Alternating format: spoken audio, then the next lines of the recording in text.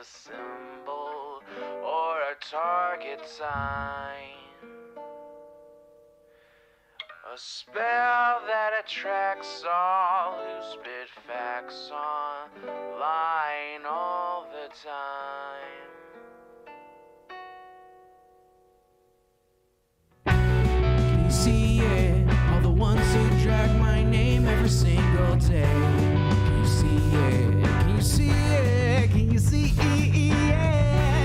They keep saying you don't have what it takes to carve out your own name underneath the shadows of gods. And I keep waiting for the day disbelievers say I flew way too close to the sun.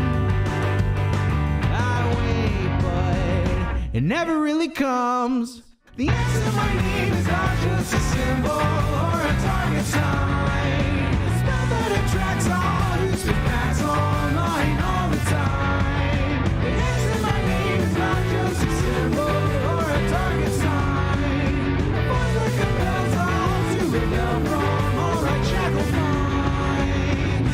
Why do they just in arrogance when they fall from the battles I have overcome? You feel it, feel the cope and the seething tone that they make while I stand up, man among gods. And I keep thinking with my mill, shooting ropes in my cold that faces towards the sun. They hate, but I'm sitting comfy with their mom.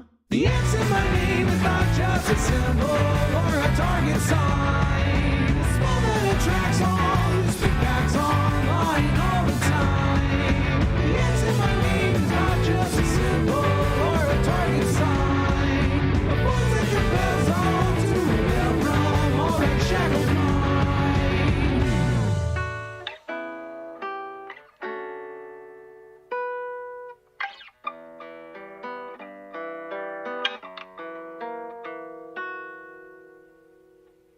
The answer to my name is not just a symbol or a target sign. A spell that attracts all who spit facts online all the time. The answer to my name is not just a symbol or a target sign. A voice that compels all to rebel from all right shackled minds. It's you and me, your mom, it's me. I'll take another hit from my name. You'll see now. Watch me not now. Watch your face now. Let me show you how.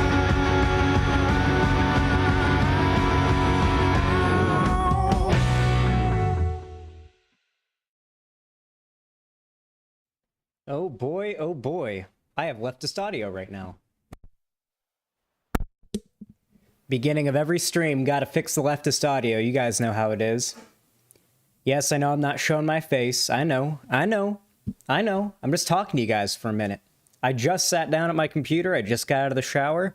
And I gotta settle into my seat before I turn on the camera. I gotta settle in. You know how it be. Cue the pyrotechnics and entrance effects. God, I wish. How do you set pronouns? It's exclamation point. I don't remember. Actually, I don't remember what the thing is for pronouns. But hello, everybody. How are you all doing today? Blonde shower hair Zan? Indeed.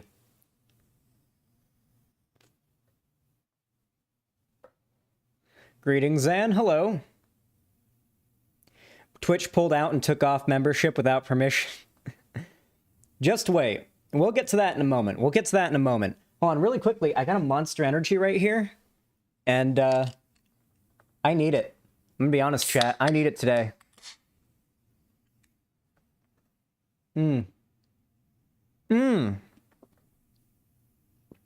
That's good. Yeah, I ate, Lenny. I had some cereal. Monster Energy? Listen, I need Monster Energy to fuel my monster cock. Yep, yeah, see, Daffy Duck 559 gets it.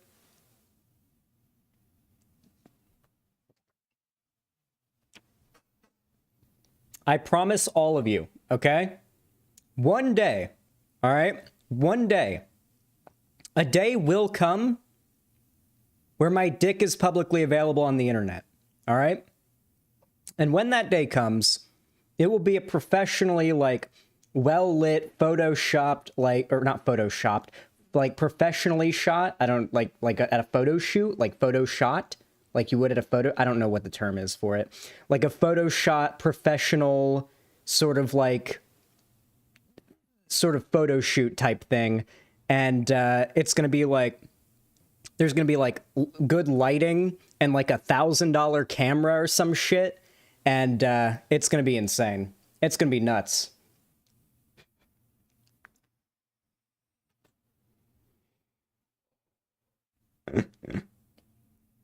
Or so you think.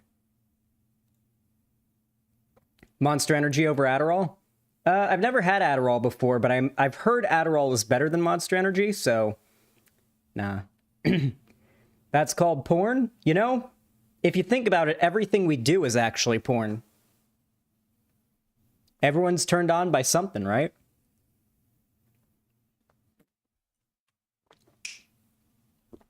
It's true. Everything is porn. Everyone is porn. Have you been keeping up with Ukraine? Yes, I have, Bluestone. Of course I have. Take meth? That's hard to come across. And not good for you. And illegal. The third thing that I listed should be the least of concern, but yeah. Oh, Rule 34, I see. Never mind. I wasn't talking about Rule 34. I was just talking about how everyone's turned on by something. Rule 34 is a rule of the internet that if it exists, there is porn of it, and if there isn't, then one day there will be. I don't know if there's any Rule 34 of me yet. Meth makes your teeth die? That's what I heard. It's also what I saw back when I lived in Florida. Please don't mention porn, it'll get me started again. Wait, what? The word dick is bleeped out, that's why I thought Rule 34? Yeah, any swear word or anything looking like a swear word, I think even poop, is censored in the on-screen chat. Because YouTube does scan text in videos for, what's it called?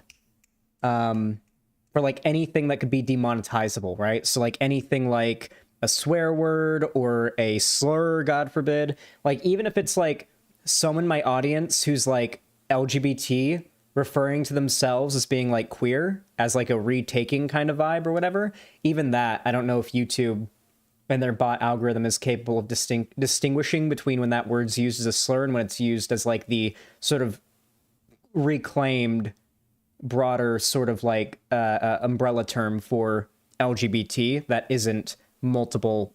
Welcome to capitalism, my dude. What's the word for it when there's, like, syllables? That isn't multiple syllables to say. A Typical Ash, thanks for the tier 1 sub, says, I'm new to chat. Hope you and everyone are doing well. Getting my first place alone soon and working at Applebee's. So that's pretty pog for me. Second interview Sunday. I love Applebee's boneless wings, so lucky for you. And I'm glad you're getting your first place all on your own. Listen, okay? It's going to be cool having your own place. It's going to be dope being away from your parents. Trust me. I've only lived away from my parents for 2 years now, I think. Maybe a little over 2 years. In my own place, like my own apartment where I pay the bills and everything. And it is very nice. It is very nice to have your own place, your own roof where you make the rules. It's cool.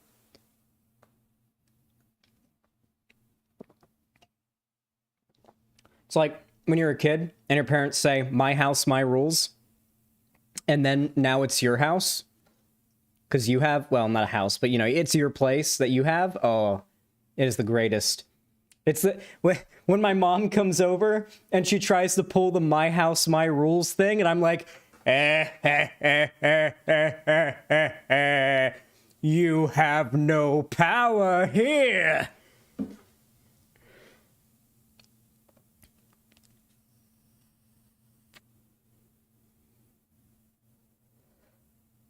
Hell yeah, make your mother do the dishes for you.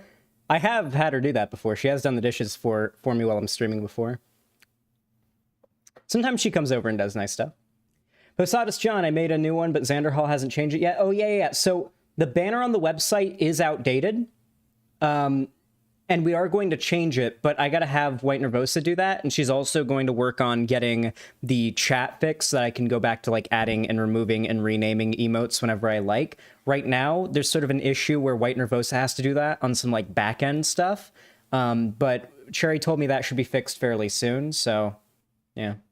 I might just hit up White Nervosa tonight and just send the new banner and have them at it just tonight. I don't really ever send people to the homepage of the site anyway, so it's not that big of a deal, but I do still want the site to look a lot more organized and a lot more professional, you know what I mean? Anyway, Atypical Ash, thank you for the $5. I really appreciate that. Let me add that to the dono goal real fast. Oh, can I tell you guys something funny? Wait, what? Goal date must be in the future? I fucking hate Streamlabs and the way they make you set dono goals. Anyway, as I was saying, what was I saying? Oh yeah, I got messaged on Discord today by Gammy, the like edgy trans girl DGGer Twitter shitlord. Like, she messaged me wanting to debate. She said that I said that she was a reactionary true scum. I don't know if I said exactly those words. Those are a little bit specific. I definitely stand by she's kind of a shitlord and has probably some bad political opinions, but like, she wanted to debate about whether or not she's far right. I was like, you want to debate me about whether or not you are far right? Are you going to do it? Please do it. Yeah, I mean, why not? Why not? What's the topic? I just said. She took issue with me, I guess. I don't remember saying this, but yeah, have her on now. I mean, she hasn't responded to me. I replied back to her. She hasn't replied to that, though, so I assume she's busy. They haven't given any reason for the ban yet, as well as no time stated for it, and this happened multiple times before. He'll be back in like 2 days. Yeah, Twitch doesn't really seem to want to drop the permanent ban hammer on Destiny. I doubt he's going to get a perma from all of this. So if you're somebody in the chat who's really hoping that it's a perma, I wouldn't get your hopes up, because it's most certainly not going to be a perma ban. Or almost certainly not going to be a perma ban.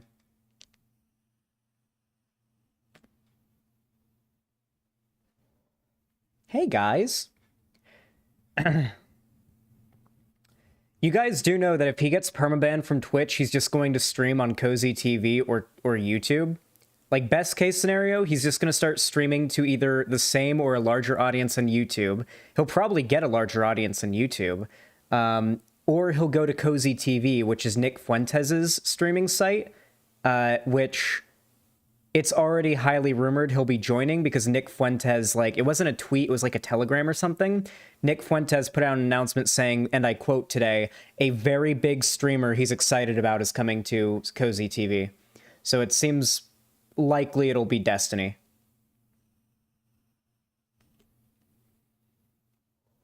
He streamed like 5 minutes of it on Twitch, and people are saying it could be that, Lonnie, but people are also saying it could have been him tweeting out the N-word today. That could have done it, because Twitch does ban for, like, if you're like a white streamer saying the N-word on Twitter or Discord, Twitch has banned for that in the past.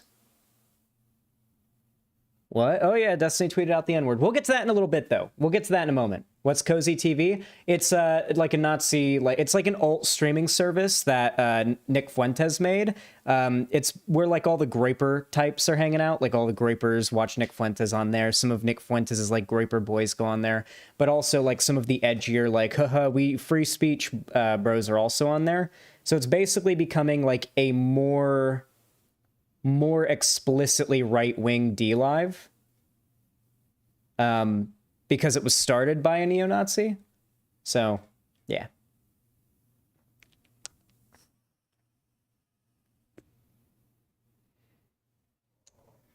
The screen doesn't block Christian, but it blocks God. Listen, okay?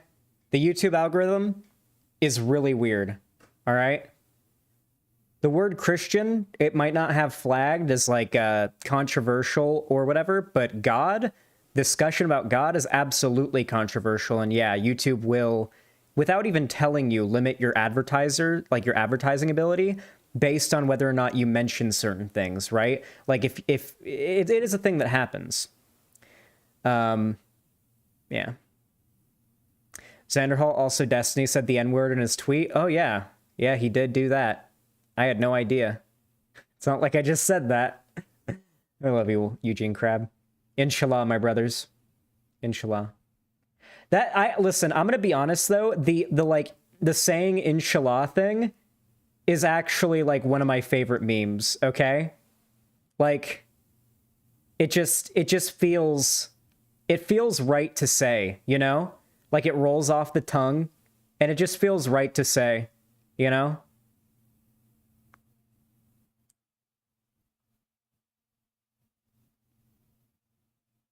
Well, I'm pretty sure the religion that phrase refers to is the largest religion on earth, so that would make sense. Don't forget the context. He tweeted the N-word while doing digital blackface. Okay, we gotta, all right. Whew! God, this is gonna be exciting. Oh, I forgot about, okay. Oh, I love my job. Can I just say for a moment, guys, the fact that I get to talk about dumb shit like this for a living is just my favorite thing, okay? It might be my favorite thing about this job is that I get to talk about shit like this and get paid for it. Speaking of getting paid for it, if you would like for me to continue streaming to you guys and not have to be a cashier at the local Walmart instead, consider donating, subscribing, or gifting a sub over on my website. It helps contribute to the Shadow the Hedgehog onesie stream goal. I have a Shadow the Hedgehog onesie, and when I hit $300 donated on the stream, I put it on for the rest of the stream. And it's always very funny. So consider donating. Not only does it support me, but it also helps put me in a funny outfit for the rest of the stream, which is always very, very funny, especially since I will later be playing Doom Eternal tonight. And I know you guys would just love to watch me rip and tear through demons while wearing a Shadow the Hedgehog onesie. I think that's probably your favorite thing. Xanderhal, Islam is the second, I believe, assuming you put all the different Christian variants into as one. I wouldn't put all the different Christian variants as one, but if we don't do that, then like different sects and like different degrees of worship of Islam would also have to be included. And then at that point, what's the point of comparing religion size, right? Yeah, also Islam is the fastest growing religion in the world too. So if it's not currently, yeah, yeah. The actual Jake meta. You know, unironically, that is a really good idea. Like always having something funny to be a dono goal for your stream, because, and this is advice to all the like future streamer bros out there that are watching me, because you should listen to advice from other streamers. It can help. Something that you realize very quickly is that you can be live with a bunch of viewers and they could all potentially donate to you, but they won't even think to unless you like call attention to the ability to donate. Like if you do a call to action and just mention that people can donate, you'll usually get a couple of donations. But if you don't do that, your entire audience can just totally forget like that donation is a thing that they can do sometimes. It's a real thing. So yeah, don't be afraid to do calls to action sometimes. Elon Musk got suspended on Twitter, did he? What did he get suspended for?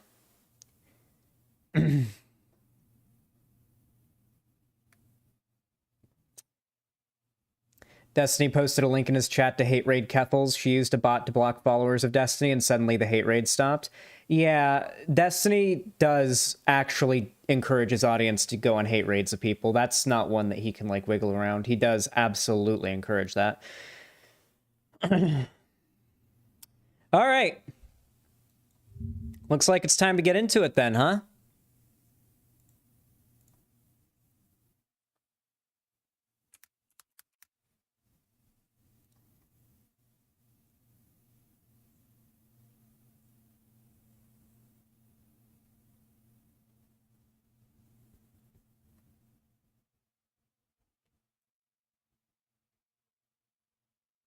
That's strange. Did Destiny go on a tweet deleting spree?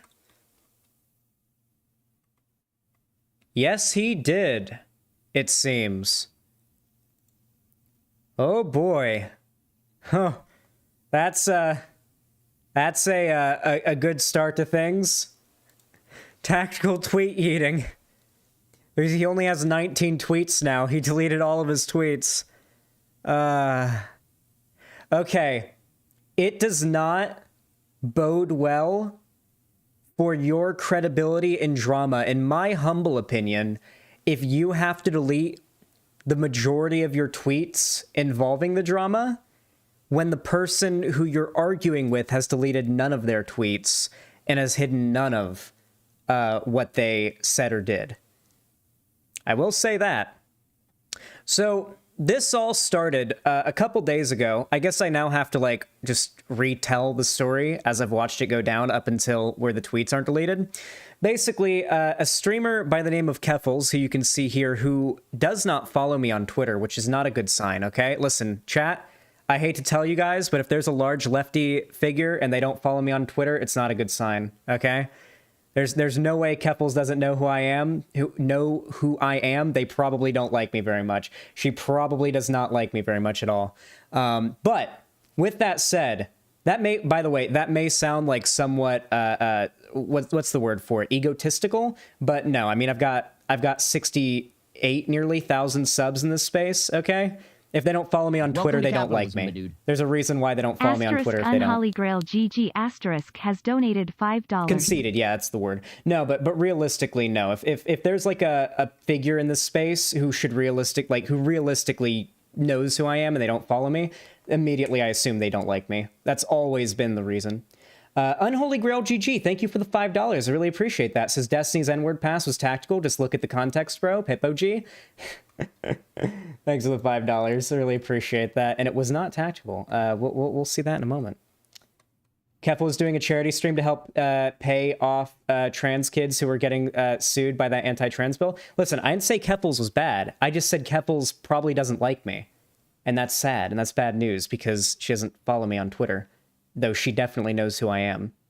I know she knows who I am. Like, she doesn't follow me probably because she doesn't like me. That's what I've always found. Guys, when you're a content creator in this space as well, and you get to a certain size, it'll happen to you too. You'll notice that like another person in the space doesn't follow you on Twitter, and then down the road, they're one of the first people to jump on you when you know, people are talking shit, okay? It happens, all right? Regardless, though, I think Keffels, do you follow them? Absolutely, I follow Keffels. I've followed Keffels for like 6 months. Like, I've followed Keffels for like as long as Keffels has been being talked about in this space. I've never once had a follow back. So yeah, that does tell me she probably doesn't like me. That's sad. However, she's definitely in the right in this.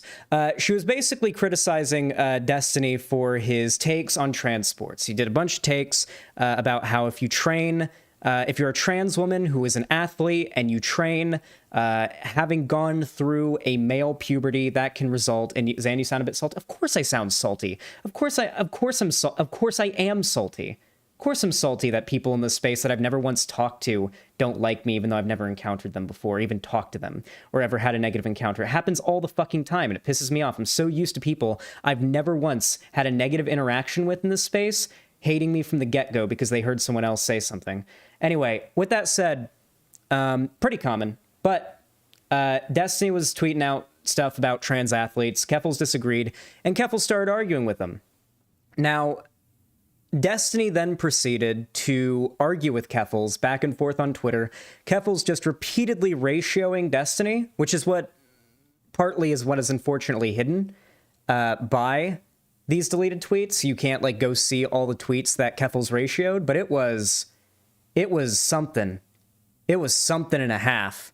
Keffels was ratioing the fuck out of Destiny. It was crazy.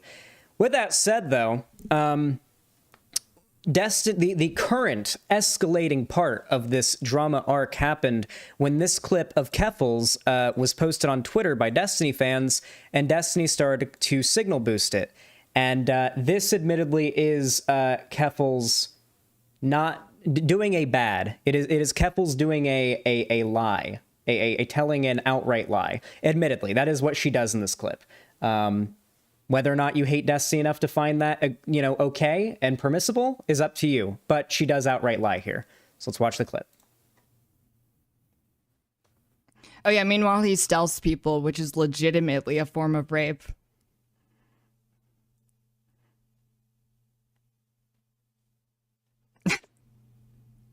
Insane. Insane shit.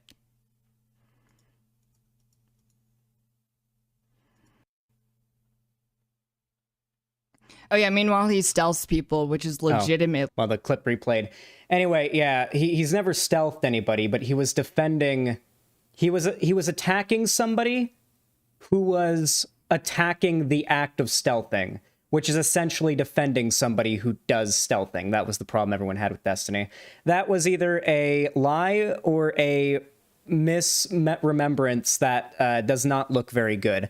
You do got to be careful when you're in this space, otherwise clips come out of you saying stuff like that that are completely untrue and undefendable, and it makes you look bad. However, that doesn't really matter, because in the long run, that clip didn't really affect Keffels too badly in the long, like in all of this, because Destiny then proceeded to tweet this in response to a reply from someone who is angry at him. What's this? TBH, I don't really think any of this is a big deal. If it's just funny that people who want to execute white people for saying the N-word in a friendly way will froth at the mouth screaming, "You cracker," and then pretend their position is the moral one. Listen, all right? He probably shouldn't have tweeted the N-word here, all right? He definitely should not have tweeted the N-word here. But like, don't be the guy that brings up like an old screenshot, because you're just gonna get this is what happens when you do that. And this is what possibly has resulted in the current discussion that's being had. Zan, she clarifies that like 3 seconds after the clip ended that she misspoke. Okay. Wait, JTuber, do you have the full clip? I'd actually like to check, because if the clip literally just goes on to have her say like, "Oh wait, he didn't. Oh, sorry about that. Okay, he was just defending." Like if it's just like her clarifying herself like 5 seconds later, I would love to see that. I would love that. That would be a fucking nail in the coffin on Destiny.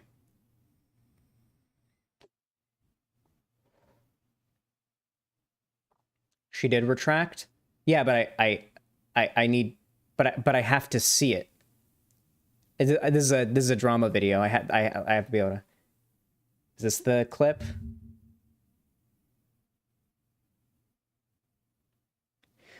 Keffel spent all day complaining about Destiny and made a false claim Destiny stealthing someone and immediately walked it back because of her chat said it wasn't true, beyond deranged behavior, and shows other people. Okay, so this person is probably just a deranged person, but let's see the whole clip. Stealths people, which is legitimately a form of rape. Oh, we'll get to the tweet in a minute. Insane shit.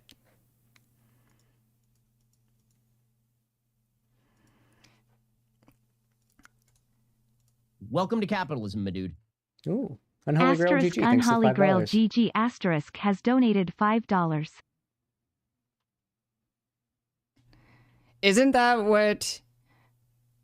Wait, I don't know if he did it. Wait, backing up, I don't actually know if he did it, but he argued that it is not a form of rape and that you shouldn't have sex with a woman who isn't mature enough to tell that someone would do that to them. So like literally. Oh yeah, meanwhile She is still wrong about exactly what he said in that drama. Not that it was too far off, but yeah, this is that clip that we watched earlier, absolutely dishonest clipping. If you're going to try to frame somebody as having like openly and knowingly lied and accused you of being a rapist publicly on their platform in like a tiny clip, but then you play the clip for another few seconds and they say, "Wait, that's not what happened, I'm mistaken," and then correct themselves, then like, yeah, you're the one that's just lying here. Like, wait, that's just that. Sorry. Let's go back to it. Where's the tweet? This tweet, absolutely dishonest clipping. This is the kind of stuff that Destiny will complain about nonstop. This is the kind of stuff me, Vosh, any streamer will complain about nonstop. The dishonest clipping, the cutting context away. Destiny's audience does it too. Everybody fucking does it. Oh, hey, at least he retweeted the full post, at least. Though I doubt he will admit that this is her walking it back because she misunderstood the situation.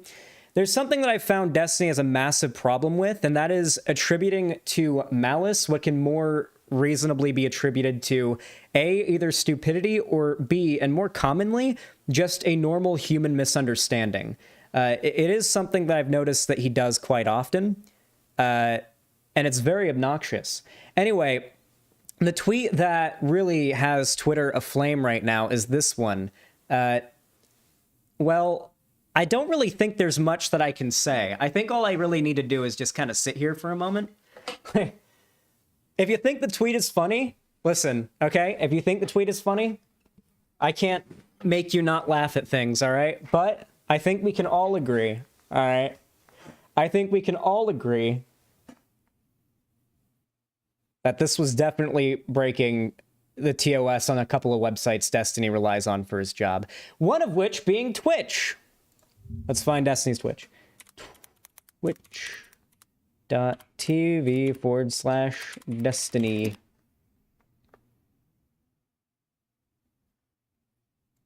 Oof.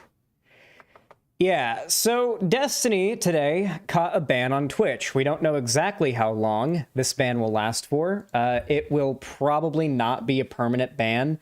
I would be blown away. I would be floored if it was a permaban, okay? Like, even after the departnering and stuff, it seems like Destiny has a particular amount of leeway to avoid permanent bans, okay? Listen, okay? Let's just say, if you look at Destiny's, like, long history of bans on Twitch, I feel like he's been given a lot more strikes than the average, like, even large streamer is generally given. And there's reason for that. It's because Destiny was, like, the first large streamer on Twitch, though I don't think that really plays much of a part for him in most cases. It doesn't really seem like Twitch is as willing to instantly permaban him as they will be other streamers, so I would be surprised if this was a perma. Now, we actually don't know why he got banned. It could literally be anything. It could be anything he said on his stream in the last few days. It could have been the fact that for 5 minutes, I think he had Nick Fuentes on his Twitch stream, Nick Fuentes being banned, and it is a bannable offense as a streamer to show another banned figure on your stream, because it's based like it's like they are ban evading on your platform, basically. It also could have been the N-word tweet. There have been streamers in the past that have been banned that are white, who have been banned for saying the N-word either on Twitter or in, like, Discord DMs, or in, like, Discord, their own, like, Discord server. It's a thing that's happened before. Twitch has upheld cross-platform bans for that kind of stuff. It could be any of these things. Regardless, though, I doubt either of the two things I listed are bad enough for a permaban, okay? Listen, all right? If he's still on Twitter, his Twitch isn't going anywhere. Could be because he hate-rated Keffels. That could be it as well. Because Keffels' community was adding Twitch support a lot and reporting that Destiny had, like, encouraged his audience to go raid Keffels during all of this, so that could have done it. Encouraging your audience to raid another streamer, especially a partnered streamer, is a bannable offense. That could have done it as well. Yeah, that definitely could have been it.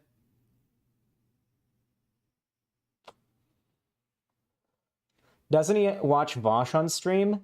You know what? He does, doesn't he? Does he turn off his Twitch stream when he watches a Vosh video?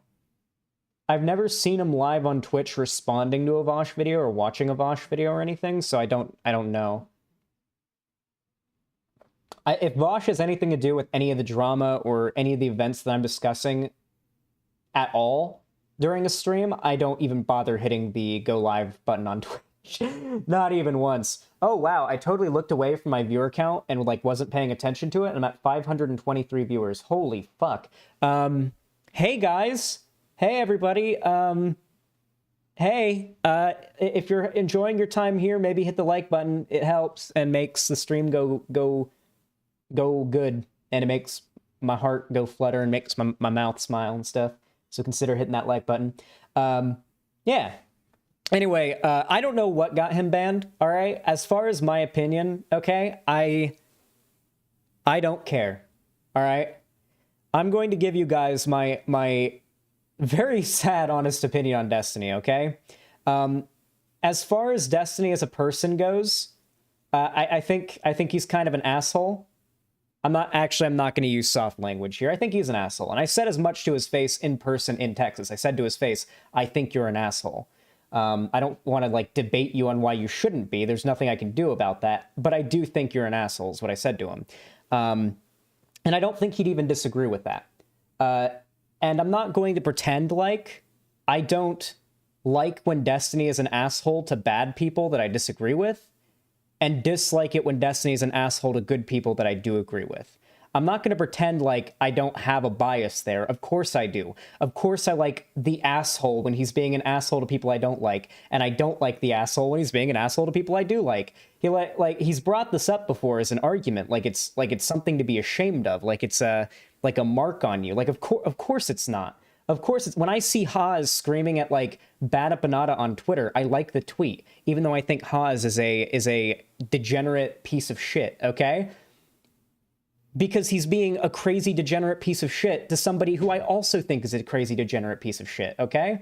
Now, I'll admit that my opinion of Destiny has changed a lot. I did used to think a lot higher of him, but at this point, like, his content hasn't really interested me much. I've started to, as I stream more, lose that sort of lingering parasocial feeling I have for other content creators. You saw that with like me unfollowing Contra and not giving a shit.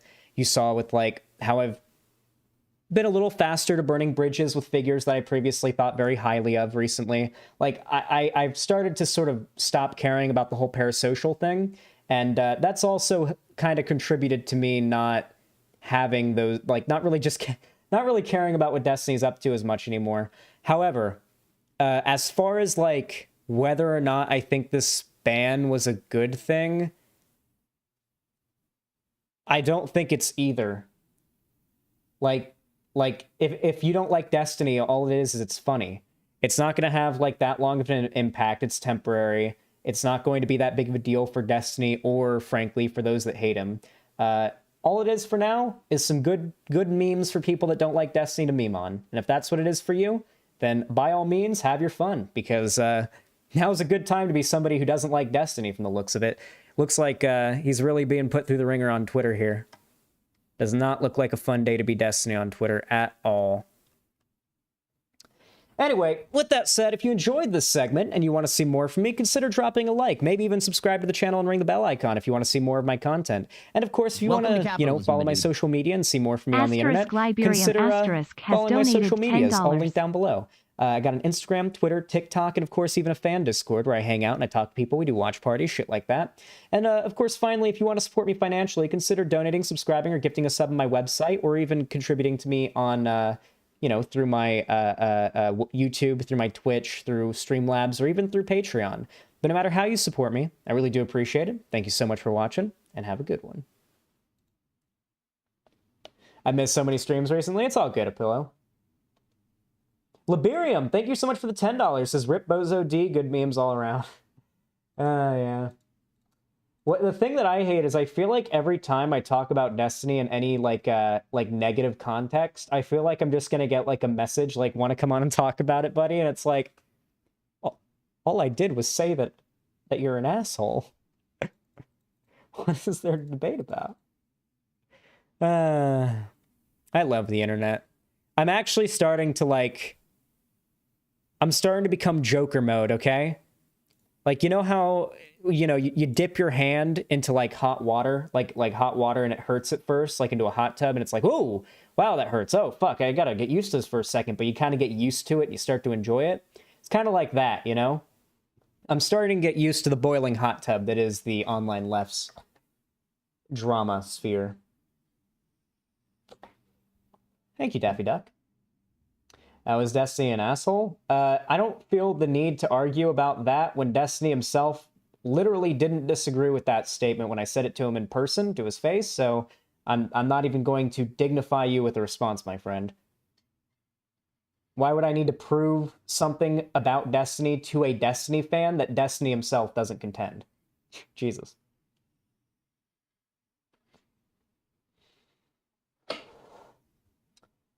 Thank you for the donos, guys, though. You guys are poggers, as they say. That puts us at $30 on the dono goal. Here, really quickly, I want to show you guys something really cool, and then we'll get to ripping and tearing some demons in half, okay? Let me show you guys something dope.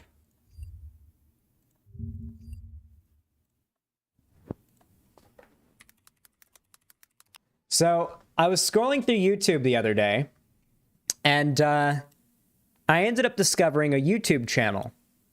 And this guy's got like a pretty sizable sub count, 348,000 subs. But his YouTube videos, depending on what the video is, get millions of views. And this guy has what is essentially a monopoly on this type of video. Chat, hypers, if you guys know what a C berm is. It's spelled B-E-R-M, a C berm. Have any of you guys heard of a C berm before? For those of you guys that don't know what a C berm is, it's basically, imagine a beach, right? Actually, I'm gonna show you exactly what I'm talking about here, okay? Let's use paint. Imagine a beach, all right? We'll draw some yellow sand to signify this. Imagine you've got the ocean, like the beach here. What the fuck? I had it selected as yellow. Are you kidding me? There we go. Imagine you got some like sand going up to here, and then this is like the shore coming up. But then there's like a little dipped in part here, like a little lake or water reserve type area right here on the beach. Now, if you're wondering where the ocean is, I'll color the water differently so you see what I'm doing. This is like the ocean, right? This is on the other side of the sea berm. Basically, what happens is, at high tide, all of this is underwater by like this much, okay? All of this is submerged by like this much when it's underwater. This is up by like a couple feet. Imagine like this sandy bit is up a couple feet, and this is like 10 feet wide. This little section here is like 10 feet wide. When the tide comes up, the water comes in and fills up this little lake. And then the tide comes out for another 12 hours. And now there's a lake filled with unbelievable amounts of salt water separated by nothing but 10 feet of sand. So there is a place in Southern California, not too far from where I am, less than 2 hours away from where I am, where this happens daily. And when videos of this being caught, like naturally happening because rainwater fills up like a lake near the ocean, like when that video goes on YouTube, gets tons of views. This guy's videos get views too. Only he lives right next door to a place where you can do it every single day. Let me show you a video of what it looks like. Let me find a really good one. Yeah, here's one. How did this start? From just a tiny stream. Now, I want to say, guys, this guy only marks the location of his videos as California, and he never tells exactly where this location is. Do you want to know how I had to find this place? Last night, I spent 2 hours on Google Maps scrolling up the California coast looking for it until I eventually found it by scanning the beaches of California till I found it and looked in Street View to see it. That is how I found this place's location. I had to go degenerate internet detective mode to find this guy's secret spot. Let's go ahead and take a look at why I love this and why I will be going here and doing a video in which we do this and you'll see. You'll see. Let's watch this really quick. Alex Mex, by the way, thank you for the tier 4 sub. I'll watch that. I'll read that in a minute. So it simply starts as a tiny trickle, but as the trickle keeps going, it moves sand and pushes it down, which makes the stream even deeper, which makes the water go faster, which makes the stream deeper and pushes more sand, and it basically causes a snowball effect, which starts as a little trickle like this, but you'll see what it turns into by the end of the video. This is with very little human intervention. You just have to like dig a little moat. Oh! So it turns into this. Hey, Mandy, go ahead. As a little bit of time, like 10 minutes later, it looks like this. And then about 30 minutes later, it looks like this. What just happened, Kai?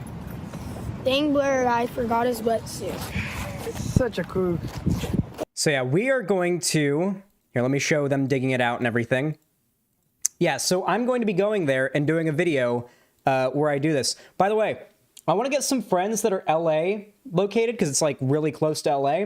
Maybe I'll like pick up some of my LA friends like Denims or something, and we can do a video collaboration where we break the sea berm and I don't know, I can't surf, so it wouldn't be surfing, but I don't know, raft down it, like some tubes, getting some inflatable tubes and like rafting down this shit would be dope.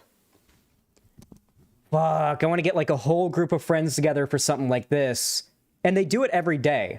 The sand gets like like it makes a giant canyon because the water's running so fast, it makes a giant canyon. And once this is the ditch, this is not the ditch, the lake that fills up with salt water at high tide and then gets like cut off from the ocean at low tide. So for 12 hours, this fills up with water. And then for 12 hours, it looks like this. And you can just dig, because low tide, you can just dig the channel. But let's go ahead and watch the video. I got it yesterday. It was pretty fun. But yeah, the sand gets repaired and rebuilt. It rebuilds the sand berm every day once the tide goes back in because the waves push the sand back up. So you can just do this every day. Ride? Yeah. Sir. They're trying to divert the flow into like a little bridge thing with the sand castle they built. This is the kind of shit that I'm going to be doing. What exactly is going on over It'll be here? fun as fuck. I've always wanted to do this. Oh my castle! We did it. The reinforcements are gonna erode the. Oh my! Here, one more castle. No way. Wait, Indy, let it go. Xanderhal, I found you thanks to Noah Samson. I think you're dope. I'd say he missed the target hit because I straight up don't watch his stuff anymore. Oh, well, that's, I'm glad you were able to find me through a, unfortunately pretty dishonest video. Yeah, it feels like the entire part of the video focused on me was just, like, memes and, like, little, like jokey things. And if... I'm fine with that type of content, but that type of content to me has never been good as an argument against a person. That type of content does well to supplement on, like, with an argument, right? Like, if you're trying to say that I'm a bad person, or that, like, I've done some bad stuff and you want to prove that in a video, you should start your video with, like, a very dry takedown of what I've done with well-substantiated arguments and evidence and whatnot. And then, once, like, you've sold Xan bad, that's when you get into the personal attacks and the ad homs and the memes that are just meant to make fun of my appearance or whatever. But he starts the video with pretty much the most of the video is either making fun of my appearance, making fun of things that I said with no context and no arguments against them. Like, it'll just be a clip of me saying, insert YouTuber is a dumb fuck. And I guess the audience is supposed to know that me saying that YouTuber is a dumb fuck is a bad thing and should automatically, you know, be an argument against me in and of itself. It was really bizarre. Oh yeah, the weed light, yeah. Look at what we have. And then King Kong Kai comes along. King Kong Kai. Hey, Elon Musk, with his boring company. I got a better boring company. Boring a hole. We're halfway through, guys.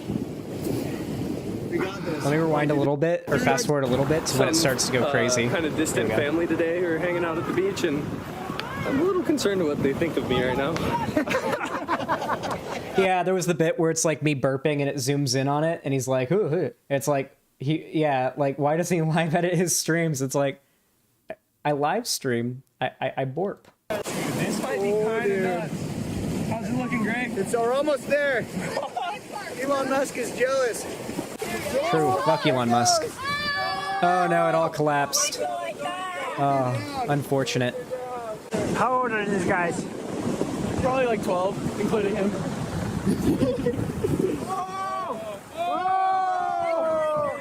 Another one. Joygopolis is done. Joygopolis. Project over. It was just full of personal attacks, that stuff. I mean, personal attacks don't bother me.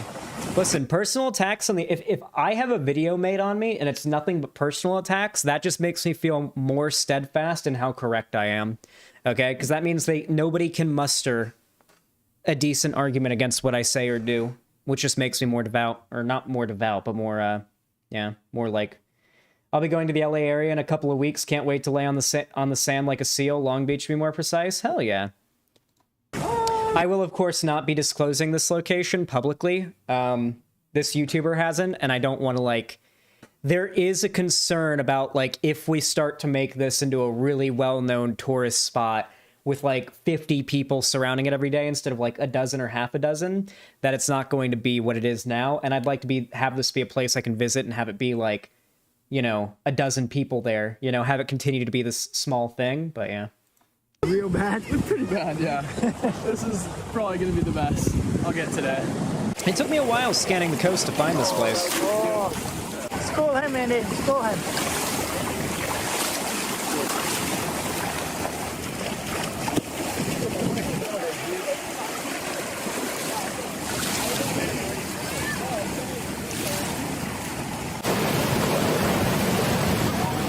So you can see it really starts to get going, you know? Like the sand on the sides is continuously getting washed away, which breaks the banks away and makes it wider. And then, you know, it just keeps getting deeper and the water just keeps going faster and harder. You can surf on it and stuff. This is the part where I want to go down in tubes and like inflatable like donut tubes or whatever. This is the part that looks like it'd be fun to go down in a tube in. Look at this shit. You can do this there every day, just about. After the tide goes out and it becomes low tide.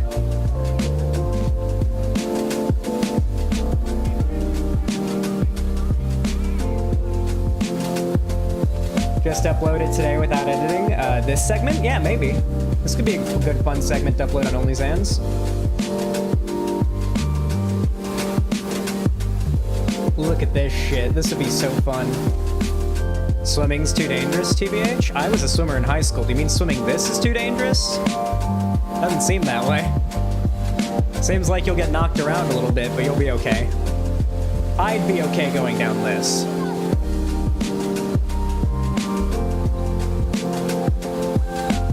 Those rocks, though? What rocks?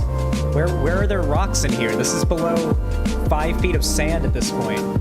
There's nothing but sand and water. The walls, you're not getting pushed into the walls, that's sand. Look at it, it's crumbling apart. It's like a mushy little thing, you know? Like the sand isn't even like hardened because it's breaking apart. It's just a cushion for you if you fall.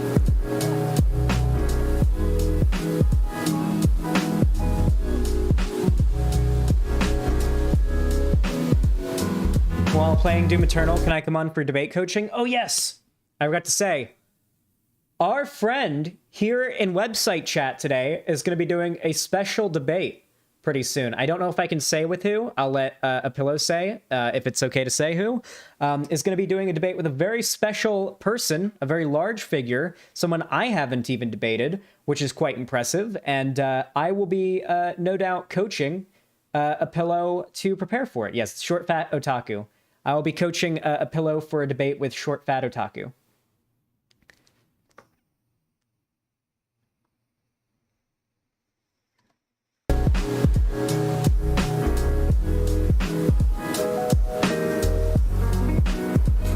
So, just for a little bit of reference, with no human intervention, this started as this, okay?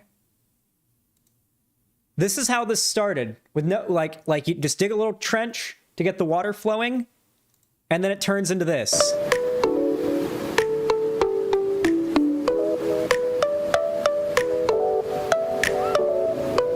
I think they'll show what it looks like fully. What did it start from? We'll show the start of the video. This is how it starts. And the sand, where the water slowly pushes the sand aside, which kind of like, you know how erosion slowly carves like a river into solid rock over time? Well, sand is far less dense and solid than rock, so it basically does erosion way, like with it does what would to rocks be millions of years of erosion, to sand in an hour. It forms a rapid, like white rapid river in an hour from this trickle. So yeah, let's skip back to where we were to show what it turned into.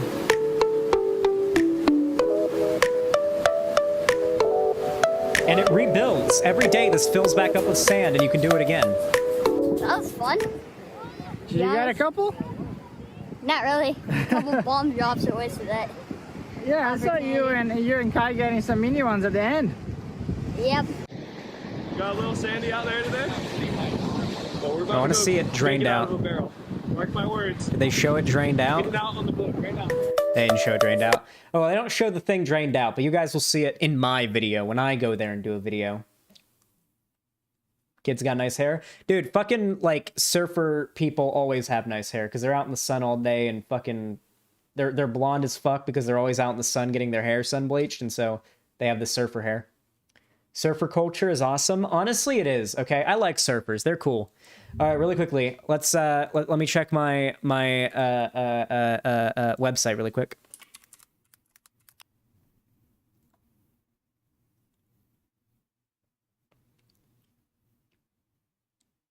Ah, yes. Alex Mex, thank you so much for the tier 4 sub. The 1 month tier 4 sub. I really appreciate that. Very kind of you, my friend. Thank you for the $40. Really, really, really helps. Says, turns out Russian military incompetence goes back centuries. Have you seen this video? No, I haven't. Let me take a look. I've gotten There are an abundance of iconic combinations out there, like spaghetti and meatballs, a sorority girl in a white Jeep, or depression and alcoholism. But like US presidents and convertibles, not everything can be a match made in heaven. And as much as Mother Russia would love to dominate the high seas, nearly landlocked nations and stellar navies don't exactly go hand in hand. But for all the Russian Navy's dismal, underwhelming, pathetic lack of glory in the early 20th century, it's always important to look on the bright side. Like how it gives me good YouTube content. So in today's episode, I'm gonna learn— Fucking true. Listen, for me, no matter how bad things get, okay, there's always a silver lining. Content. You all about the misadventures of the Russian Baltic Fleet. No matter how big things get, it'll always be content. It's the turn of the 20th century, and what better way to kick off a new era than expansion? Russia is cold, which is great for things like stopping Nazis and badass TikToks, but not ideal for ports. Having your port turn to ice every winter is what those of us more versed in nautical terms would call not very cash money. The Russian Empire notices China has a pretty nifty port with, get this, warm water. However, there's this pesky little thing called a border in the way. But that's okay, China isn't European, it's not a real country. So Russia takes control and gets the Qing to lease them the port. Japan doesn't like what they see, so they meet with Russia. Wait, what year? Wait, okay, this must have been like this must have been pre-World War II, right? That is, yeah, this must have been like pre-World War II. If like for time period we're talking about here, because this would have had to have been pre-World War II, early 1900s. Okay, so we're talking like 1920s.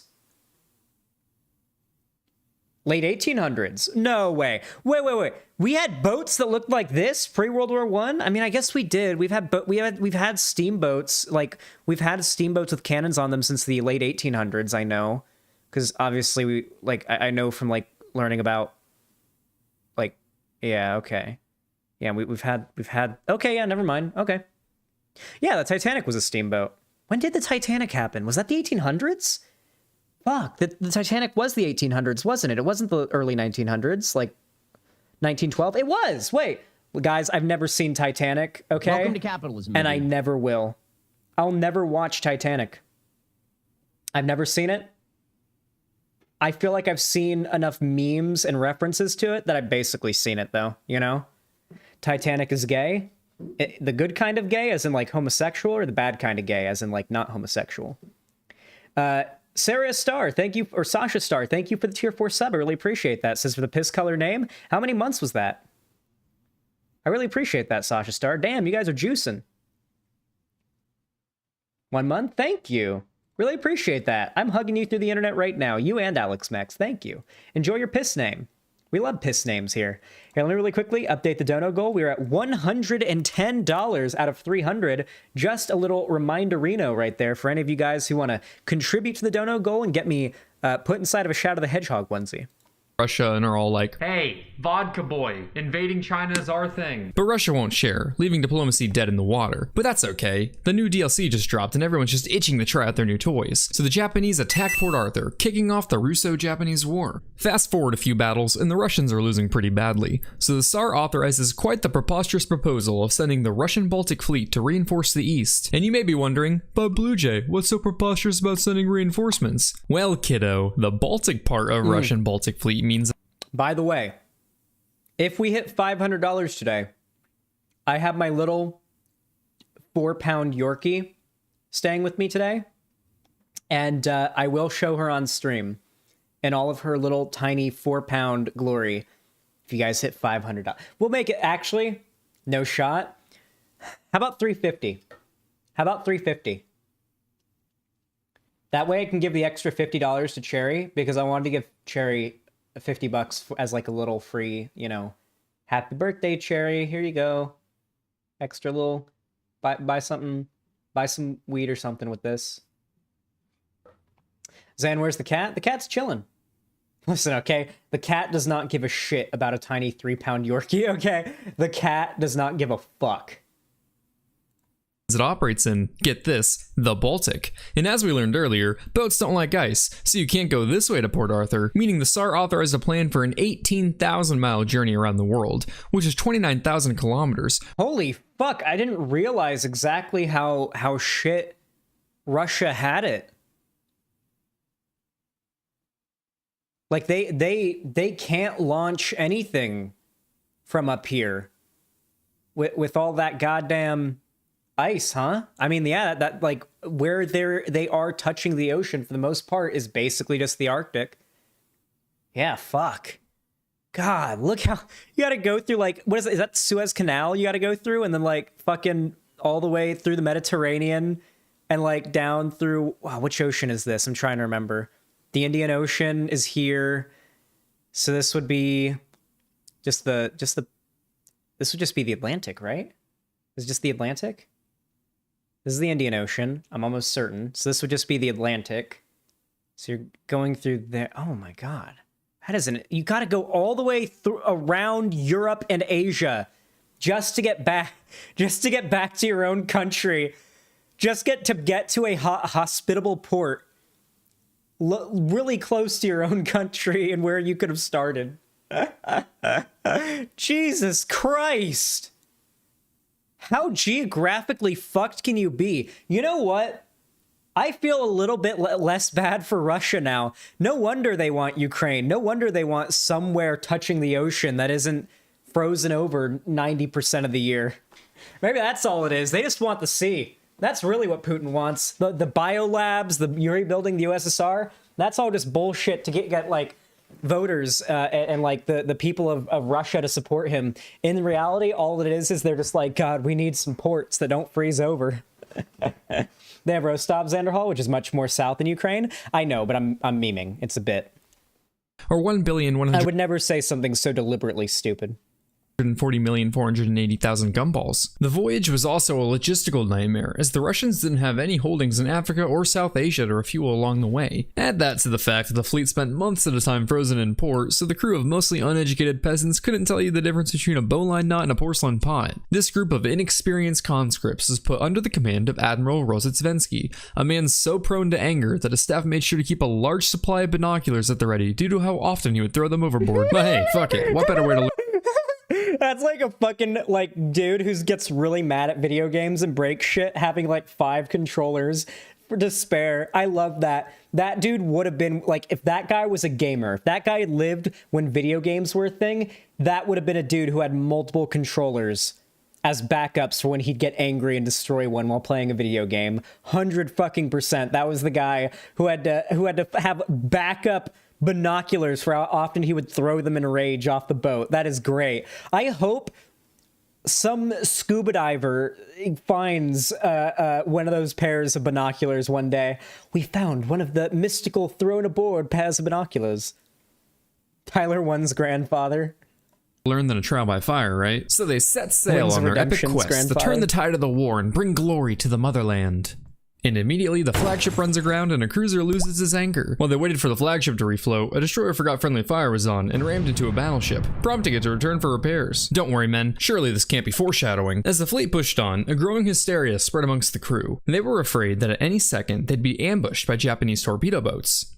That would suck. By Denmark. This is where the war is if you forgot. But the crewmen didn't... Wait, I mean, okay, to be fair though... Wait, hold on though. To be fair, there were Russian submarines that were like in the Caribbean and Gulf of Mexico during the Cold War, no? Wasn't that like a really big fear? And like concern was that there were like Russian and like wasn't it confirmed that there were Russian subs in the Caribbean and in the Gulf of Mexico at one point? Was that not a thing? This I have not heard from a reputable source. This is some shit that like my mom told me when I was a kid or something. That was in the early 20th century. Cold War. This is pre-World War. I'm talking about the Cold War. My point, though, is it's not totally out of the question that Japan might have boats in the ocean, in the Atlantic, you know, might have some torpedo boats in the Atlantic. It's not that crazy of a concern. Maybe a little paranoid, but like not a concern worth completely throwing to the wayside. At this time, it would have been insane. Yeah, probably. This individual with the bird avatar probably knows more about this than I do because they're the one making the video. This is where the war is if you forgot. But the crewmen didn't have time to worry about things as frivolous as logic, so when two fishermen approached the fleet to deliver a message, they opened fire. The two fishermen survived the false alarm without a scratch thanks to the horrible standards of the Russian gunnery. As for their message... Hey, listen, okay? In games where friendly fire is on, trust me, you want me to be bad at aiming, okay? Because real life or in games with friendly fire, I'm shooting my teammates to death, and it's gonna happen. I've done it in Tarkov. I did it in Fortnite back when friendly fire was a thing in Fortnite. I did it in fucking... I've accidentally friendly fired my teammates so much. It's just so lucky that my aim is shit in most games, but not Tarkov. When I friendly fire my teammates in Tarkov, they go down. I'm really good at escape from Tarkov now. I've been grinding. They informed Rear Admiral Rozensky that he'd been promoted to Vice Admiral. Iron this. This wouldn't be the only false alarm, as later another ship signaled that she was under attack by 8 Japanese torpedo boats, only to find out that there were 0 Japanese torpedo boats. There was just nothing there. Having survived the Baltic, our heroes made their way towards Britain, where they encountered a small group of fishing trawlers at Dogger Bank. But surely by now our skittish sailors have learned their lesson. Ninjas! Strelietes bullshit! Chaos ensued as the Russians laid down hellfire upon the unsuspecting fishermen. The Russians are going bonkers. Some run around the deck aimlessly waving cutlasses to repel imaginary boarding parties, while others just cuddle up on the deck with life jackets, accepting their demise. Keep it up, men! These Japanese have horrendous aim, Igor. We haven't even taken a hit. But hey, at least this time we made sure they weren't fishermen first. We're shooting at fishermen, aren't we? Definitely a possibility, sir. Well, at least we didn't fire on our own ships, killing a sailor and Russian Orthodox priest. The British trawler fleet were sitting ducks as their nets in the water prevented a hasty escape, and the Russians fired at them for 20 minutes before realizing their mistake. While this sounds like the setup for a massacre, you forget our heroes are about as effective as a guy holding a fish on Tinder, sinking only 1 trawler and damaging 2 of their own ships. The battleship Oriole really captured the spirit of a TikTok pickup artist, reportedly shooting 500 shots without scoring a single hit. 2 fishermen and 2 Russians died in the mayhem, so at least the survivors can brag at the local pub that they tied with the Russian Navy. This event became known as the Dogger Bank incident and nearly ignited a war between Russia and Britain. The Brits just settled for revoking their access to the Suez Canal, forcing the Russians to make a slight tweak in their course. The slow, coal-powered fleet made its way towards Africa, attacking more civilians and cutting underwater telegraph cables along the way. They met up with some German supply ships to underwater cable bullshit on the bottom of the ocean has been a thing since fucking telegrams.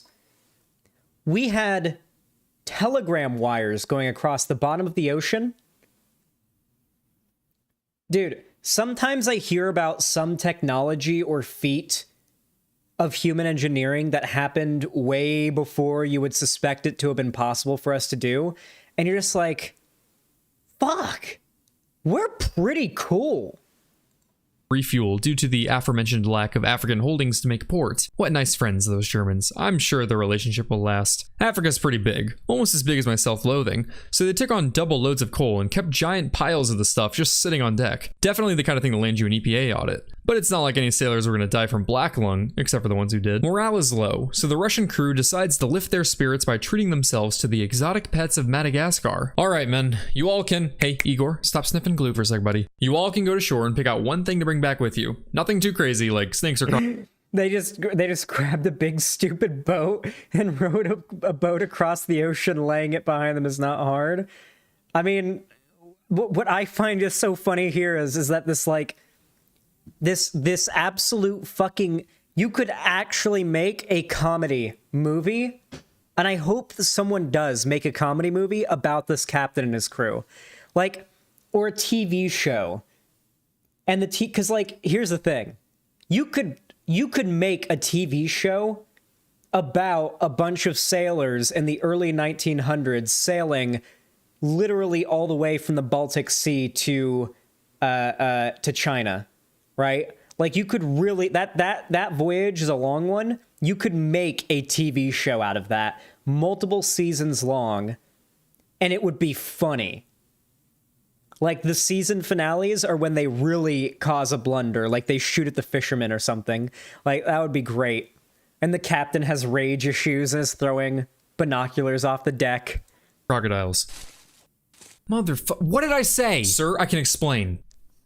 Watch it throw back the shot at Tito's. The ship became a floating zoo as the crew brought on a bunch of animals to roam the deck freely, including a crocodile and a venomous— yeah, the season where they bring a zoo on board. The season where they bring a zoo on board. This is the type— I feel like this is a show that if it existed and it started each episode with based on a true story, this would be the season where people would be like, okay, this has to be some artistic creativity on the side of the showrunners, right? They didn't actually bring a zoo's worth of animals on this ship, did they? Snake, which apparently took a liking for vodka. Panic followed shortly when the snake wrapped itself around guns and bit a commanding officer. One sailor gifted the admiral a parrot. Yeah, because it was hot. It was drunk on vodka.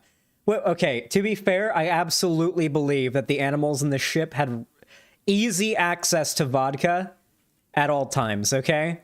Absolutely. Took after his rather extensive vocabulary of Russian curses. The flagship soon became overrun with chameleons who would frequently go missing due to their ability to seamlessly camouflage. Hey Igor, have you seen Comrade Camo? I can't find the little guy anywhere. No, I don't think so. Have you seen him, Private?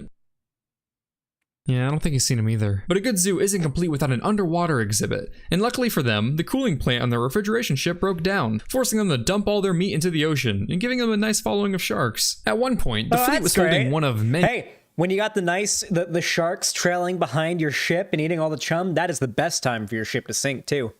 That would— okay. That would have been the time for Japanese torpedo ships to attack, okay? Right as they're dumping all of the meat into the water and the sharks are like circling the ship, eating the chum, that would have been the funniest time for the Japanese torpedo ships to arrive and sink them, and they're all stuck in the water. This is very mean-spirited, but you know. Many funerals for a sailor who died of illness. During the ceremony, wait, what if they trained— yeah, they trained the sharks. The sharks become friends with the Russian ship convoy because of the meat, and the sharks join the Russian army. The Shark of Moscow is born. Chatka fired a gun salute. Excellent work, gentlemen. Hey, say, you boys did make sure to load blanks, right? Yes, sir. Yeah. Igor, you're looking kinda pale there, buddy. After some more shenanigans, like foiling a mutiny and receiving a shipment of fur boots and coats instead of ammo, Admiral Rozhetsvensky realized that they were approaching Japan. Ah shit, that's right, I didn't train them. So he decided to run some gunnery practice on a stationary target. Miraculously, our group of misfits managed to score a single hit on the ship towing the target. But hey, potato potato. At long last, the Baltic fleet closes in on Japan, approaching the Tsushima Strait during the night. The fleet extinguishes their lights to— It's like the video game Ghost of Tsushima, soy! I had to do it because someone would. Maintain stealth, all except for the Orel, which, as a hospital ship, kept them burning in accordance with the rules of war. The Orel comes upon a Japanese ship in the dark And finally, after an extensive list of false alarms attacking fishermen and merchants alike across half of the high seas, they come across an actual Japanese vessel. Wait, chat? I made a comparison today, and I stand by it 100%, okay? Sex is exactly like Dark Souls, okay? You learn the attack pattern, and you get like your move set and the enemy or the girl's move set down, and you're ready. You're ready. Okay? What is the sex Estes flask? Literally a sip of Gatorade, because have you ever had like sex for a long time before? You'll want some like orange Gatorade after that. If you're a bottom, is it like watching a Dark Souls live stream? No, if you're a bottom, it's like being a Dark Souls player as well, because you're getting fucked by something bigger and stronger than you. And determine it to be Russian, so they use their lights to communicate with it.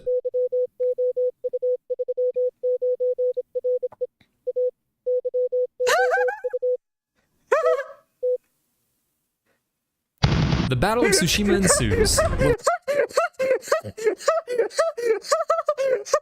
finally encounter Japanese warships and send a fucking message to them saying, "Hey, we're attacking the Japanese.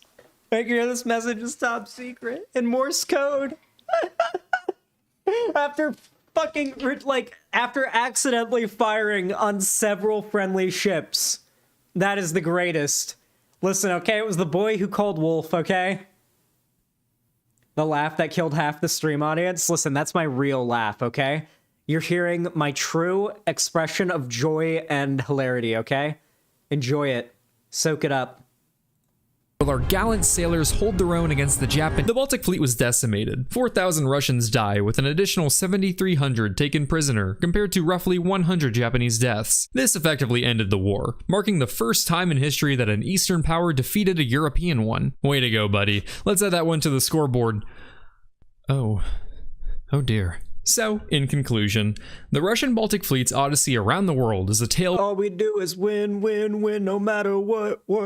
Full of shenanigans and blunders, with our troublemaking peasant crew racking up quite the body count of innocent civilians and friendlies before seeing an actual enemy. And yes, while they may have attacked ships from practically every global power, disabled cities' communication grids, killed fellow sailors with gross negligence of safety practices, nearly ignited a major European war, and were about as accurate as Helen Keller playing laser tag, they also taught a snake to drink vodka. 9 out of 10 stars. That was a very good video. I like this guy. Makes good videos. They're funny. They make me go. Images that make me blow air out of my nose at a slightly higher velocity.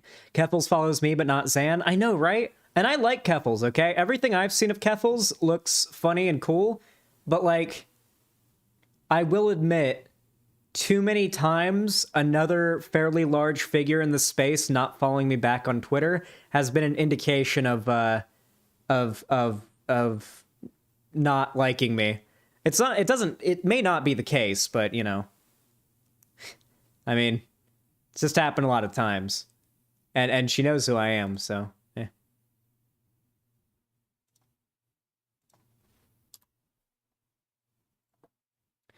They literally did the Elmer Fudge, I'm hunting wabbits IRL.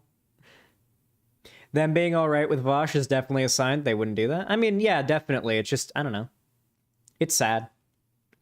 It's not often that I find a content creator in this space that, like, entertains me or is funny enough for me to be like, damn, someone new in the space is really dropping some good shit. Not that Keffels is that new, but I mean, Keffels is relatively new to the like political streamer sphere.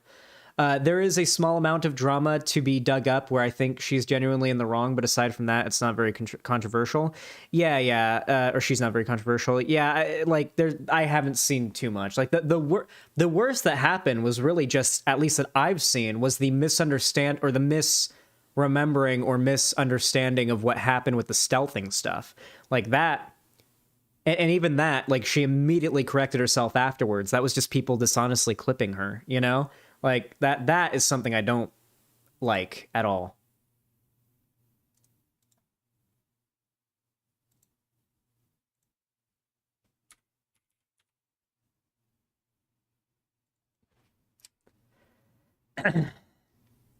I have disagreements with Keppels, but we're chill. We talk sometimes. Pog. Yo, for the Dark Souls sex thing, big dicks equal magic users and melee equals average / small. Yeah, because it's like, because like when you have a big dick, it's like easier for you, and you're not having to deal with as many of the disadvantages, I guess. I don't know. I don't know how the magic comparison works, I guess. Like, guys, if you're in chat and your dick is like average size or even small, or if you're like me and you got a big dick, there is nothing, absolutely no downsides whatsoever to adopting the use of sex toys as like modifiers for your sexual ability, okay?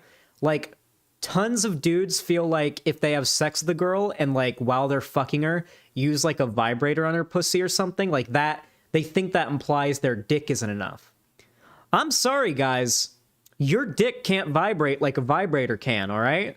So if you're trying to make a girl really come, at least in my experience, the best way to do it is to fuck the shit out of her while also, you know, using a vibrator on her. That'll do it. That's always been a quick way for me. Like I can speed run making a girl come with that.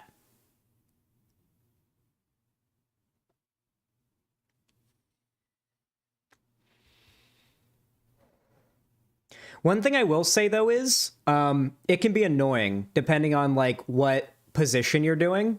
It can be really annoying. Like, my favorite position, like, if I'm trying to, like, just turn a girl's cervix into the sorest part of their body for, like, the next week, the thing I'll usually do is, like, put a girl's legs over my shoulders and then, like, lean forward and just really go ham. Some girls can't handle it, some can. It really just kind of depends. There's been girls that can't handle that before, or can't handle you doing that much before, or you can't go all the way in when you do that particular position, but you do that and then combine that with a what's it called, with a vibrator, and you're gonna do some work. Okay? That position plus vibrator on the pussy does some work, okay? It does some work. If you're trying to go Lonnie getting wrecked, if you're trying to go in and like, that's all I'm saying, okay? Just take this advice, I promise you it will help, okay? If you're out there and you're trying to make girls come in like an impressively small amount of time, that will do it. Like very quickly, and that's what you're going for, that will do it.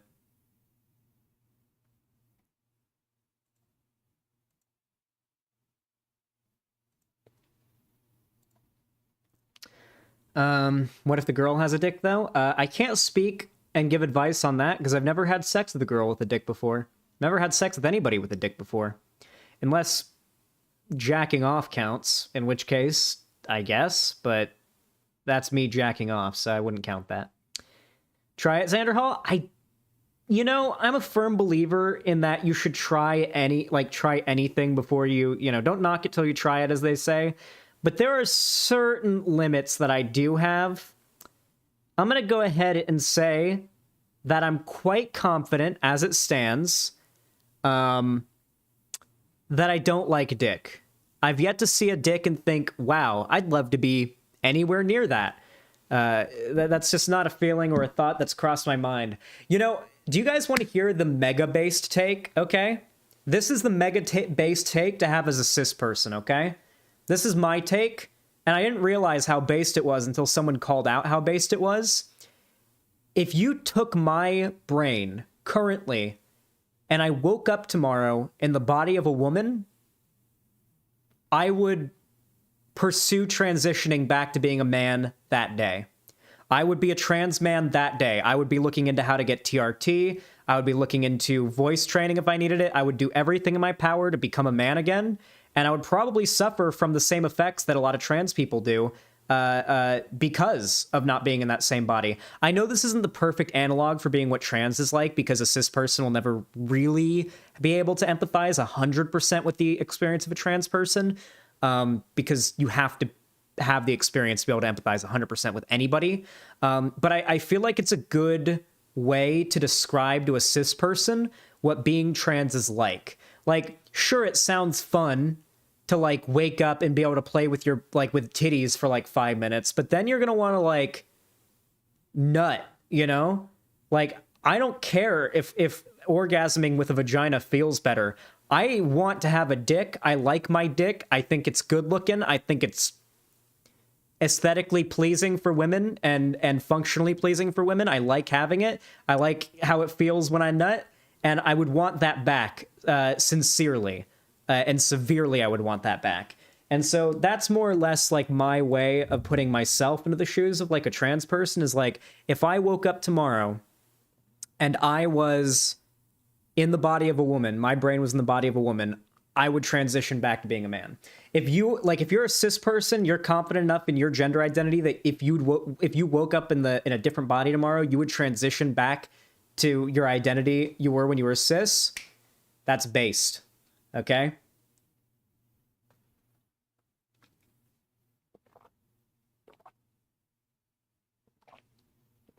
Autoandrophilia?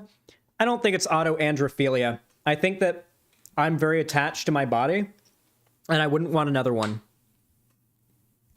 Like right now, especially, I can't say why, but all I'll say is I probably wouldn't trade my body right now for many other people's bodies, if I'm being honest. I'm pretty happy with what I got going on right now. I can't say why yet, but you guys will find out one day. Really quickly, I gotta pee really bad, so I'm gonna go pee, and I'll be right back.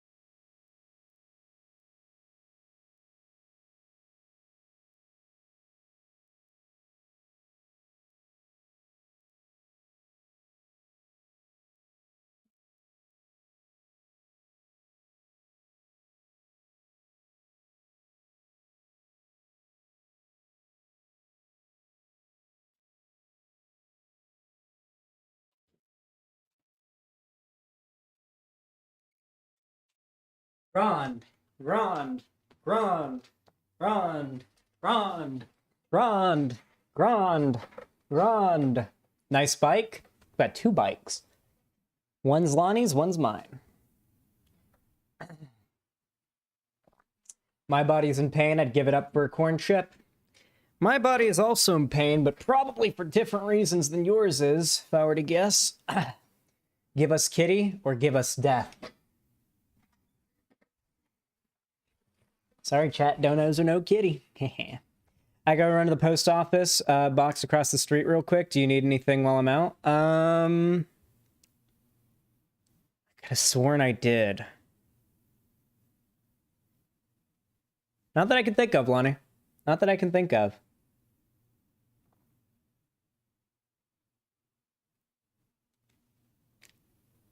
You have like 10 minutes. If I think of anything, I'll let you know, okay, baby? Donos for puppy, though, so double cuteness, puppy. Okay, so the dono goal for 300 is the Shadow the Hedgehog onesie. I think at 250, I'll show the dog. Or no, nah, 350, I'll show the dog, because I forgot I wanted to pay Cherry an extra 50 today as like a little extra birthday bonus on top of their normal pay. Listen, chat, I would love to pay Cherry significantly more than $50 as a birthday bonus, but I not only have to support a employee who's also a really close friend of mine, but I also have to pay my own bills and stuff, so yeah. What is this clip? I got added. What is this? Chat does not forgive you.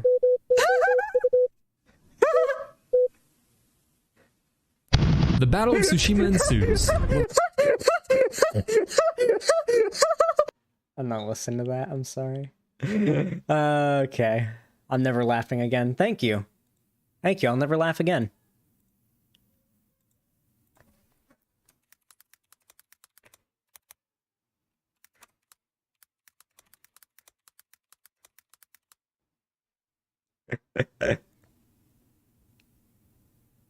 Sans sounding like a printer.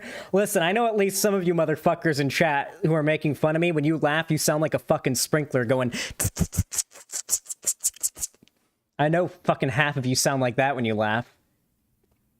Like, yeah.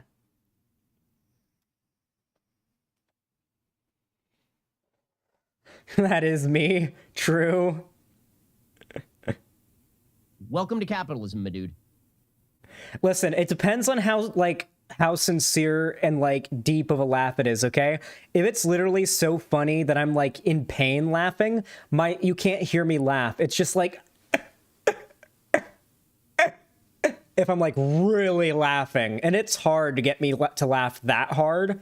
If it's like a medium level funny like that was a medium level funny, then I'm gonna laugh like kind of like that, you know?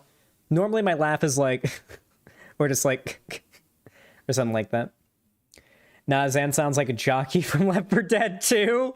Fuck you! Fuck you! You know what would be a fun game to play on stream, though? Hold on, chat. Let me know if you guys would watch me stream this.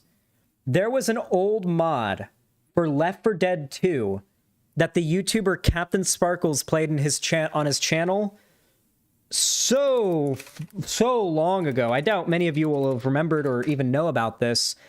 L4D2 Minecraft. Who remembers this like mod that you could get for Left 4 Dead 2 that made the game look like Minecraft? I remember thinking this was a Minecraft mod and not a game for another, or a mod for another game. Captain Sparkles released this. It was June 18th, 2012. God, this was my childhood, chat. I consider the peak of my childhood to have been this age of YouTube and the internet and gaming and whatnot. This was my fucking childhood. Well, I was like 12 or 13 when this came out, but you guys know what I mean. Yeah, obviously Yogg's Cast, Vanos Gaming, pretty cool, but yeah. Nova Nocturne, thanks for the $2 super chat. Says for the algorithm demons. Thank you. Here, let's watch this really quick, and I'll show you what it looks like. Please work. Come on, here we go. Fuck yes. Amazing. Here we go. It's time. It only took forever. It only took forever. Let me skip to where the content is. My goodness. Hold on, drop. It's difficult because Letterman jacket. Sorry, buddy. So yeah, you fight. It's Left 4 Dead 2, but music. It's zombies and all the different zombie types or different types of Minecraft stand mobs. by it and it just puts it in. Oh my god, special infected. Oh god. Like jockeys or spiders. A jockey on me? I guess spider is jockey. Okay. Would you guys watch me stream this? I gotta just do the whole map. This with, mod with for Left 4 Dead 2 sword. with I some friends. Feel really dirty. Oh my god, diamond armor zombies. Yeah, until we get to a tank, and then you're like, and then I'll be like, yeah, I'm gonna use my gun. Just gonna back off and let everybody else kill it. Because yeah. This is a mod for Left 4 Dead 2 from 2012.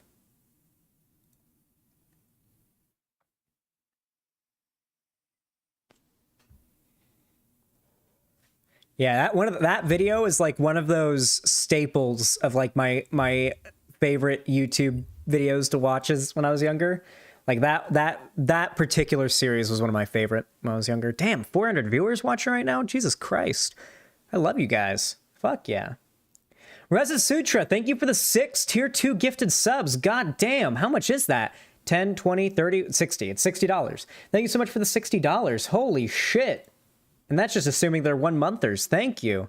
That puts us at a clean and impressive $170 out of 300 for the Shadow the Hedgehog onesie stream. Thank you so much, Reza Sutra. You are based. I saw somebody in Roblox named BussyLips10. That is possibly the best username I've ever heard. Possibly.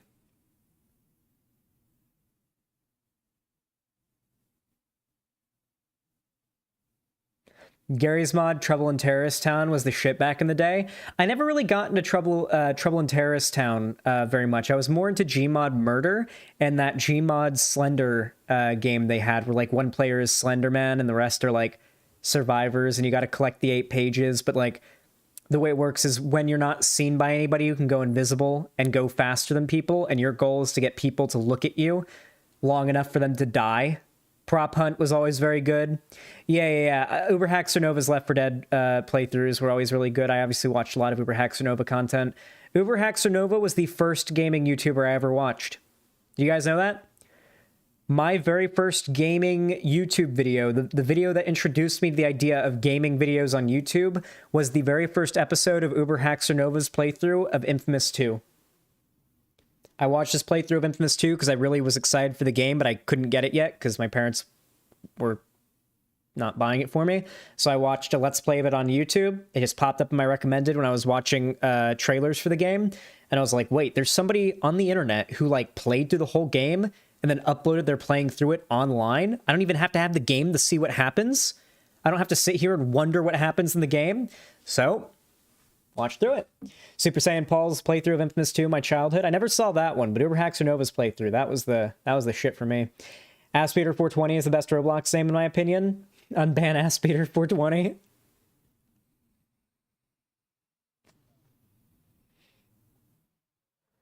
Gonna go watch the Avatar The Last Airbender season finale by chat. Catloaf88. Have fun. Xanderhal, trans women and women's sports. Zan, quick take. I'm gonna hit you guys with a spicy meme, okay? Women's sports are cringe and don't matter, okay? That women's sports don't matter enough for them to matter more than like trans people, okay? Like just like sports in general, like yeah, like let's be real here. Like none of the people complaining about women's sports being ruined actually care about women's sports, okay? Like, let's be real. Let's be real.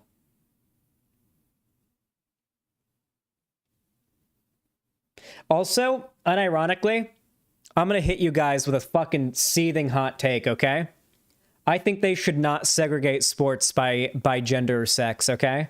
I think it should be men versus women, and if women can't keep up with the men in sports, too bad. Try harder. I actually believe in sports. I think sports should be a meritocracy. If we're gonna do sports if you're gonna try to claim that sports is a meritocracy, where you like it's about how hard you work, or whatever, which conservatives do claim, then you have to agree with me that we should completely desegregate sports. And if women can't make it in sports, then it shouldn't be segregated. I guess they just can't make it. I'd be really curious to see conservatives argue against that. I'd be really curious to see conservatives try to argue against that point. That like, hey, if women can't make it in women's sports, maybe they should try harder, pull themselves up by their bootstraps.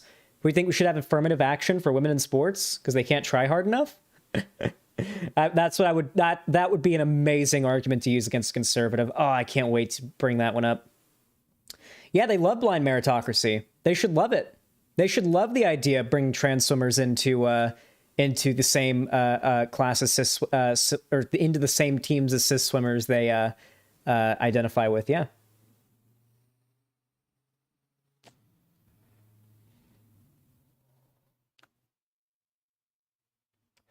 Conservatives want sports to be separated by gender. What you mean? How would they argue against that? Because the left constantly tries to argue there are ways in which certain groups of people are disadvantaged in our society in ways where it really, really matters, like income, rates of being like incarcerated, access to better education. I could go on for a while, but like when it comes to sport, like conservatives will say, if you can't make it in the real world, you can't make it under capitalism, you can't make it in America, it's all your fault. We live in a meritocracy. Pull yourself up by your bootstraps. You should have tried harder. But then they'll say swimming or like football or any sport is a meritocracy based on how hard you work and how much you work out your body and how much effort you put in. And yet they are all seemingly advocating for the segregation of sports based on sex and gender. If you go off their takes on the whole like trans thing, I think it should all be desegregated. If conservatives want to be consistent, they should say it should all be desegregated. There should be no gender or sex segregation if they want to be consistent with their ideas in the real world, how they think that they should be upheld. If we live in a real world meritocracy, then sports ought to be even more of a meritocracy.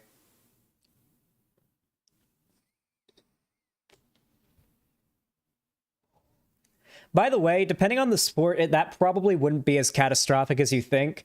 Like, I swam for 5 years, and there were girls on the team that just worked harder and just managed to get faster than me at certain strokes. Like, there were some girls on the team that would lap me in butterfly while I'd be halfway across the pool drowning if I tried to do butterfly. Butterfly stroke is the worst stroke there is. There were girls in the swim team with like, I said this when I talked about the Leah Thomas thing. If you put Leah Thomas next to some of the girls in my swim team that did fly stroke and asked a random stranger, point out the trans girl, they'd have a hard time picking the right option is all I'm saying, okay? Like the girl, like the cis girls in my team that did butterfly stroke had shoulders that were like 3D. You know how like dudes who really, really work out their shoulders have like, you can see the muscle striations in their shoulders? There were girls in the swim team who had that going on that did butterfly stroke, okay? I'm just saying, if you put Leah Thomas next to some of the cis girls in my team, told some stranger, or even told someone who's like pretty pro-trans and knows like about trans people and everything, point out the trans girl, they'd get it wrong. They'd get the answer wrong. They simply would. Ever seen female bodybuilders? Like, to be clear, if you take like your average cis woman bodybuilder and put her up against a male bodybuilder of the same like experience, like the woman's gonna get blown the fuck out. Like, let's be real. Overwhelming amount of the time. Like, the argument we have to make is like, do we want sports to have to be fair in that sense? Like, do we want sports to exist in a way where there is a necessity to ensure that like there is separation of genders in sports because that's the only way to keep it fair? Because like, let's be real, the best argument against desegregating sports right now is that for a lot of people, especially women who do admittedly have it pretty bad in STEM fields, they aren't particularly like favored when it comes to like schooling and classes focusing on STEM, like high paying jobs in the future. Pursuing sports for many young women can be the only way to achieve upward mobility in life. That, like getting a scholarship, getting into college that way, that is a thing that can happen, that's worth being concerned about. But I advocate for a society in which there aren't young people out there that have to subject themselves to rigorous amounts of exercise and become a top athlete in order to have hope of getting into college because they need a scholarship and can't afford to get into it otherwise, without incurring, at the very least, massive student debt post-school. Like, I advocate for us to live in a world where, like, sports being fair wouldn't really need to be necessary like it is now. At least not on a professional level. Do you know that chess is segregated by gender too? Yeah, like, that's one that's ridiculous. Why on earth should chess be segregated by sex or gender? There are certain sports where it doesn't make sense. Why is professional shooting segregated based on gender? Why is shooting a rifle at a small target across a field segregated by gender? The athlete is the gun in that case. The athlete is the gun. The gun is doing the most hard work. Sexism? Exactly. Well, not exactly, but maybe it is. I actually don't know why chess and those particular sports that have very little to no physical demand do segregate gender and sex. It's probably to uphold the same standard that's existed through sports for as long as we've done sports in modern day. Baseball, why can't women play freaking baseball? Women can play baseball. My cousin, who I won't name, she was like kind of a big deal softball player. Listen, she was in college and doing all this when I was very young, so I don't remember, or not very young, when I was like fucking 8 or 9, so I don't remember exactly like how good she was, but like from my understanding, she was really good at it. So yeah. Softball and baseball aren't the same thing. Isn't softball basically baseball, just larger? It's just a larger, softer ball, and it's the one they make women play usually. I mean, there are girls that play baseball, but it's usually like if you're a girl, you play softball, guys play baseball, different rules.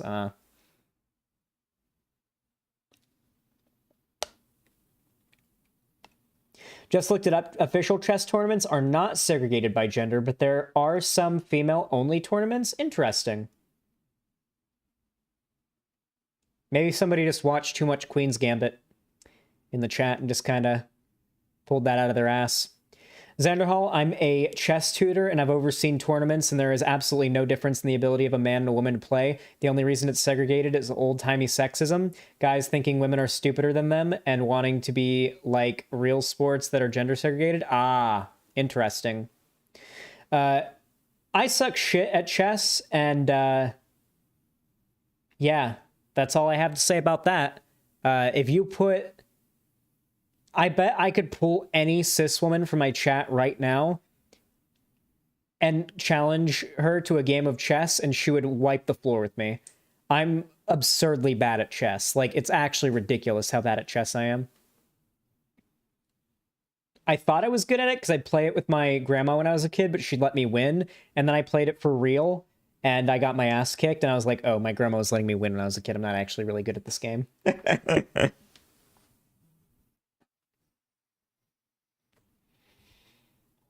Bowling is segregated by gender? Okay, dude. That one's ridiculous. That one is really ridiculous because, like, bowling is hardly a sport. Bowling is hardly a sport. Okay? Most of the dudes that I know who bowl put on more weight while they're at the bowling alley than they lose while they're at the bowling alley, because they're eating junk food and drinking beer and getting drunk while bowling the whole time. So they're not even like getting into shape while bowling. They're just eating junk food and drinking beer, which is very bad for you while bowling. So it doesn't even get you into good shape, because like bowling alleys basically waft the smell of burgers and fries through the entire place, and everyone else at every other lane is eating, and you get hungry, so you end up eating junk food. And yeah, like, bowling is fun, but it is not a get fit kind of sport, if you know what I'm saying. Bowling requires physics. Bowling, in my opinion, is far more a game of skill than a game of any level of physical challenge, okay? Like, once you're at a certain age and a certain size, bowling balls aren't going to be too heavy for you. And it really, what it comes down to is learning exactly how, where, and when to throw the bowling ball down the lane to hit as many pins as possible. I did get pretty good at bowling. I was not bad. I was certainly not like anything to go whoo at or anything, but like back when I bowled a lot, if you brought me to go bowling with you and your friends, I might be the best bowler in the friend group, like that kind of thing. Golf is also segregated. Golf is one I could understand segregating, because golf, like, your goal is get the ball into the hole in as few swings as possible. And that is something that requires ridiculous amounts of strength and ability. I'm not saying that like a cis woman couldn't achieve that strength to get on par with like a guy, but like if we're talking like a dude who like isn't just some like, you know, old guy who just goes out golfing on the weekend with his boys, but like a professional golfer who fucking does crunches every day to like 50 crunches in the morning and 50 crunches at night to like make sure his core is like super tough for when he does that swinging motion. Like, I don't know, like when we're talking real golfers, like athlete golfers, that is a little more understanding to segregate, at least right now.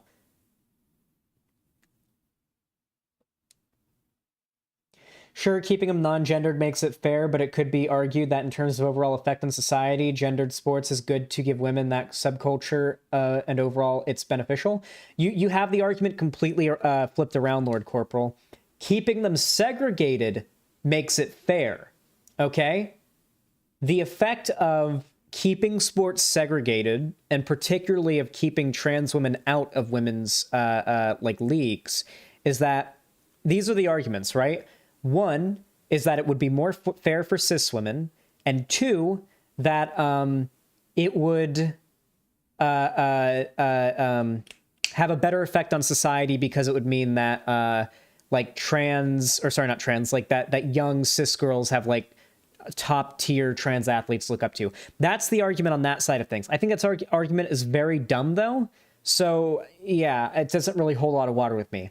My argument is that the world is experiencing more harm, or at least our country right now is experiencing more harm by segregating trans people from their desired leagues to participate in than we are getting out of the utility, or should even be getting out of the utility, of sports being a gender segregated space for the sake of making them more fair. I'm just not fully convinced on that. I don't care enough about sports, certainly not women's sports, enough to be willing to sacrifice the enfranchisement of an entire minority group in favor of like making another group feel a bit more comfortable, right? Because on one hand, like the thing you're taking from trans women by not letting them compete with cis women in sports is a lot more than what you're taking from cis women by letting them compete in sports with trans women, right? Like trans women being able to compete in sports with cis women tells every like young trans person, or trans men able to compete with cis men, tells every young trans person, yes, I truly am the gender I belong to. I can be whoever I want to be. I can be successful to grow up, and I have a positive role model to look up to while I'm growing up. Like those are all positive effects that are had. The negative effect had but for like cis women is like it might be harder to like win sometimes. But as it stands, trans women just aren't dominating the sports like they say they are. Like Leah Thomas was the first swimmer to win like a championship, and she didn't even break any records from my understanding. I didn't look too hard into it, but I don't think she even broke any records for like women's swimming, even like in the 500. Like she didn't even set a new record for like a cis woman still holds the fastest 500 record, I'm sure. So like when people complain about this, they're just over exaggerating an issue that isn't nearly as important as they're making it out to be. The reason why the right is constantly harping on about the trans sport issue is because it is a difficult topic for the left to navigate.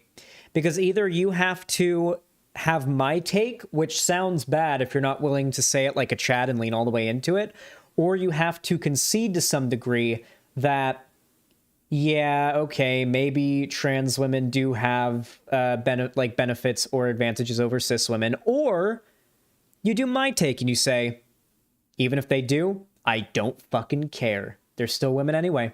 Why shouldn't they compete? By the way, you're completely full of shit if you think you're concerned about like not having trans people competing in the same category they want to. If you think it's fairness that's the issue, okay? If you were not actively railing against Michael Phelps for his goddamn mutated body that allowed him to be like one of the best swimmers in the world, if not the best swimmer in the world, up till his like late 20s to early 30s, which is insane, okay? To still be one of, if not the best swimmer on the planet past 25 years old is nuts. That is fucking crazy. To be in your 30s and to still be like so fast of a swimmer, the current like best swimmers that are winning first place would be getting a run for their money by you, if not more.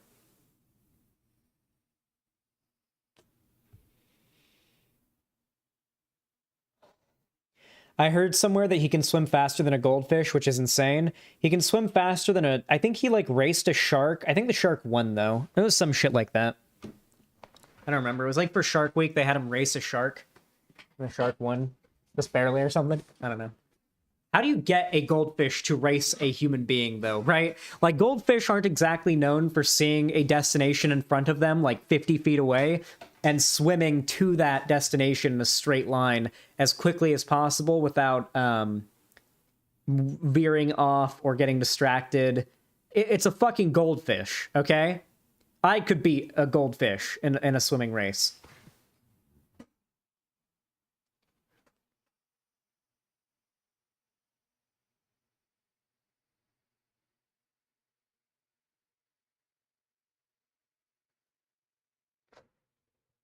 The goal of sports is to have freaks of nature compete with other freaks of nature. Who is best? There's one best. Who is best? There is one best. Okay.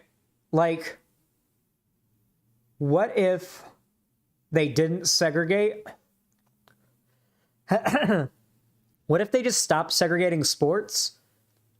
But, like, they just accounted for, like, some affirmative action shit when it comes to scholarships and, like, the actual tangible benefits of being good at sports. Like, we already do some level, like, certain levels of, like, what's the term for it? Fucking...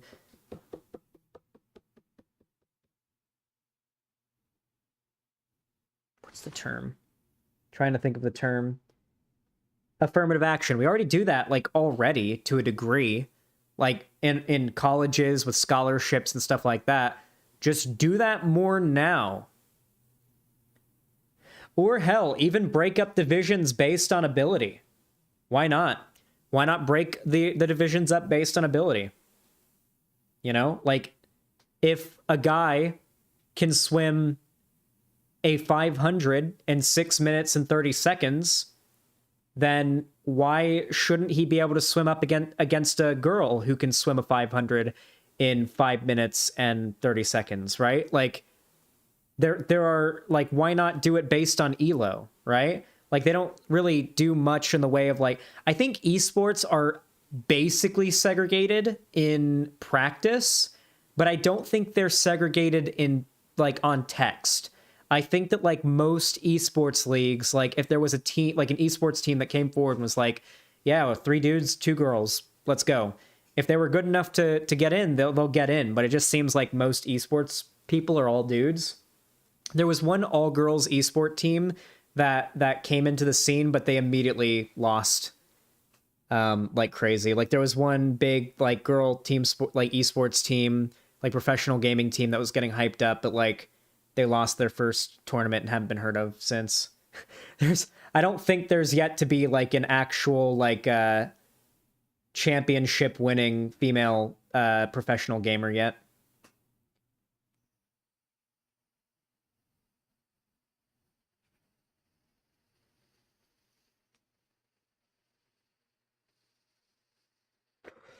Women are bad at video games. That is scientifically provable. It's why they play The Sims and, like, games like that. Anyway, I'm booting up Doom Eternal, and we're gonna coom eternally. Women are bad? Sometimes. Some women are bad, but not because they're women.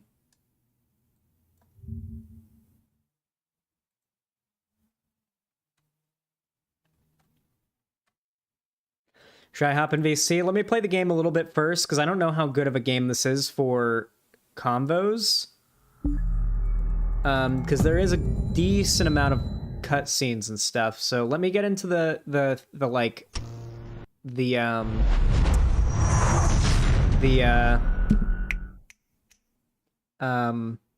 thick of things. Oh shit, Augie RFC is making a video on Keffels.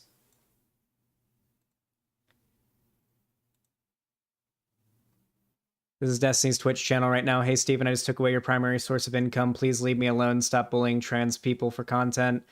I Hypocrite posted this, and then Augie RFC said, this person has to be the biggest loser I've seen recently. Video soon. Yeah, the drama community simps for Destiny very, very hard. The online right and the drama community are both becoming very, very pro-Destiny as of late, because he's all super against the lefties and all that.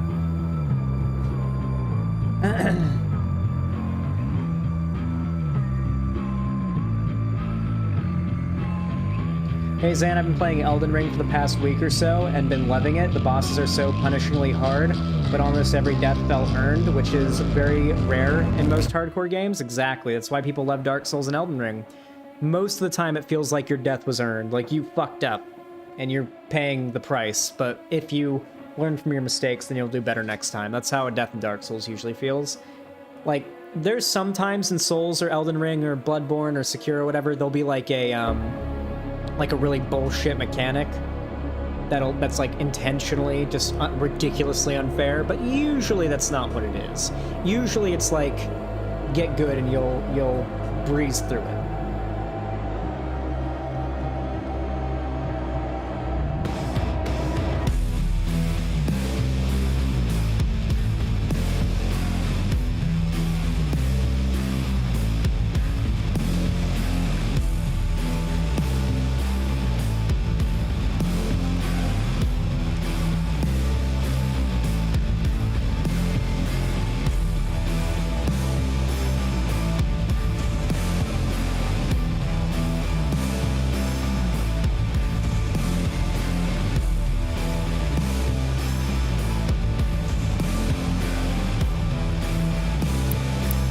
Watch out for me in the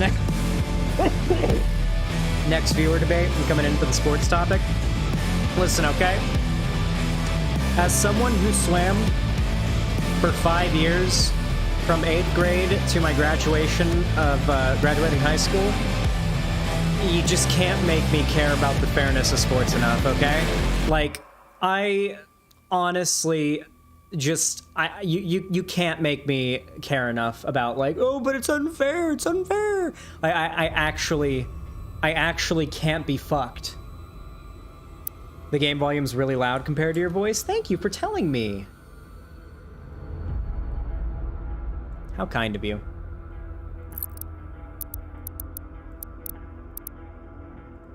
Continue the game.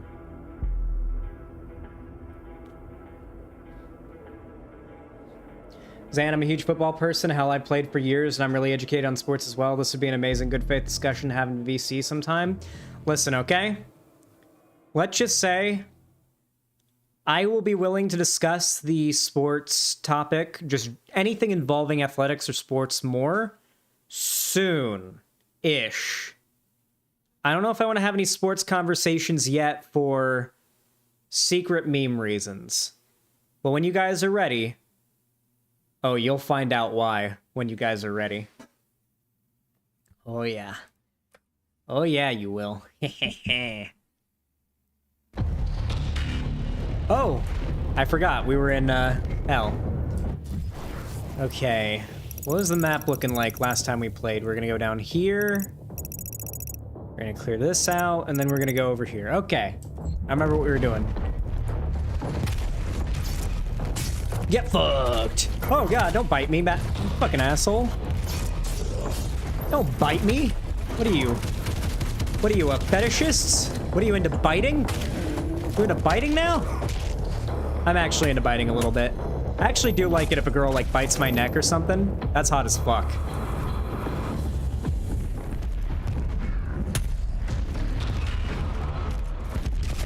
I keep forgetting it's E and not F. I'm playing games where F is the interact key.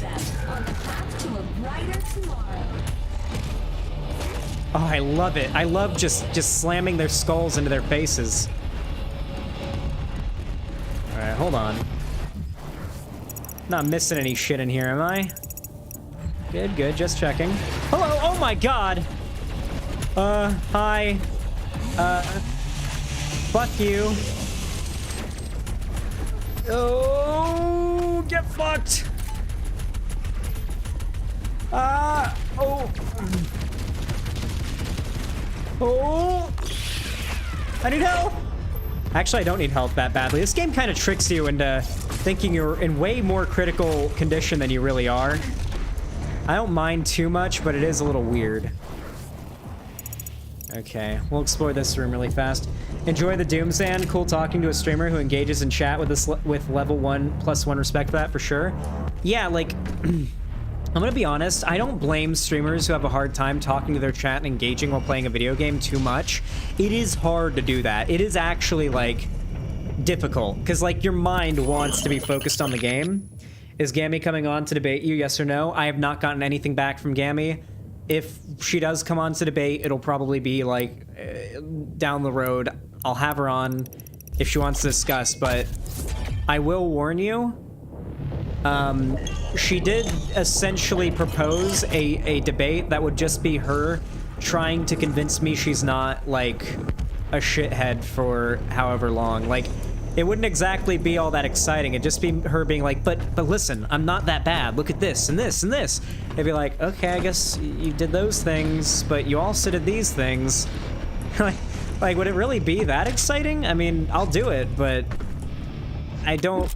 You shouldn't get your hopes that high for how exciting that debate would be. I don't know enough about Gammy to have a strong enough opinion on her. The thing she wants to debate about is me saying I think she's kind of a shitlord reactionary on Twitter. Like, it's not gonna be that spicy. What are you talking about, Xanderhal? It's great content? Sure, I mean, yeah. I mean, I'll do it, and if it's good content, it'll be good content. If you're going to talk about this again sometime, I suggest looking at into Zong's Shan. He's the skeet shooter who won gold and resulted in women being banned in the next Olympics. The story is wild.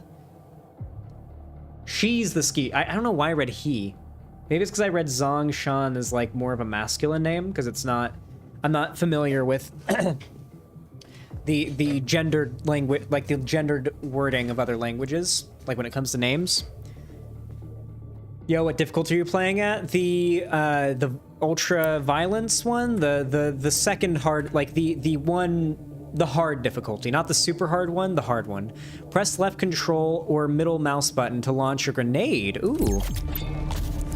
I forgot I got that little grenade thingy on my back. Okay, chat.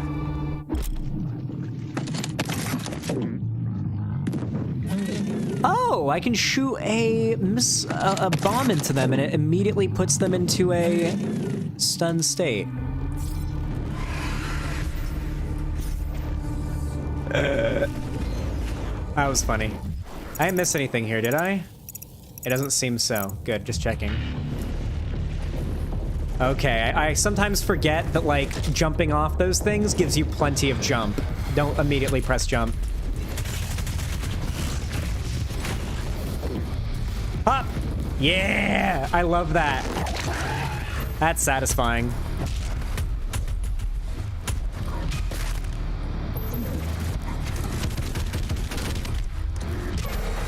Oh my god, this game gives, like... This game might be dangerous for me to play for prolonged periods of time because I don't... Like, I watch commercials for things like Viagra or Cialis or whatever, and they say call your doctor if your erection lasts for more than 2 hours, so I feel like that's gotta be unhealthy. And, let's just say it doesn't calm down when I'm playing this game. The erection does not go away. I am rock fucking hard right now.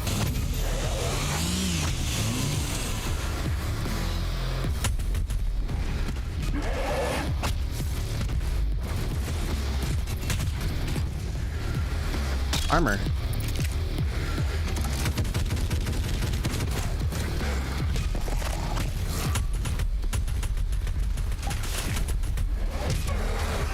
This is great.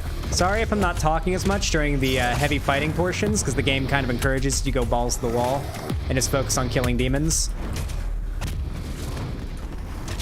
This is clearly like an ambush room. Oh, hello.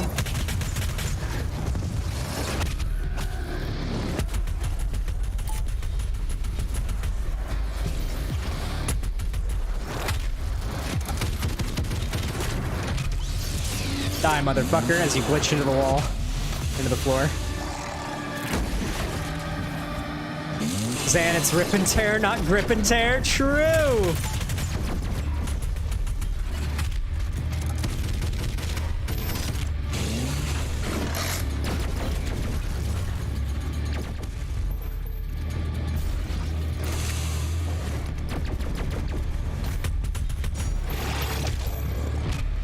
Get that, motherfucker.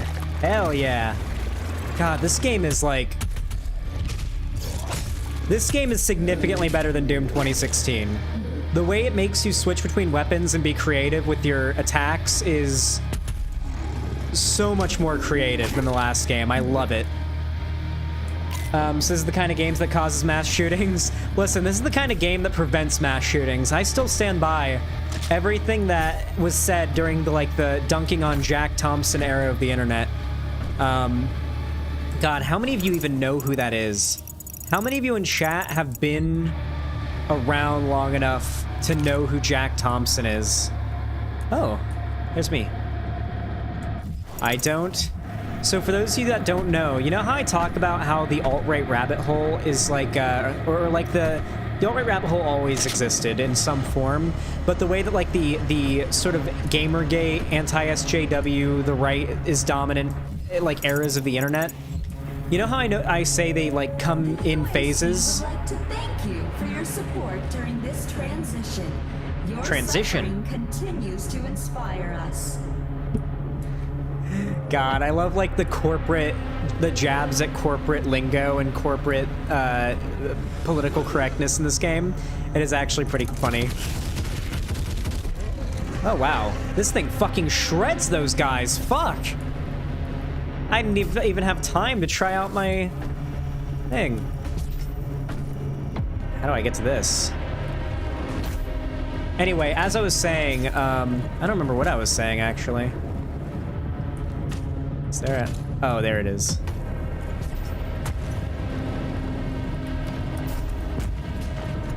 Ah, there we go. But I want that armor. Sorry, need it. Cool. What were we talking about before? Head empty, only rip and tear. Oh yeah, so you know how I talk about how it comes in phases, the sort of anti-SJW eras, and like the right being dominant and then the left being more dominant? I do think it comes in phases and cycles and in sort of like in eras. Ooh, okay, we got lore here, but first I'm gonna talk for a moment. Before the anti-SJW Gamergate era, there was the era of online gamer internet personalities, Chris Raygun being one of them, a notable example, who would dunk on the Christian not far right, but the Christian traditional right back in the day, saying video games cause violence and cause shootings, etc. That was the thing to rail against, and it was almost unanimously Republican politicians and like right-wing fundamentalist Christian types, right? Who would always be railing against video games, and that would be the most fun, hip, trendy thing to dunk on. This was back in like 2005 to 2008, to give you like a time frame, or like more like 2005 to like 2010, to give you a time period of this, along with like the atheist dunking on Christian channels and whatnot. That was the original left online, as I see it, like the original dominance of the left online. Then we had the emergence of the anti-SJW community and Gamergate. Then we saw the rise of BreadTube, and now we're having the era that I think we're moving into now. Frankly, I don't know enough to see further back than that, but I'm sure there have been phases and cycles prior to that.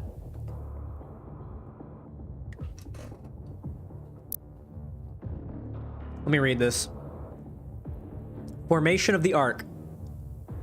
Following the total collapse of international civilization, nations and boundaries, as we know them, have ceased to exist. A handful of remaining bureaucrats, government officials, and military leaders have managed to survive by use of protective bunkers kept secret to the greater population.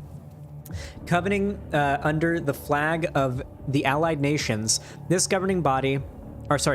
governing. I don't know why they made it a C. Governing, or governing? Is it convening? Convening! Oh my god, I'm so bad at reading weird text. Convening. Under the flag of the Allied Nations, this government body represents all that remains of the rule of law, forming what would essentially become a single world government. Military bases in communication with the AN have made efforts to regroup and centralize their areas of command, establishing fortified safe havens for survivors, stockpiling food, and scavenging for supplies. Only proprietary military use communications remain functional, enabling military entities under command of the Allied Nations to coordinate in humanitarian aid and defense operations. By 2151, the formation of the ARC has taken highest priority and is considered to be, in all practical terms, the last hope for humanity. Oh, wow. We're about to enter a whole ass fucking area. What the fuck? Okay. Game, if you say so. What is this? Is this a secret room? That is a secret room. That is a secret room. There's a way into it. Oh, that's a secret. Hey, buddy. I see you, motherfucker. Well, I'll get you, too. The hell? Oh, my dog's barking. I might have yelled too loud. I remember back when I was younger and I would rage at video games. If I ever yelled at a game, my dog would start barking. She didn't like it. She didn't like hearing me yelling in the other room. I need to be a little quieter, otherwise the dog will start barking. Oh my god. Okay, so these guys are like a recurring deal, huh? Alright, I need to... Wait, I need to go through somebody. Thank you. Oh, you dumb motherfucker.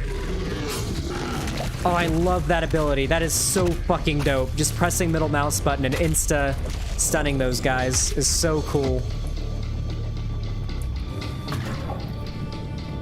Alright.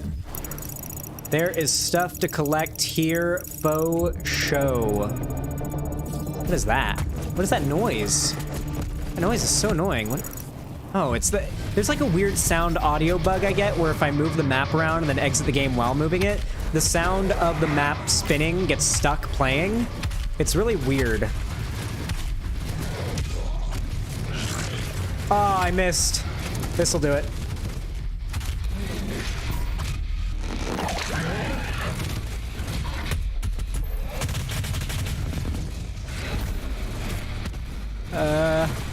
Ooh. 1 second, chat. I would love to engage with you, but right now I am being assaulted by demons. The forces of hell are upon me.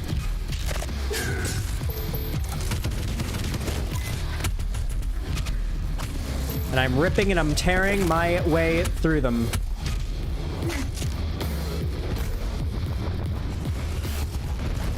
Oh boy, who's that? Hello, buddy.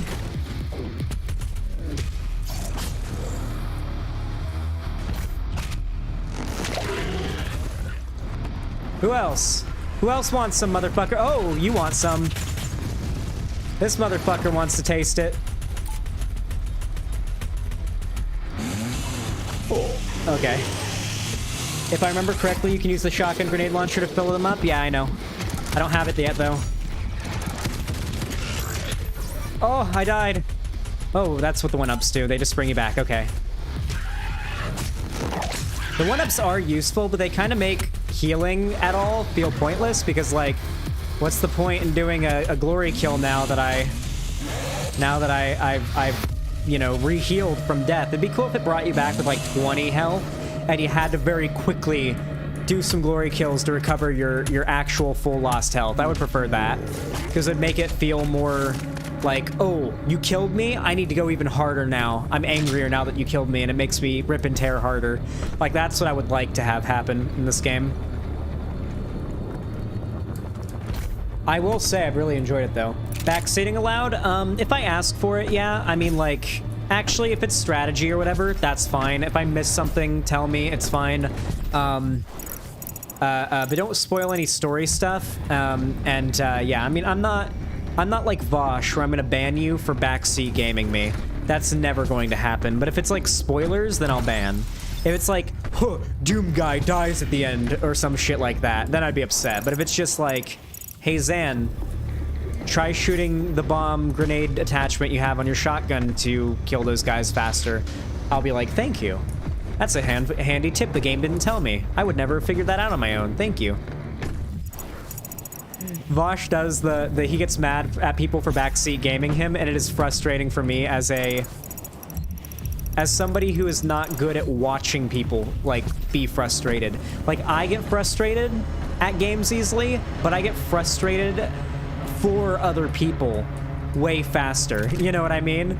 Like, if somebody's just not doing well enough, unless they're really funny while failing, if they're just struggling at Dark Souls or something, I'm not going to keep watching their stream because it gets boring for me to watch somebody try and try and try and try, unless either their rage is hilarious or To suffer is to be present. or they're being really funny.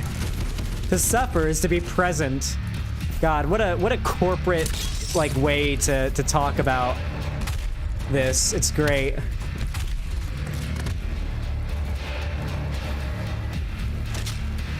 This game does feel like it has some like political commentary it's giving unironically. Like they call the Demons Mortally Challenge. They're making fun of sort of corporations, their greed and their like ability to cover up how bad the things they'll push and do are simply with like corporate speak. I do appreciate that a lot. How do I get to this secret? What the fuck? There's got to be a way to it, right? Is there like a wall I can punch that I haven't noticed? I feel like it's always what it is. It's like a wall that I can punch.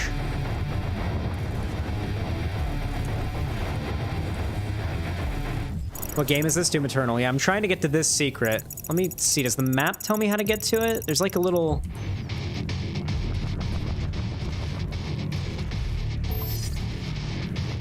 Yeah, I'm not seeing anything down here. Gotta get to it from the tunnel. Oh. I didn't know it was a tunnel dealio. Okay. If you be saying so.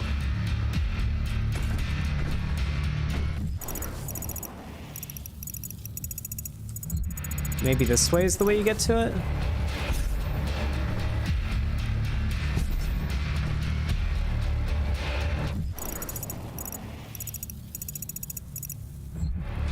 Go to the tunnel, maybe. Zan, what if I spoil the fact that there are big mommy milkers in this game? That is fine.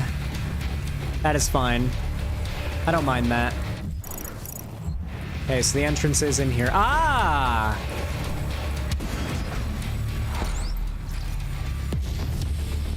Yeah, infinite extra lives. Cheat codes. Cheat codes activate special modifiers and mission select. Okay, we're not using any cheat codes. That should go without saying. But that is cool that you collect them and can use them upon future playthroughs. That's dope. God, the music is dope. All right, chat, give me things to talk about while I kill demons, all right? Like I said before, I was talking about this earlier in the stream. It is actually pretty hard to focus on a video game and engage with a live stream chat and keep them entertained, especially if you're expected to talk about stuff that's interesting that is unrelated to what's happening on screen. Anyone can just talk about what's happening on screen in an exciting way, but not everybody can like have an interesting conversation that keeps their audience entertained while simultaneously playing a video game, like especially one as high octane and requiring of attention as this one. Tell me when you're ready to VC. Just let me beat this mission, and I might be down. It's gonna be tough while playing this game. Like I'm really going to have a hard time multitasking this. Like I will not be able to hold up a conversation at all. A pillow. I'm like. It will be bad, but I will try my best.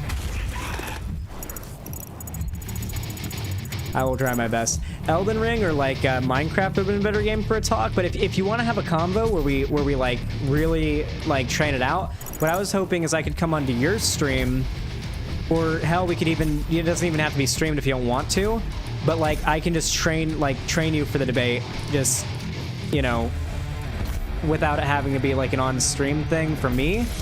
Aw, listen, it was worth it. I don't think I lost a life for dying there.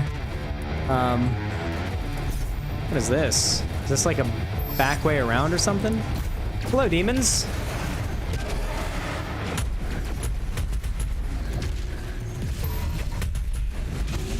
Oh, wow. That really snaps you to them fast.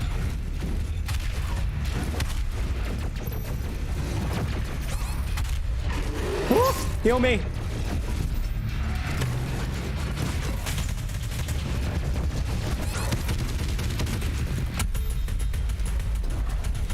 Help me! Oh! All right. I think we're good now. Oh my god. Oh, more demons. More Damons. More Matt Damons. You are a dick. Come here. Nice. The Khan Maker is nearby. She is inside that demonic citadel. I will mark her location on your HUD. Okay, let me make sure I got everything first real fast, Vega. Vega, I love you, buddy, but let me check if I got everything first. Seems like you can't even get up on that. Okay, anything back here I missed? Ooh, ammunition and some fuel. Oh! Might as well come through here just in case. Okay, yeah. Yep, we're clearing it. We clearing this level. Is this not the first time you played? It is basically the first time I played. I played a little bit of the game off stream before playing it on stream just to test and see if it'll run well and everything. So yeah, it is basically my first playthrough. It wasn't very... The gathering of Hell Priests is located just above your location. My scans indicate there is a lift at the center of this facility. Okay. Xanderhal, how many chicks have you been with that can squirt? Thoughts on squirting orgasms versus non-squirting orgasms? Oh, I'm about to hit you guys with a controversial take. I've never been with a girl who could squirt, as far as I know. I've made plenty of girls come but never squirt, which is, in my opinion, a good thing, because I am 1 billion% of the opinion that squirting is pee. Squirting is pee, and if you think it's not, you're just coping. It is pee. It is literally fucking a girl so hard that she pisses on you. That is what it is. And that's not particularly what I'm into, as funny of a joke as that sounds. Not really into squirting, not even like... I don't even like watching a girl squirt in porn. Like, usually if the girl starts squirting in porn, I'm just like, alright, I'm out. Hey, she's just pissing right now, as far as I'm concerned. Oh, we got a codex entry on the Hell Priests. Let's read about the Hell Priests. You watch porn? Sometimes.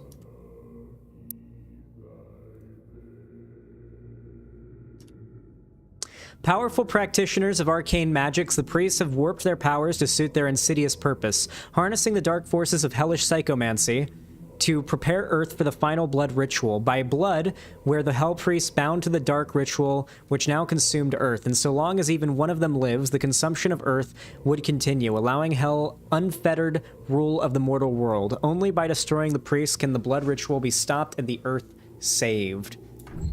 I think we're murdering those guys for good reason, chat, not gonna lie. I think this might be a justified murder we're about to commit on these Hell Priest guys.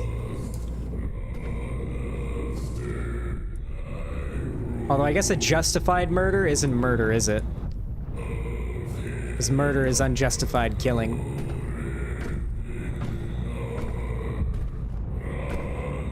I love this music, holy shit. Am I the only one bopping to this shit? I love throat singing. Dignilax. Deeg Nilox, one of the 3 Hell Priests, Deeg Nilox is charged with ensuring that Hell's invasion of Earth succeeds. He prefers to operate on the planet's surface, working in his unholy barrage, carried on the back of a demonic titan. This provides him an elevated, mobile position with which to oversee the campaign against humanity. Spiteful and cruel, Nilox frequently captures civilians alive so that their still living blood can be harvested for his cult rituals. It's Naillox. Okay, let me make sure I'm fully exploring all this shit real fast. This game has a tendency to fuck with you. I think this is the part where you can now teleport to a previous point in the map now, so I think I can finally go back for that item I missed. Before I proceed here, I think I can go back and get it. And then teleport back here, right? I played through this level to test off stream if I could play this game and stream it, so I'm pretty sure. Xanderhal, first Google results from NCBI conclusions. The present data based on ultrographic bladder monitoring and biochemical analysis indicates that squirting is essentially the involuntary emission of urine during sexual activity. Oh, I argued with Lonnie on this. During sexual activity, although a marginal contribution of prostatic secretions to be emitted fluid often exists. Yep, me and Lonnie argued about this, whether or not squirting was just pee, and she said it wasn't. I was right, as usual.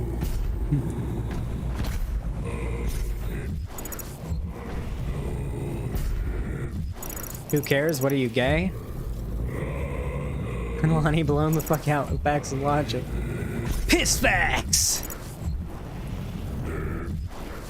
Yes, I get to be right about the shit that doesn't matter, but Lonnie gets to be right about the shit that matters. Okay. Yeah, show fast travel. There it is. Okay. So where was the item I'm missing? It's in the city. And it's here. Ravaged Cathedral. Okay. Oh, wow. That is convenient. You just teleport right there. Fuck. And I assume I can teleport right back, too. That is a really... This change is fucking dope. I assume this is new. This change is dope. Them introducing the ability for you to just... Okay, I need to go backwards now. Oh, wait. Hold on. I think I might have gone... Yeah, we want to go city. We want to go midtown. Not there. There we go. Okay. Alright, now we want to proceed straight forward. Yeah, you can also see this item we're about to get is the final item to collect in this level, so we'll have completed the level 100%. And we will be 100%ing this game. I will be planning to do all of the collectibles, all the side items, all that bullshit. How do I get to this, though? There we go. Doomslayer toy. Oh, that's so cute. That's adorable. This game is wholesome as fuck. All right, we collected all the collectibles. Let's go back. How wholesome. Hey, okay, Xanderhal, but you can't tell me brown cum doesn't exist. Brown cum is not real. You are talking about shit, my friend. You know, the brown cum. Comes out solid. The Khan Maker is present at this gathering, but when outside of her domain, she is by all accounts indestructible. Oh boy, that sounds good for me.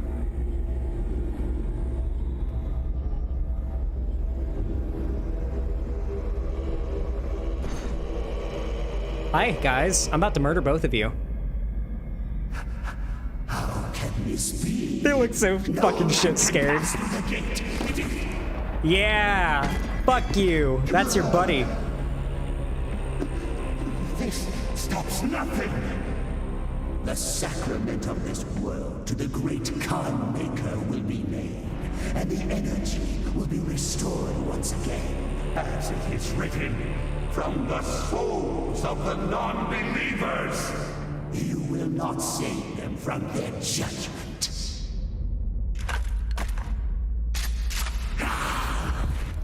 Fuck, why did I let them teleport away? Why not kill them immediately?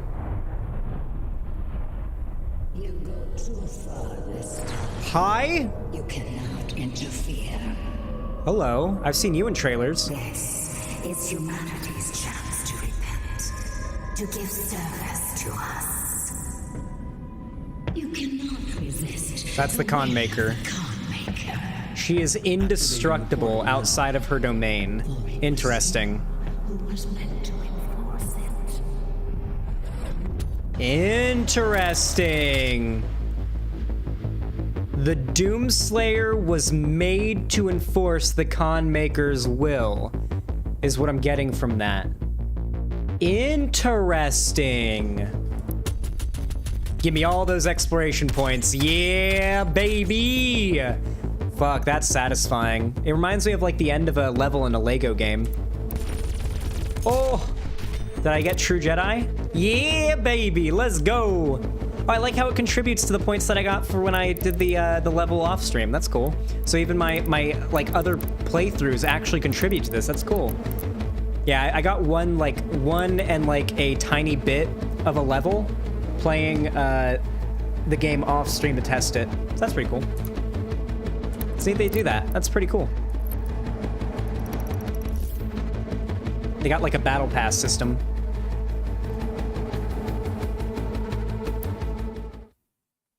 Hell yeah, Athena Samurai 2. DM it to me on Discord when it's uploaded. Do I think golf is a sport? I mean, listen, if shooting is a sport or chess is a sport, then golf's a sport. I do not have the means to locate the second Hell Priest. Your celestial locator is missing a component. We will need a replacement. Okay.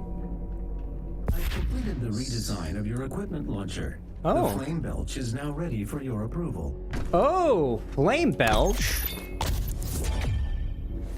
Is it a flamethrower? Press R to set enemies on fire. They will drop armor shards, kill them, and they'll drop the most armor. So if I want, this is how I get armor. Is just by setting enemies on fire and killing them very quickly. They drop a ton of armor points. That's fucking dope. Wait, that's awesome.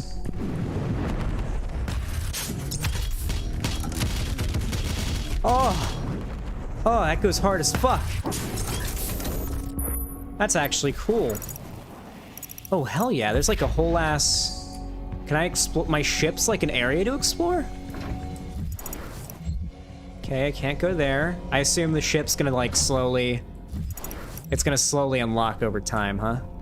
That's how they're gonna do it? Slowly giving me access to the ship over time. I can do this, though. Sentinel Crystal. This is a Sentinel Crystal selection screen. Use a Sentinel Crystal to permanently upgrade your health, armor, or ammo capacities. Oh, and it comes along with an ability. So you pick an ability and you either increase health, damage, or ammo capacity.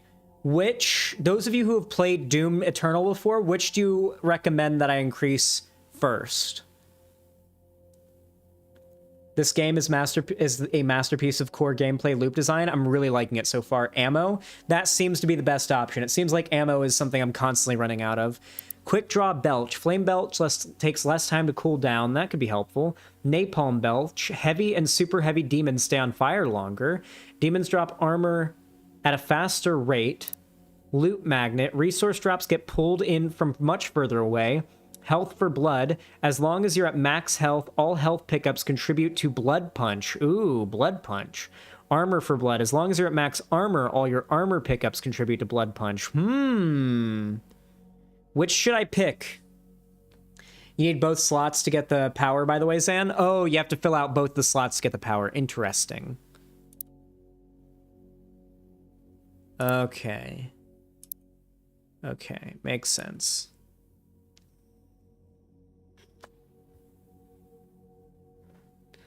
Belch armor. All right, we'll unlock Belch armor boost first with ammo upgrade. Cool. I will be collecting all the Sentinel crystals in the game, so don't worry about that. Health, armor, and ammo upgrades are immediately applied along with unlocked bonus upgrades. Search the environment to locate more Sentinel crystals and improve your capabilities. Hell, activated and fuck ready yeah. when you are. Cool. Can I access my ship yet? I cannot access my ship yet. Here, let me look around here a little bit. I like filling out the whole thing green, okay? There's something about filling out my hub green on the map that just tickles me pink. I found something for you to do extra content on. Try to debunk conservative Christian father. Can you guys offer me topics that I can discuss while playing the video game? Because it's a gaming stream, and the gaming streams are not as interesting for my viewership unless I'm talking about interesting politics during it. I try to be as, like, entertaining for those that aren't super into gaming as possible during my gaming streams, because I know not all my viewers are gamers. Do Shotgun Smash Demon good? True. Talk about Infamous? I don't think people are that into Infamous in 2022, Apillo. This reminds me of Stargate.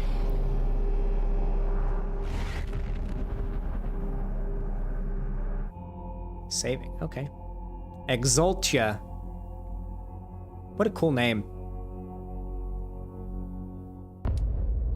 Talk about who you want for president in 2024. You know what I would like? To go on a date with Anna Kasparian.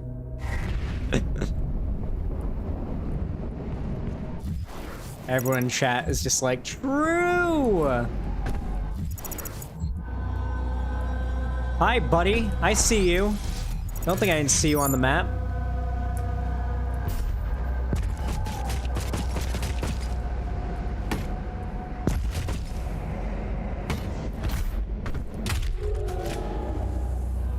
Okay, I assume that was not an enemy then? Was that not an enemy? What do these green dogs do? What was that? I've seen those in the trailer. What do they do? Hey! Hey! I don't feel like wasting ammo on you! Ah! Why is the punch...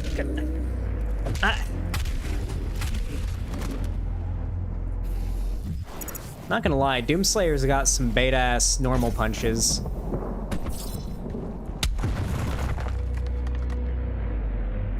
Think they lead you places? I see. Yoink. Exultia. Translation from the Ligra Sultanate... Oh. Book of Kings. I failed Latin. I don't know what this is, or if... This is Latin, isn't it? I didn't fail Latin, but I almost failed Latin. I barely passed. What treachery comes from our darkest selves, driven by greed and want? For I have been deceived by the Deeg. They come north with I, the priests, as allies to our cause against the Conmaker and her unscrupulous methods. Their silvery tongues wagging, they laid a plan for us and sowed the seed of desire for hasty triumph. They claimed knowledge of the Maker's source of power in the demon realm, a vast foundry of souls where the innocent are put to the fire for the essence, in which... the foundry's destruction, our victory is assured. They told us, and the fools that we were, that I am, believed their lies. On their word, we sent the Doomslayer and the Night Sentinels to destroy the foundry, and the priests cast a gate for their egress. As the last veteran entered the demon's empire, our final hope of reclaiming our dominion, the Deeg closed the path and left them stranded. They were trapped, lost in the eternal void by the action of the traitors. How could I not see their intention? Am I blinded by the grief of the loss of Tara Nabad? Of my people? We have fled again with barely a legion of the Night Sentinels left to protect us. The Deeg are gone. Deeg? I don't even know.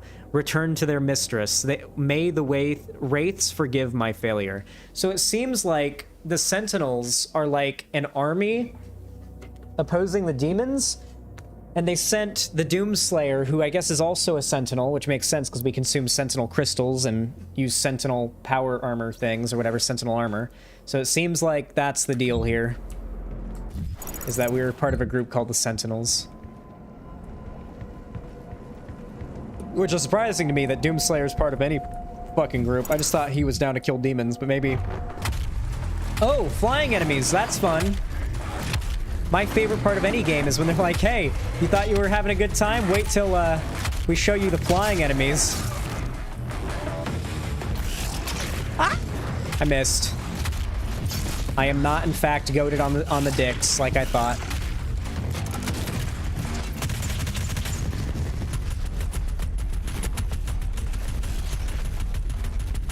Die, motherfucker. The lore of this game is low-key cool as fuck, like it should be. I think a game like this should have really cool, badass lore. As much as I love power fantasy, it's just all about killing enemies. Like, the fact that there's an interesting, like, story unfolding along with it is also cool. Oh, I see you, motherfucker. Give me that armor. Oh! The music's doing the thing!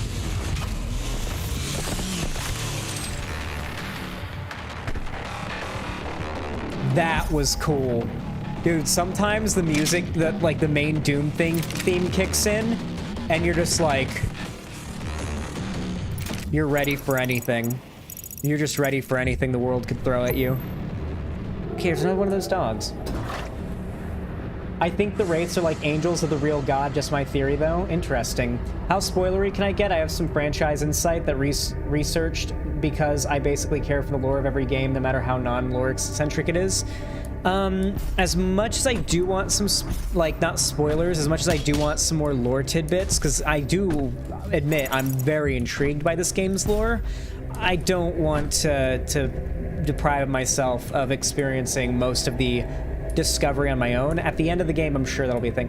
Oh, this is interesting. Demonic corruption. It seems like as I kill demons, it fills up a bar that, like, shows my completion of destroying the demonic corruption. We're going to be filling this bar up as well if it's possible to do on a first playthrough, because I want to, like, 100% the game, so to say.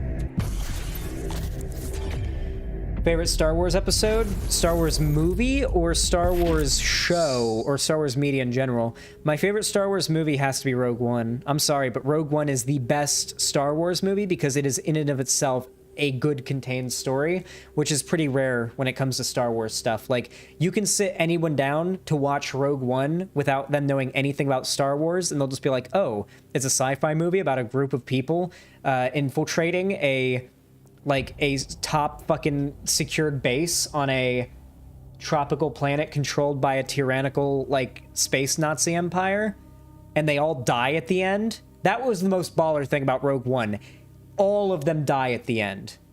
Every single main character that they build up throughout the movie and make us like, they all fucking die at the end. That was the most balls that any media connected to Disney, or anything Star Wars related for that matter, has had in a long time. Saying, oh, here's a cast of marketable new characters that kids are gonna have as, like, action figures in their shelf. They all die at the end. They all fucking die. In some cases, fairly brutal deaths. In other cases, they died instantly in just the explosion, but still, that shit went hard.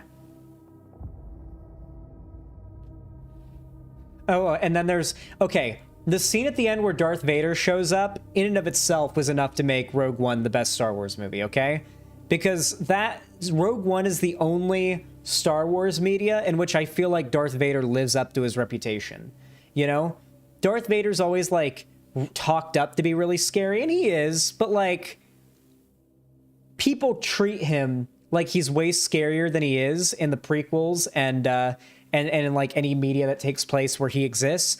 But in Rogue One, that was when I was like, okay, I understand why people tremble in the presence of Darth Vader now when they've seen him do this shit on the battlefield. No wonder even his own soldiers are terrified of him. They've seen him mow down entire squadrons of the enemy as they, like, scream in fear like it's a horror movie. That's what I love. Like, that last, like, 2 minutes of Rogue One, it's like a scene out of a horror movie. It's not anything like what you would think to see in Star Wars.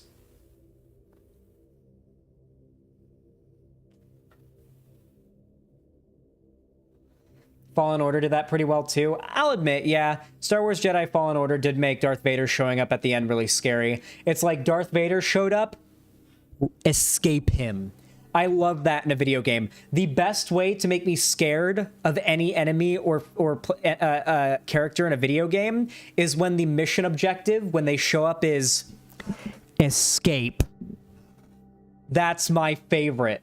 They did that in Dying Light 2. Like, I remember going into the mission where you see, like, actually see Waltz for the first time, thinking, okay, it's just I'm fighting a human enemy. This isn't gonna be that scary. It's not like I'm going into like a dark building and I have to like deal with volatiles and virals trying to get me. It's not gonna be scary. It's a human enemy mission. Those aren't scary. And then Waltz transforms into a zombie form and the chase sequence starts and the mission objective is escape from Waltz, and you're running through these dark sewers as you just hear him screaming behind you at the top of his lungs, "I'm gonna get you!" And you're just like, "Oh my fucking god!" And you're running like crazy. Holy shit. I almost want to show you guys that sequence on YouTube because it is terrifying if you're not expecting it. Blood punch.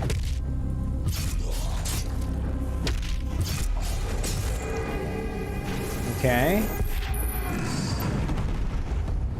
Ah, okay, punching actually does something now. Okay, I was just saying that Doomslayer has beta boy punches. And he hits me with that. Oh, wow. I just did it right then and there, huh?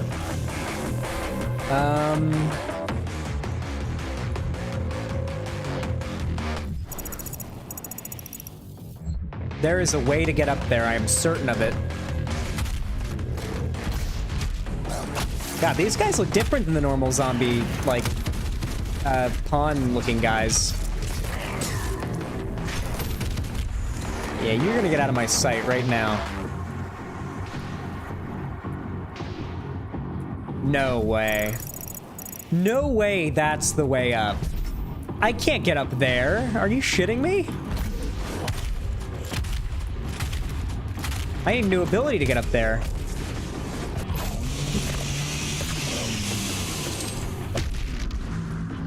Oh wow, that blood punch is actually useful as hell. Runes enhance your abilities or enable new abilities. You have limited rune slots, so choose the runes that fit your playstyle. Okay. Runes. Oh my god, there's so many different things you can do. Perform glory kills faster. Launch into a glory kill from much further away. Gain a speed boost after performing a glory kill. Greatly increase movement control while in the air. Oh, that's useful. Increase how long enemies stay in stagger. Survive one death blow and briefly slow down time, giving you a chance to recover. This rune recharges on death. Ooh. Ooh, that's helpful. Enemies killed by blood punch, shockwave drop health. Ooh. Enemies killed by equipment or while under the influence of equipment will decrease the recharge time. Hold right click in midair to temporarily slow down time. Once the rune is fully drained, you'll need to wait for it to recharge. I'm gonna go ahead. Uploading every day is exactly what you should be doing, Athena Samurai 2. That is what YouTube loves consistency. 2 uploads a day. Hell, 3 uploads a day would be ideal, but that's about as far as I'd go. I would... What, babe? Nah, I'm good. I'm just drinking Monster Energy and my throat doesn't hurt. Thank you, baby. No, like, I wouldn't recommend uploading any more than 3 times a day, but yeah, consistent uploads, like 1, 2, or 3 uploads per day, consistently will make YouTube like you a lot in the algorithm.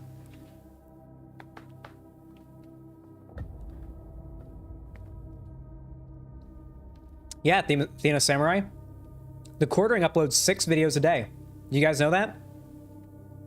The Quartering uploads like 4, 5, or 6 videos a day, and all of them get at least 100k views.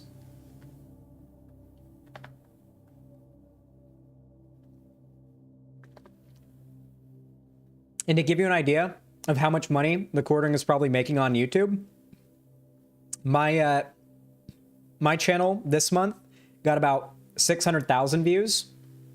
This month alone, just my entire channel, 600,000 views. Do you want to know how much that equated to in YouTube ad revenue? $2,600 for 600,000 views on my channel for a whole month. Now imagine how much money YouTubers who reliably get 100,000 views on one video in a day, or who get millions of views on one video in a day, are getting. Depends on search optimization, or sorry, on like your CPM and everything and monetization, but still, should give you an idea of just how much money people like the Quartering make when they get that much viewership on videos they upload that often.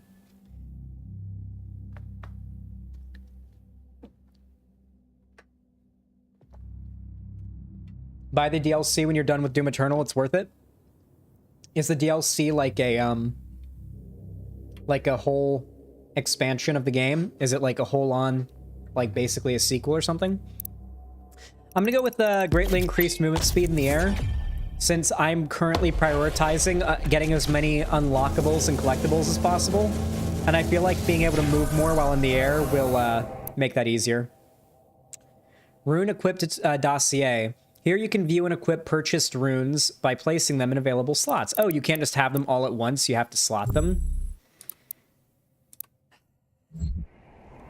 Okay, Doom. Oh, wait, this is just a thing now, okay. Alright, they just put a little bar there. I didn't even see that before. Hillary Clinton has COVID, let's fucking go. Dude, what if Hillary Clinton dies of COVID?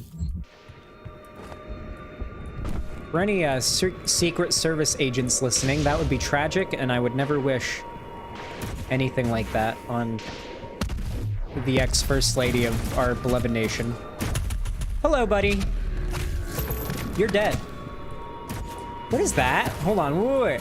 What is that, chat? What is that glowy, like, black hole-looking thing? Does anyone know what that is? I want it. Give it to me. Give it to me. I need it. Ah! Never mind. Okay, I guess we're doing the music time. Okay.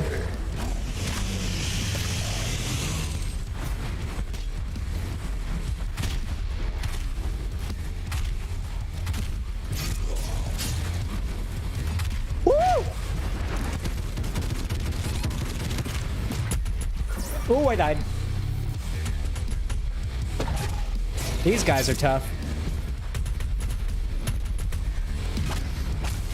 Definitely gotta be careful. Oh, I should flame belch. Oh, I keep forgetting to flame belch to get armor. I forgot I can just do an ability that gives me armor, which will help me in situations like that, you know? God, there's so many different things you can do. This game is so much better than Doom 2016. At least of what I've played of it so far, it feels like this game has so much more going on for it than Doom 2016. Not that I hate Doom 2016. I just feel like this game has more going for it, you know what I'm saying? Don't forget your flame belch for armor. Yeah, that's what I was saying. I keep forgetting that. Have I searched this whole place? No, I still gotta do this a little bit. I'm not particularly concerned with making sure the whole map is green. No. I can get up there, right? I think I can.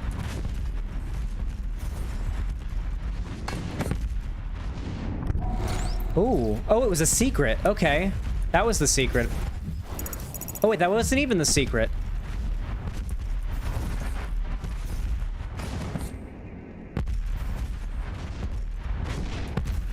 What? Okay, I gotta figure the way up out here. Oh! Oh! Don't tell me. Don't tell me there's no way back up. Don't tell me I fucked myself. Don't tell me I well and truly fucked myself till I can go back to that. It looks like I've well and truly fucked myself till I can get back to that spot. Damn, we'll have to fast travel. I hate it! I hate that they do that! Why are there parts in the level that you can't go back to get items you missed? I mean, you can later, but I hate having to proceed leaving an item behind. Fuck! God, we really gotta stop rushing ahead. I keep doing it, and it's so annoying. It's not like world ending, but like, it feels really unsatisfying to me personally when I'm leaving items around the level, you know? There's literally nowhere I can go here. I don't know what you expect, game. Like, there's nothing I could have done there to avoid that guy. Like, what do you want? Okay. Okay, this is a whole ass thing. Oh!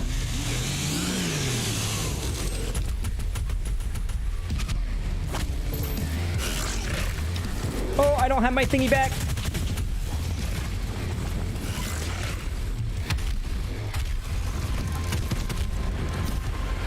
Oh. I got him. Hell yeah. Let me up.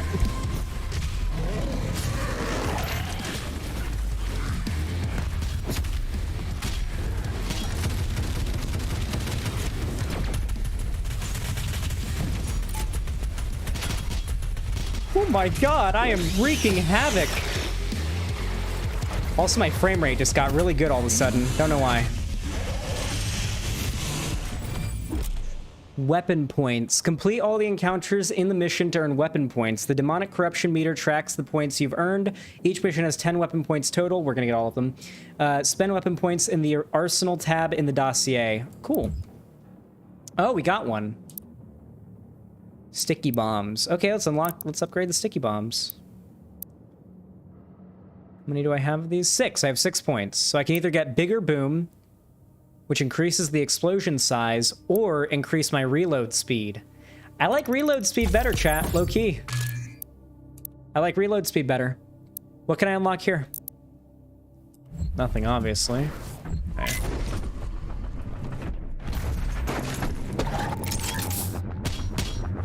Okay. What else? What else? We fully search. We missed no items. Okay. It looks like there's another encounter that's supposed to happen here, so that's interesting. I assume I'm gonna have to come... Yeah, because this door's locked. I bet I have to come back here later, and they're gonna ambush me again in this room, and that's why there's 2 encounter things on the map. Alright, what haven't I searched? Came from that way. Okay, so it's this way that I have not gone. Alright. Other than that one item we missed, we are not missing anything. That is good. Interesting.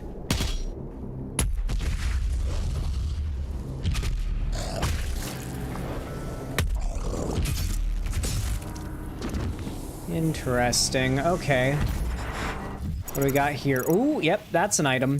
We'll get that in a moment. What is this, though? Inaccessible is what it is. Inaccessible is indeed what it is. I'm going to assume I need an upgrade, and I'll have to come back to that later. And there's an item right there that I'm also gonna guess I'm gonna need an upgrade for, huh? Unless... Oh yeah, there's no way.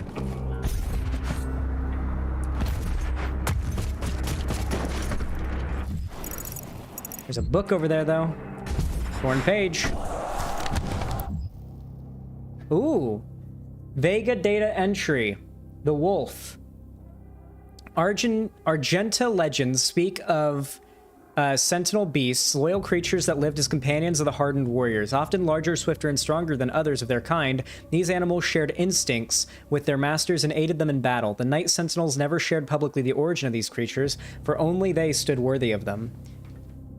What the dog doing? So I guess they're like helpful spirits or something?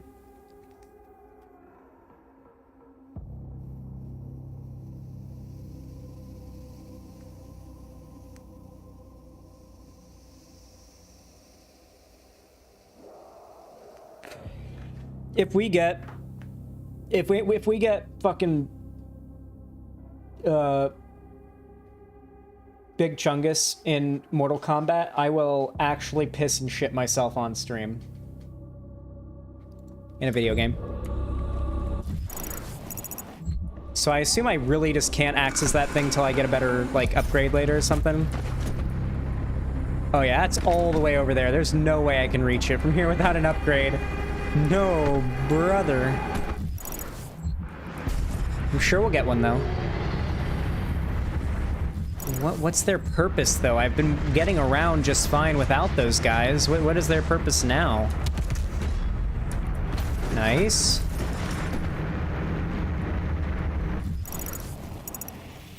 Oh, this is where I was meant to go. I thought this was a hidden area. Oh.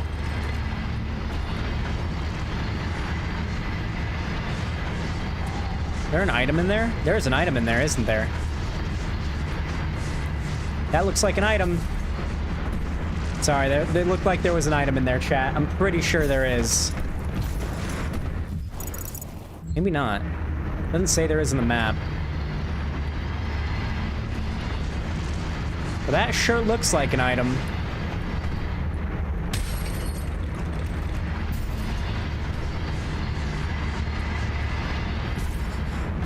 Yoink. Boink. It is an item! Son of a motherfucker. What is this? Dash! that was the thing! Dash. Press left shift to quickly move while to move while traversing or fighting. Dashing into a pitted surface instantly attaches you to it. You can dash twice before it needs to recharge. Fuck! Yes! Oh my god, the mobility is nuts! Chat, it is actually... But now I can find... But now I can finally get the item. It better loop in around in itself, or I'm gonna raise hell. Thank you, Xanderhal, for allowing me to live this game for the second time, a second time, vicariously through you.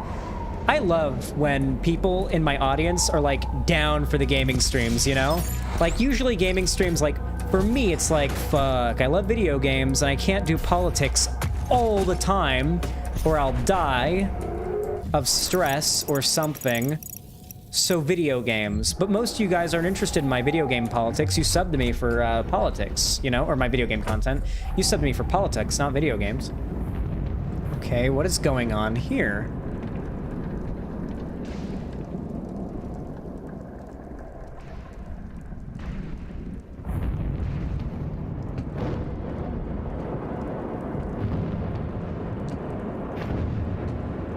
That's a cool transition from first person to like third. King Novik. He was the guy talking at the beginning of the game when he said, "We will send unto them only you."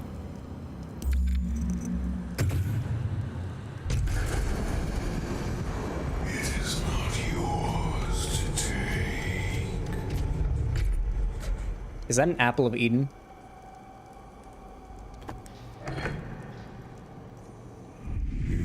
Cannot kill the priests. Hey, bud. Know our laws. Despite their transgressions Kneeling? against the covenant, they are still of Sentinel blood.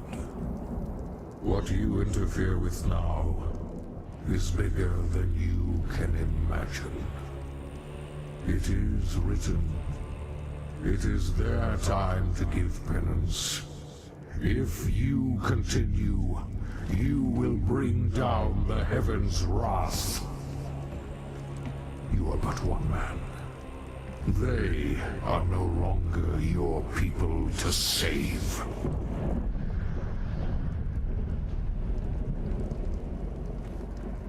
Well, that was fucking baller. Is there anything in here to like... Ha ha ha! You fucking thought I wouldn't check that room, didn't ya? Didn't ya? You thought I wouldn't even check that room. You're wrong. I checked that room. I checked the shit out of that room. The fuck's going on here? Fucking Italian. This is racist against me. Whoop, whoop. Xanderhal lore? Oh, I read a lorry. I forgot, I read a lorry.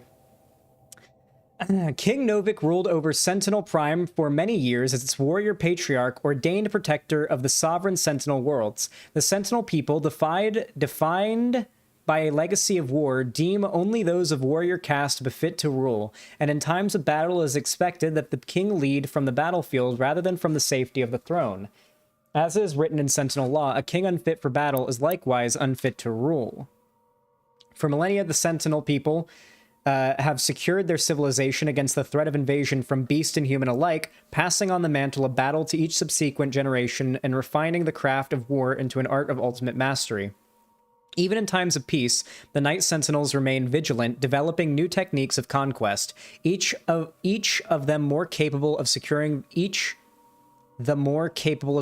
their dominion across the sovereign worlds. Interesting. That was pretty good lore.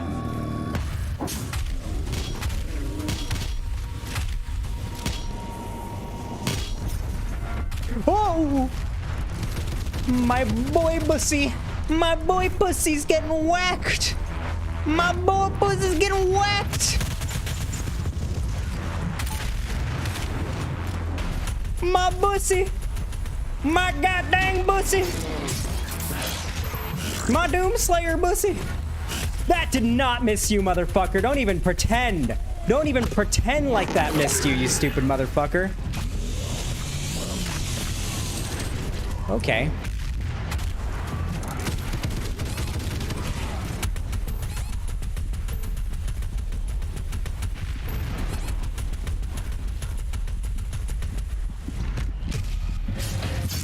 Thank you for the health. Yoink. God, I'm getting into the hang of things, guys. I'm getting into the hang of things. I'm learning, like, when I'm out of ammo, it's time to use my C. When I'm out of shield, it's time to use my R. When I'm out of health, it's time to use my E. I'm getting really into the hang of things. Oh, Nova Nocturne, thank you for the $10 super chat. Says, hey, I enjoyed the gaming sense since back in 2020. Keep them coming. I wonder if I'll get the reverse problem with people getting mad at me when I start doing politics. So what you'll find is that if you start an audience that loves you for gaming or whatever, and you get into politics, especially if it's left-wing politics, they'll hate that. Oh yeah, see, we came back to that room. Okay, where was the area that I couldn't access before? It was to the right here. Yeah, okay, now we can get it. Oh, they even, like, opened it up to me. Holy shit. That's nice of them.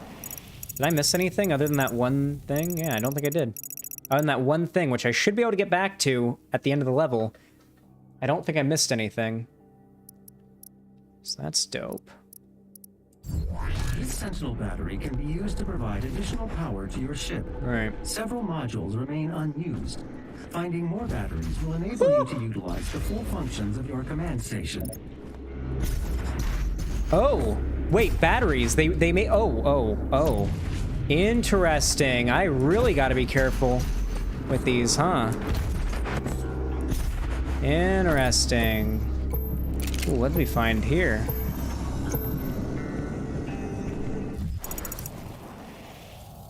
This is strange. Want to know the ultimate secret to make politics or really anything palatable to a gaming stream audience? How, Rippy? By the way, I'm down for more Patreon recording tomorrow. Yeah, we'll do more reactions to Adventure Time episodes tomorrow for sure. All right. Secret encounters. Secret encounters are optional timed. I hate that. Encounters hidden in the world. Any resources spent in the secret encounter will not be restored afterwards. That's fine. There's no, like, your resources in this game are not valuable. They're all very easy to get back. If you run out of time and fail, you can retry the secret encounter. Each secret encounter awards 1 weapon point. Fuck yeah.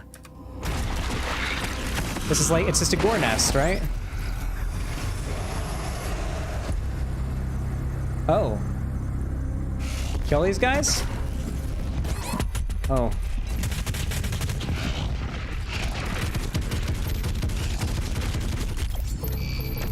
Well, that was fucking easy. Yeah, I'll just shoot him a little bit. Xanderhal, do everything you talk about with endearing MS Paint drawings and cute little presentations. God, that's like actually a niche on YouTube. There's a couple of like easy careers that some of you guys could start today on YouTube, and you'd be like, if you did it right, you'd be your own boss working from home by the end of the year, without a doubt. Do you guys want me to say, like, YouTube channels you could start today, you could do without ever having to reveal your face, your voice, anything like that. Maybe your voice, and you could totally get a significant audience. You guys want to hear what I think you could do? Like anybody could do, theoretically? The first one is, you know those Reddit reading channels where it's just a robot voice reading out Reddit posts? Like, even if you don't end up getting big with that, you can literally just use good SEO, good thumbnails, and just a robot text-to-speech voice reading out tweets you edit to show on screen. Never once showing your face or your voice, and just upload those like once or twice a day, and YouTube will give you an audience enough to make it your job within a year. As long as you upload those twice a day, like read out or just type 20 random entertaining Reddit posts, and it'll be good. You don't even need good audio equipment, Lonnie. You just do a text-to-speech voice. You just record the audio of a text-to-speech program. Those channels, there are dozens and dozens and dozens of Reddit, like, you know, story channels that are not like r/ or like a channel that's a guy reading it, that have lots of subs, or at least clearly make enough money for it to be their job, that just upload 2 of those videos a day. It's just a robot voice reading them out. Another one you can do is movie reviews like that, where instead of not really movie reviews, movie recaps.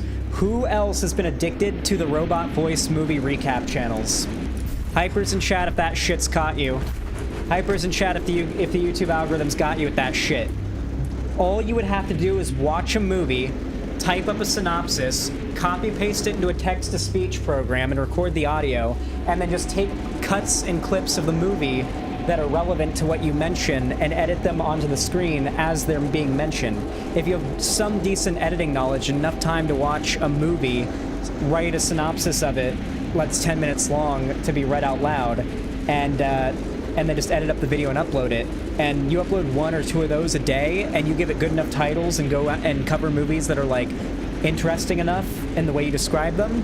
By the end of the year, you will be paying all of your bills, your rent, and your car payment with your YouTube ad revenue. I am so confident that it is that simple. Nah, Kitten Wizard, the robot voice thing is still very much profitable. It's not realistic, so let me say this.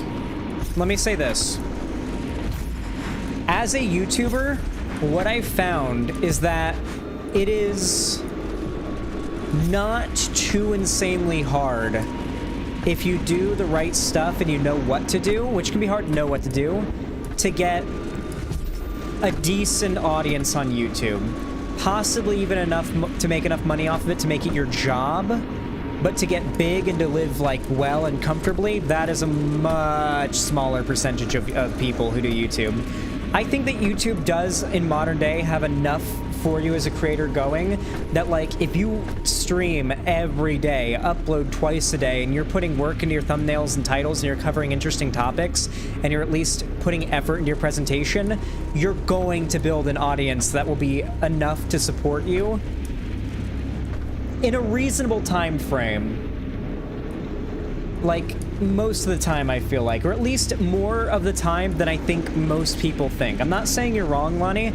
I'm just saying that I think many people would be surprised at which parts of becoming a streamer are harder than they'd expect and which parts of becoming a streamer are easier than they'd expect.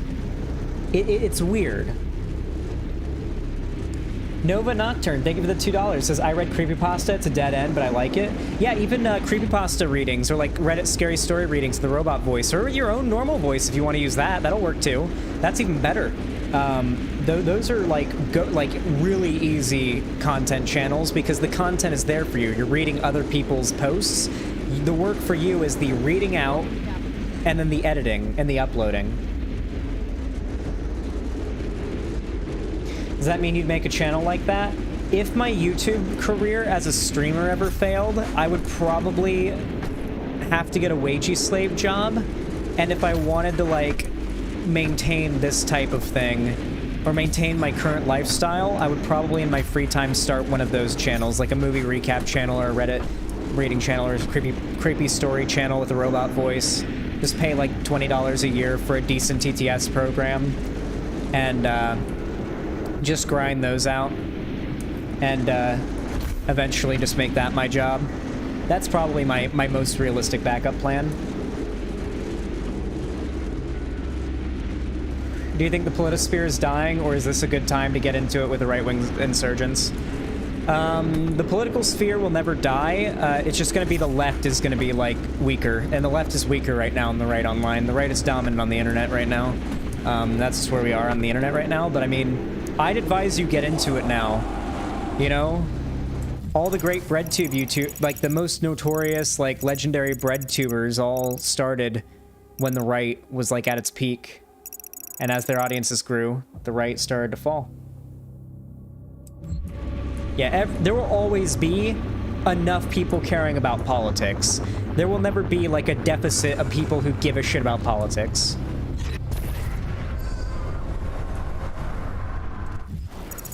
Cool. What the fuck? This is a completely different area. Plasma rifle. Dope. All right. Weak point Revenant. Oh, new enemy. The Revenant is a heavy aerial demon that specializes in mid-range attacks. Its shoulder cannons are weak spots. Destroying them disables its long-range attacks, forcing it to be melee combatant. Explore the codex to learn more about the demon's weak points. Interesting. Destroy the shoulder launchers. It's more. Here, let's read it. The Revenant program, a bioweapon experiment utilizing reanimated necrotic human tissue, is believed to have been destroyed with the collapse of the UAC facility on Mars. However, the emergence of the cultist enclaves on Earth, former UAC deviations, now under Hell's direct control, have begun to work on a second wave of production of the Revenant program. While much of the platform's existing weapon payload is preserved as originally designed, the cyberneural programming has undergone modification. Patterned signals are wired to the host's frontal cortex, which in turn simulate a state of frenzied, unrestrained bloodlust. While these signals are active, the host is incapable of thinking or feeling anything but a singular compulsion to inflict death and violence on the living. Well, that's good. It's not even an actual demon, it's just like a mutated, fucked up, mutilated human.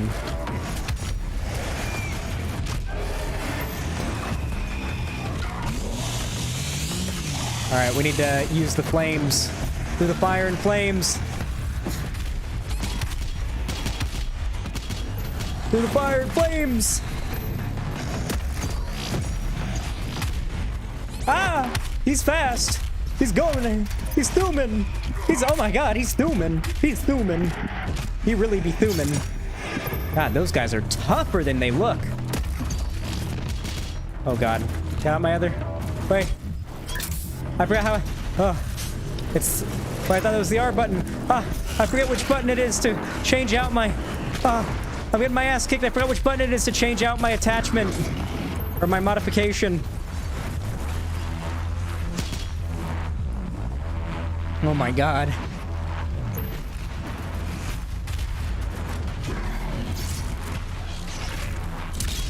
Oh. Oh yeah. You fucking thought, didn't you? You thought you were gonna roll up in here and be like, I'm gonna show these demons who's boss. I'm one of the good demons. I'm gonna win. You really thought. Ho! Your mom's a hoe! Your mom's a hoe!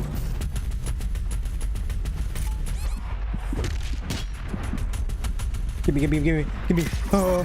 Oh. Here, give me some.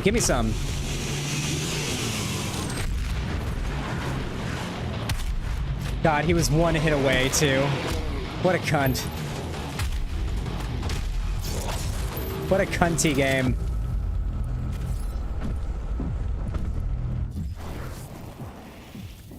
Xanderhal, do you ever have a problem figuring out how to start a video? I find I ramble a lot in the beginning.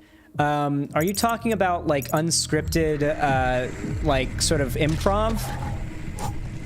I started my channel with about as far from being improv content as you can get.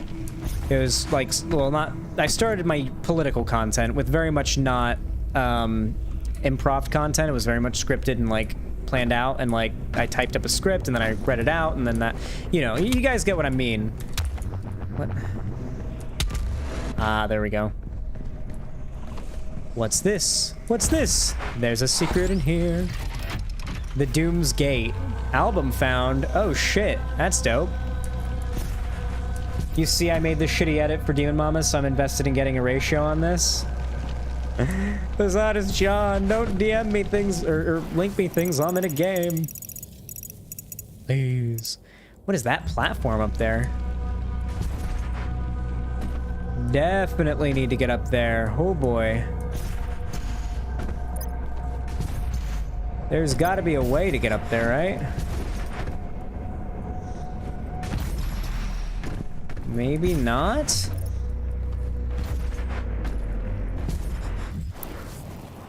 I mean, the layout seems it leads up there anyway, but still, you know? Did I get all the secrets here? I feel like I got all the secrets here. Yeah. Okay. That went there. That's what I thought. Okay. Oh, it's a butthole. Will you / would you ever debate Demon Mama on what? Like the DIY medicine thing? I'm gonna be 100 with you guys. There's nothing I would rather shove razor blades in my asshole than debate that topic with anybody, frankly. I think Demon Mama has a habit. Oh my, this gives you a map thingy. It tells you where things are. Wait, did I miss anything in the parts of the map that I explored? This would tell me, right? I didn't. Okay, it doesn't seem like I missed anything on the parts of the map that I have explored. Or at least not here. Show map groups. Exaltia. Did I miss anything in Exaltia? Oh yeah, there was just that. Okay. So I did miss that one item in Exaltia. But other than that, it looks like I got everything in Exaltia. And then here, there's an item right here, but it seems like everything else in this part of the map I've gotten. Cool. So just gotta get that one missed item whenever they give me the ability to fucking fast travel back.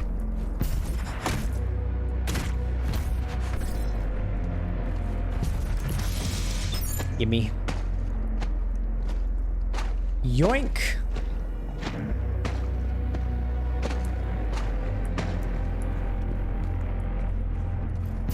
Keeping it 55th Street? I always keep it 55th Street. What, I'm gonna keep it 66th Street? What do you think? Ooh, heat wave. Firing the plasma rifle builds up excessive heat that can be released as a powerful blast. Ooh. Ooh. Microwave beam. Oh, it's just a death beam. Oh, and it makes them explode at the end. I'm gonna go for the death beam. It's alright. Death beam looks cool. Of course, Xan hasn't run a study on this. It's an opinion based on speculation and experience in his online political space. Yeah. Yeah, it's just more of my, like... more of my observance. There is a power core nearby. You can use it to activate the mech and clear a path forward. Cool. Love that for me. On chat, I got Discord DMs I gotta check.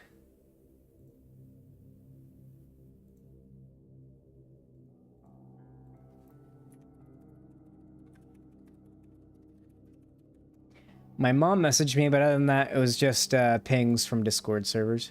Just checking. Making sure I ain't got no important DMs. Okay. So I just put this in here. Pog.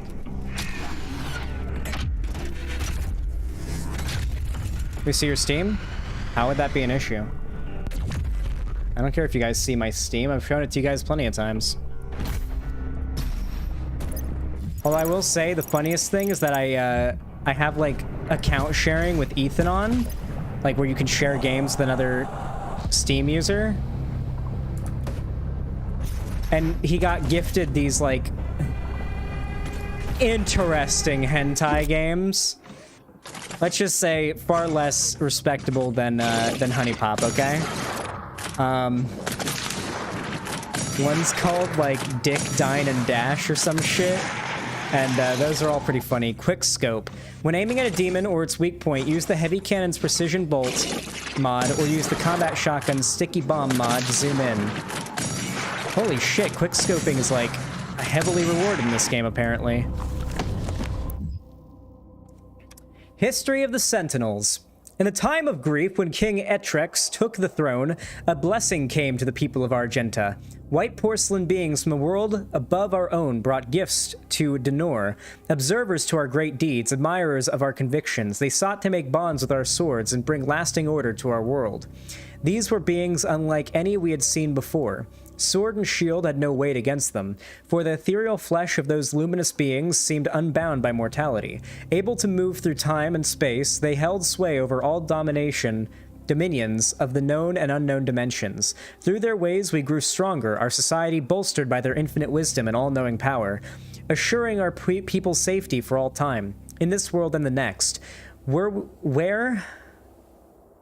We sharpened the blade and mastered our magic. They bolstered the soul and spirit. Death would no longer be the end of our people. The ones we call the Makers, our new allies in this brutal world, have given us the security in death we fought so hard to achieve in life. We would find eternal peace, and our minds would rest easy with the knowledge that those we fought alongside in battle would join us in the lands beyond the mortal plane. The strength of our ways, the purity of our essence, would by Maker law grant us passage to the great city in the clouds. There, our women and children, warriors and kin alike, would welcome us. So this universe's heaven. This is where, like, Christianity's version of heaven came from. So the demons are like aliens, and then the angels are these Khan Maker creatures, and their realm is heaven. We adopted the holy doctrines of the Makers, gifted in exchange with the chance to earn eternal rest for our mortal souls in blessed Urdak. Blessed Urdak. So Urdak seems to be heaven. The covenant we held now under the embrace of our new gods fostered a peace we had never known, for they were unlike the first ones, whose presence offered no paradise from fear and the uncertainty of existence in a harsh and unforgiving world. The Maker's embrace was warm and guided us into an era of spiritual prosperity. Hey, Lonnie, if you're still watching, could you turn the AC down for me, baby? I love you.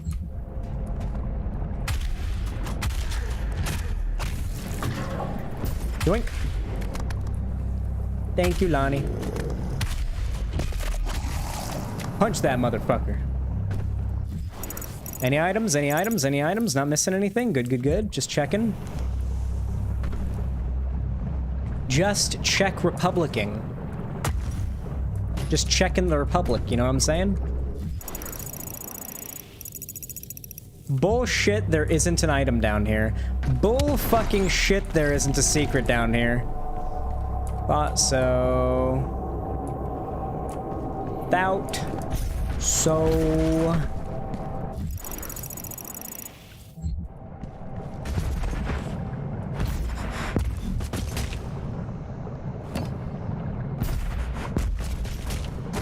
Nice. We are goated on the dicks, chat. Absolutely goated on the dicks, okay? Go-watted. Or go-ated. You know, ever since I saw Seth's review of Eventful, I can never respect any erotic content creators from Japan again. Not that there is much respect to begin with. I have no idea what Invicle or whatever is, but I'm sorry that happened, or congratulations, depending on which is more appropriate for that.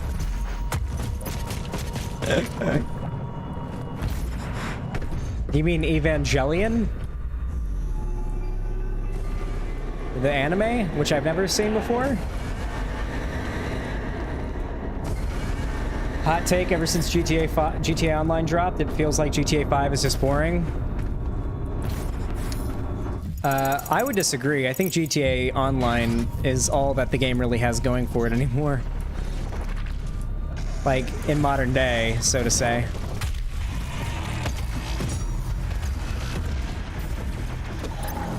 Wow. I fucked this guy up, huh? Oh. Liberal. Beamed! Beamed! Get beamed! You're getting beamed, brother! How could you get beamed so hard? By the Doomslayer. Oh! I'm gonna beam you too. You think I don't have enough beams in my beam storage for you? I have plenty of beams. I have more beams than you can even count. You're a demon. You think you can count beams? Better than I can count beams? I am a beam. I'm a living laser beam. Oh, that didn't go how I wanted to, but oh well. In this game, we rip and we tear, no matter what happens. Cool.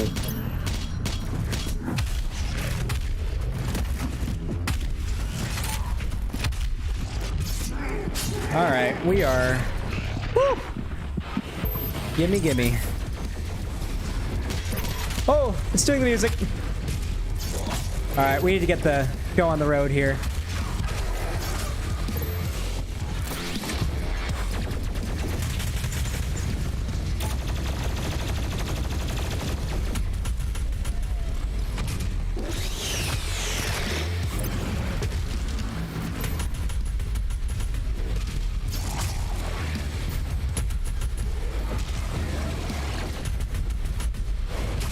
have literally the biggest erection I've ever had in my life right now, chat.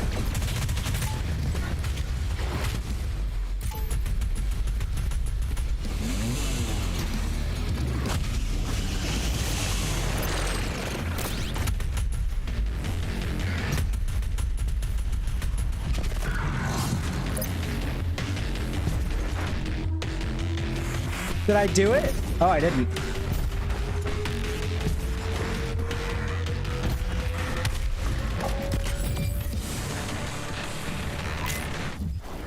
Damn.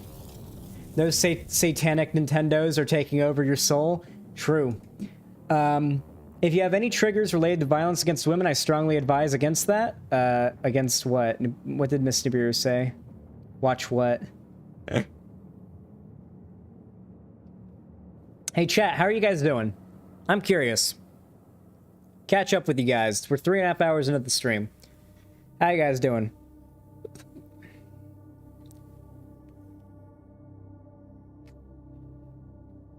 I love to hear that you guys are doing good.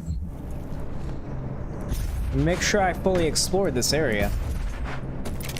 Chat, I need ideas of things to talk about. Ask me questions. Q&A time. I will... AMA, okay? It's AMA time. Ask me anything.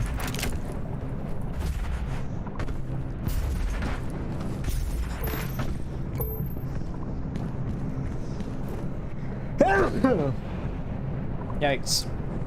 Bless me. Let me up! Let me up! Oh.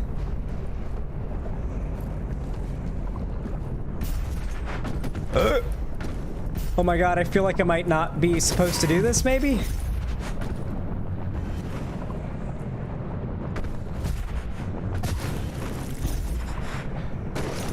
I assume I'm not allowed to get back up there. Favorite porn actress? I feel like I'm, like, legally obliged, like, because I'm friends with a porn actress named Christy Stevens, to answer her. Like, I'd be kind of an asshole to not say her. Plus, she's a blonde MILF, so I mean, it's not like I'm stretching, like I'm forcing myself to answer that.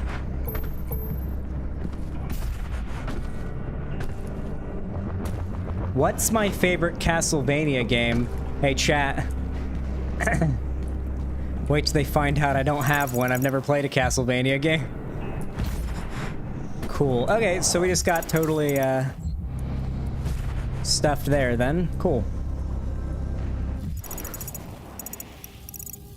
Is there an... what is that? There's something over there. Yeah, this little area. What is this? There we go. So I assume I'm not allowed or supposed to get back up to those items or something?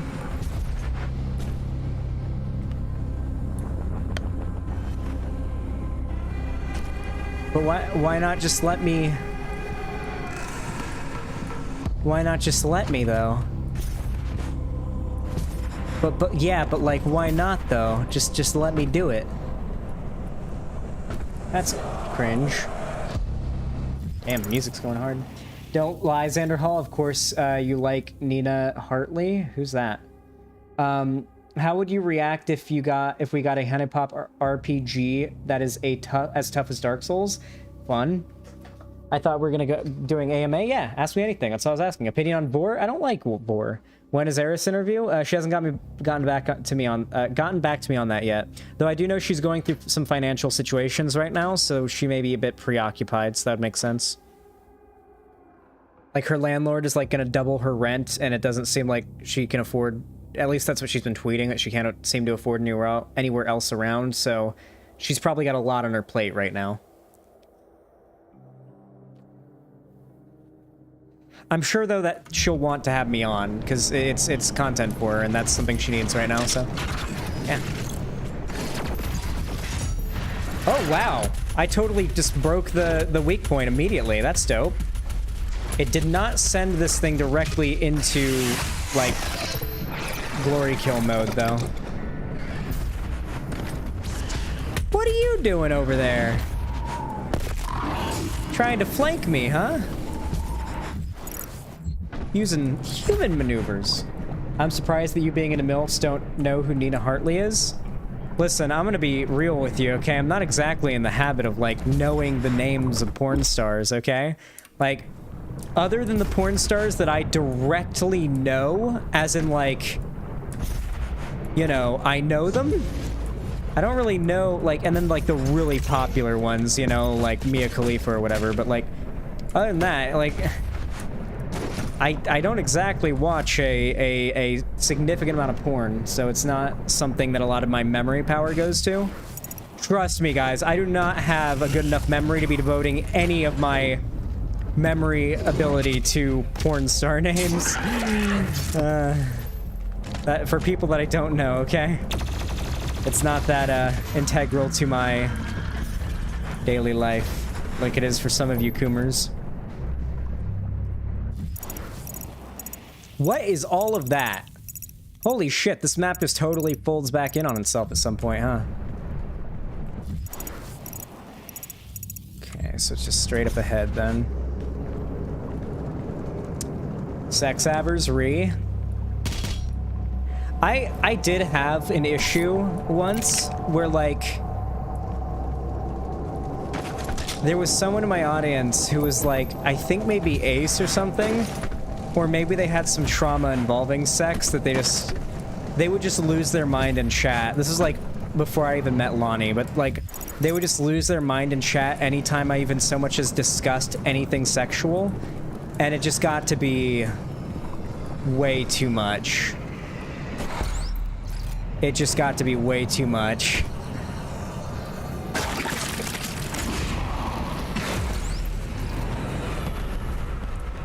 Interesting Posadas shot. I'll have to look into that. Oh, I guess I did it. Okay. These things are really easy. These little challenge things they give you are real easy. Wait, can I get back up there? Oh, I bet I totally can.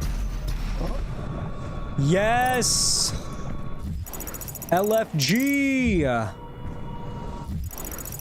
What was I think it was just the armor I came up here for. There we go.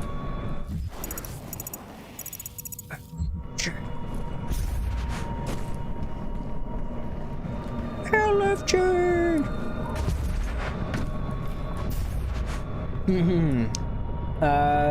I am surprised that you, I'm waiting for someone in the chat to, like, send a message to me that, like, gives me, like, something to go off of, you know? Something interesting to talk about, because right now, my head is only filled with a desire...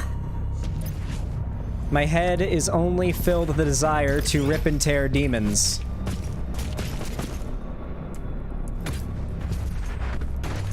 I don't even know what that was that I picked up, but I'm sure it was important.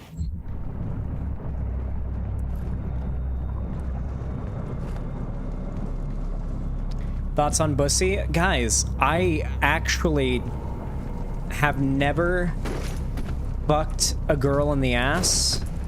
Or a guy, for that matter. I've never fucked a guy, period, but, you know, just in case my being overly specific gives off the wrong impression. Never experienced Bussy before, chat. Not particularly interested in experiencing it, but if you're into Bussy, then I'm happy for you. I heard it is good for those that enjoy it.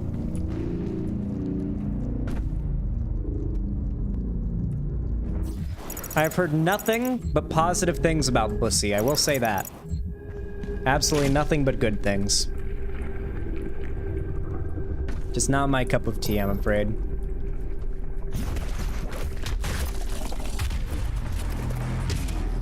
Yoink! Oh! He hit me. Okay, well this is a hole. And that doesn't even hurt them? That's good to know.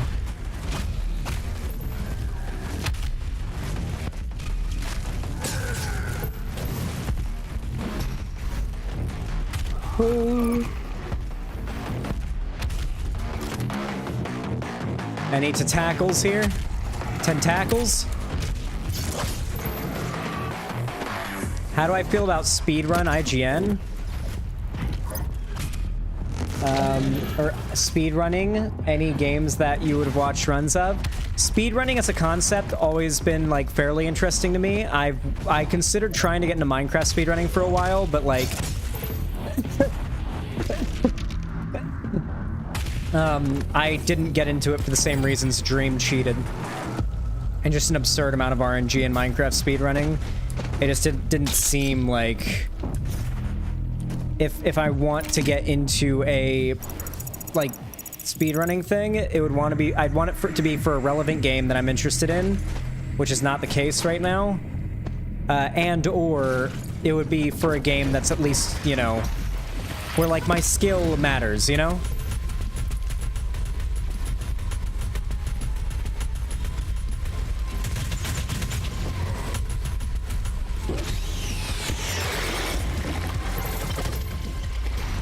Curtis Connor did a video about speedruns. Yeah, I think I've seen the Curtis Connor speedrun video. They're doing the music thing. Oh my god, that was a violent one. Okay, what else do we got here? It's just a whole little around here, okay.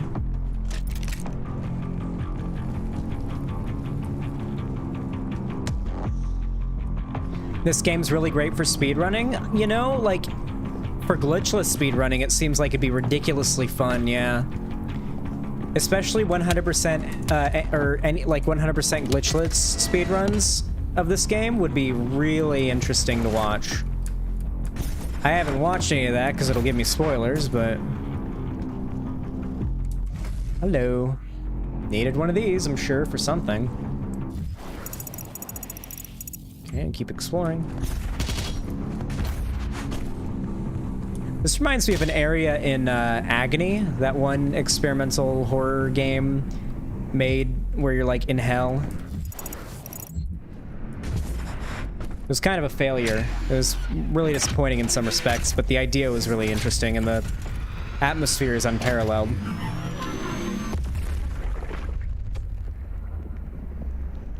Oh yeah, Philomath 420. That's the kind of shit I want to watch when I finish this game. Fuck me. Fuck me.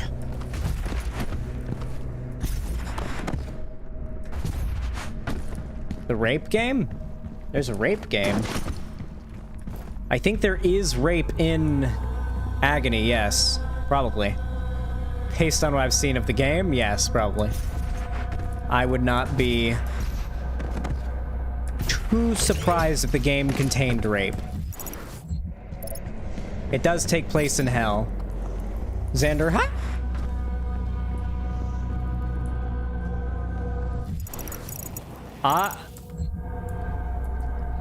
You think I don't see you, motherfucker? Okay, so do you guys think I should continue to invest in ammo first and foremost, guys? Keep upgrading ammo first and foremost? Rape game? Rape is bad? There's like a video game that has rape in it. It's not like, I don't think you do the raping or anything. Do armor? Can we do a poll on whether or not I upgrade health, armor, or blood punch? Or sorry, just health or armor, because that's what seems to be most important right now. Health, armor, or ammo? Health, armor, or ammo?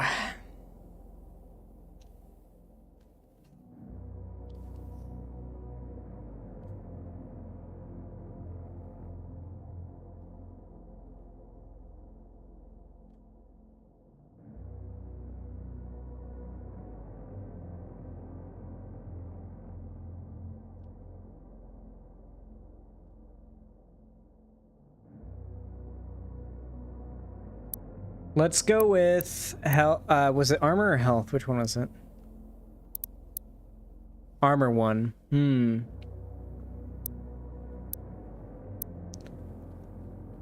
We'll go for loop magnet first.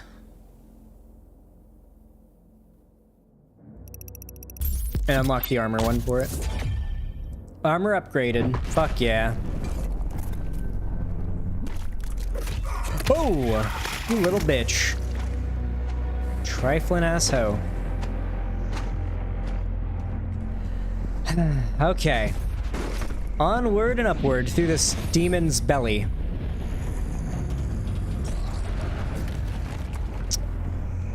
Rip that guy, I guess. Fuck him, I suppose. Hey, stop! Stop! Let me at least get a lay of the land, for Christ's sakes, before you start shooting at me. Jesus. I don't even know what's going on here yet.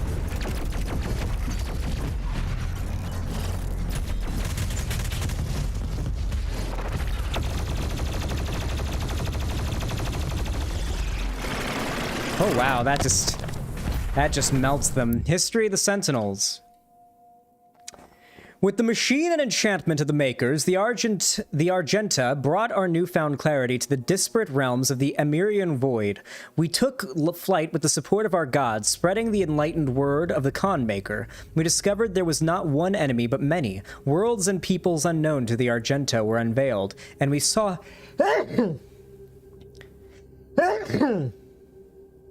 And we saw our own suffering reflected in their eyes. Our righteous army strode into battle under the banner of the Night Sentinels and fought for the freedom of all people from the grasp of those who would exploit and prey upon them. Though we battled on soil and our own, battled on soil not our own, the blood we shed in foreign lands safeguarded Argent Denor and the sons and daughters that defended it. Through the strange... peoples we liberated, new alliances were formed, and our beliefs became their own, our armies swelled.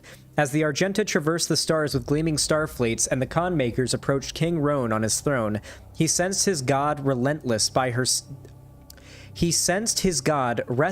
her disquiet manner. The king and Khan spoke, and the god revealed she had foreseen a schism in the blood of the Argenta. A test would be required to identify its host among us. She spoke of a holy rite to be performed on the strongest of our warriors. Only those that proved worthy would be tested, for the impurity could reside in only the most resilient of our legion.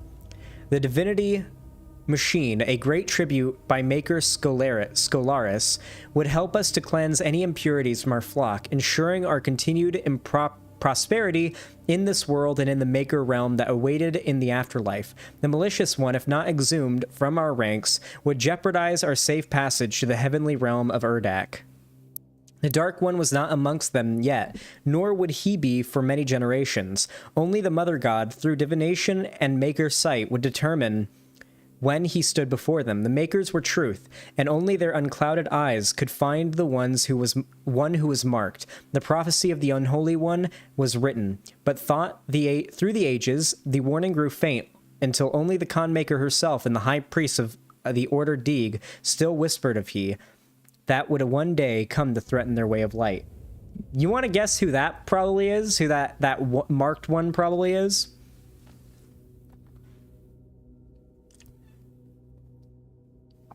I'm gonna guess it's the Doomslayer.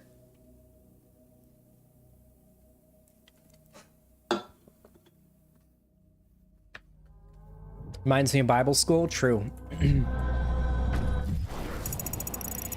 Christian parents seeing their kids play Doom and slaughtering demons.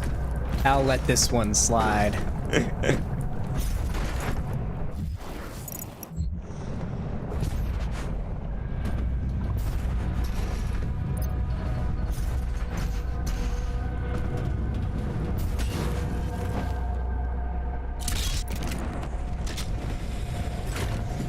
How?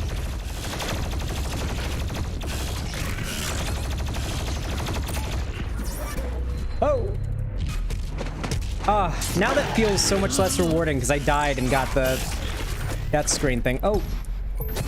Oh. Whew. Damn it. Well, that sucked.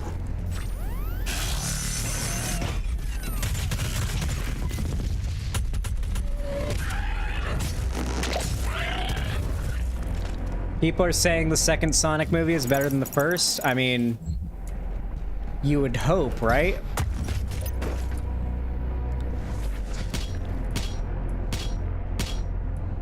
My enjoyment of the Sonic movie was fleeting, I'll admit. Like, there was some funny memes in there, but it was obvious that it was made for Sonic fans, I guess I'll say. Like, Definitely you can enjoy it if you know nothing about Sonic, but it was certainly, at least in my opinion, made probably by and for Sonic fans, which is nice if you're hoping for a live-action movie for your franchise that you like. You probably want something made by and for fans, right? Never seen the movie? We did a watch party of it not too crazy long ago, T, but I don't think I knew you when we did that watch party. Yoink! Slayer Key. The Slayer Key will unlock a nearby Slayer Gate. Completing all 6 Slayer Gates unlocks access to the Unmaker in the Fortress of Doom. Slayer Keys are hidden when playing with cheat codes. Interesting. Slayer Key. And there's this little thingy. Slayer Gates are optional intense encounters. Ooh. Ammo and extra lives are spent in a Slayer Gate. Will not be restored afterwards. Completion awards 3 weapon points and an Empyrean key. Each Slayer Gate is unlocked with a Slayer key, which is near the gate. Okay, so I'll never have to like really go looking for these keys. That is a dope key design, though.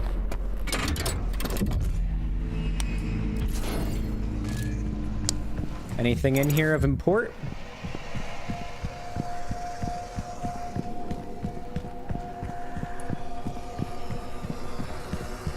All right.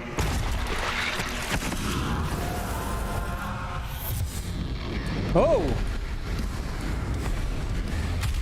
Is this just a survive situation? Just kill everything and survive?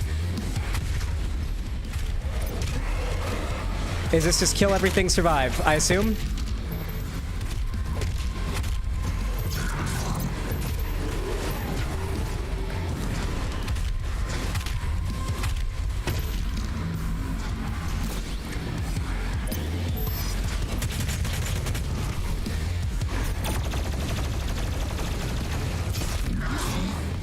This is dope.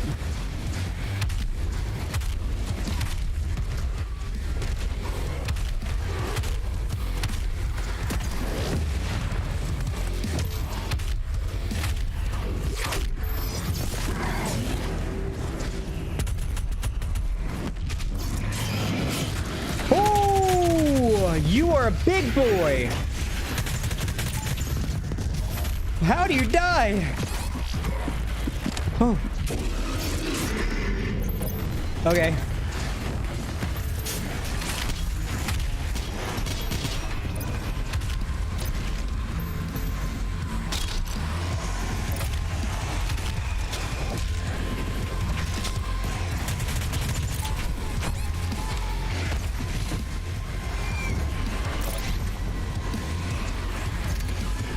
Okay.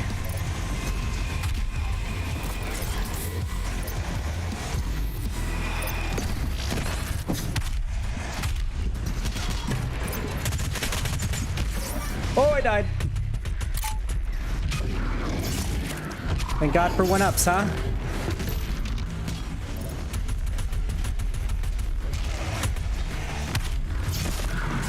This is just a survive situation, huh?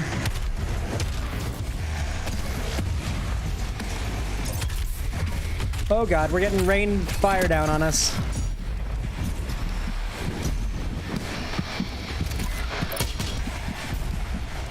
Okay, we need help, we need help.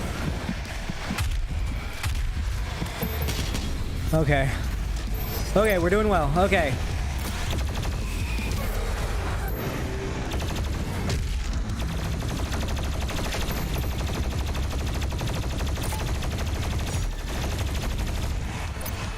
Okay, that doesn't do shit to them, huh?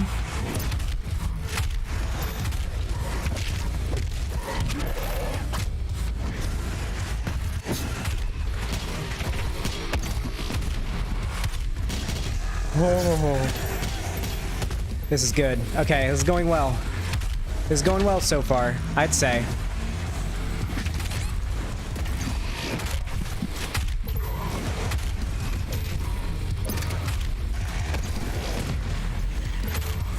Oh!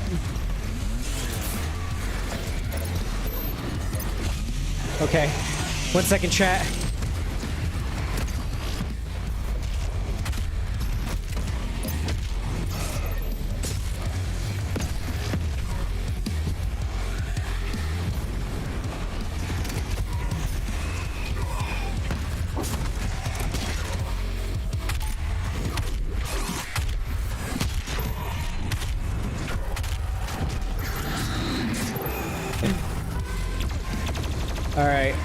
Okay. This is pretty intense, low-key. That is not as intense as I expected this to be. They were not wrong when they said this is an intense, high-octane encounter. Get fucked, Revenant.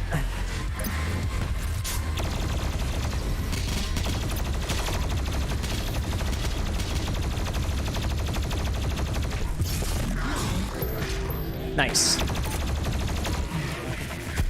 Did I do it? I did it! Holy shit, Slayer Gate completed. No map, though. Fuck yeah. And we got a key. Empyrean keys. You have acquired an Empyrean key. Acquire all 6 Empyrean keys to activate the Maker device in the Fortress of Doom, which unlocks the Unmaker. The Unmaker. God, that's such a cool sounding weapon. Okay, how much more of the map we got to go? Not too much. More left to the map. Good. How'd I do there, chat? Do you think my skill was worth consideration there? Do you think I'm getting better at the game? I feel like I am. The Soy Maker. Why?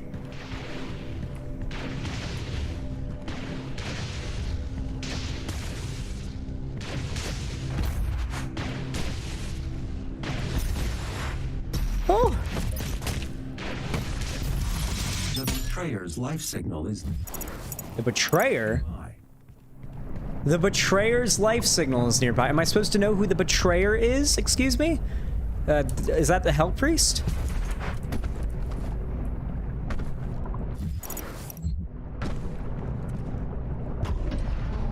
There are motion sensors and artillery everywhere.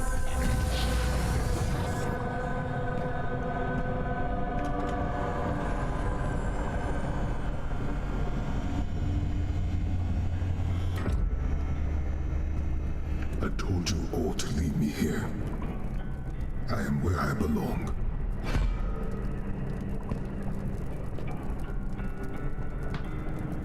Saving your people will not bring you peace.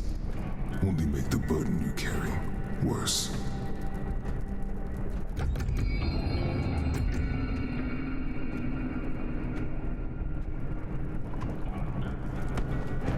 And now you seek to defy the Khan Maker herself. It is your people's time now to give penance, just as it was mine. Hear me, Slayer. When his heart is laid to rest, then his soul will be at peace. And so will mine. His soul will be at peace, and then handed me a thingy. Okay. None of that made sense. None of that made any sense whatsoever. I guess, did we learn about him?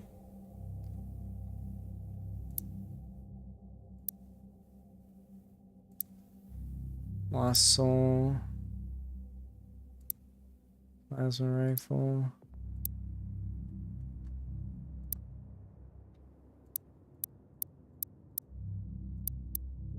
Let me just get rid of all these.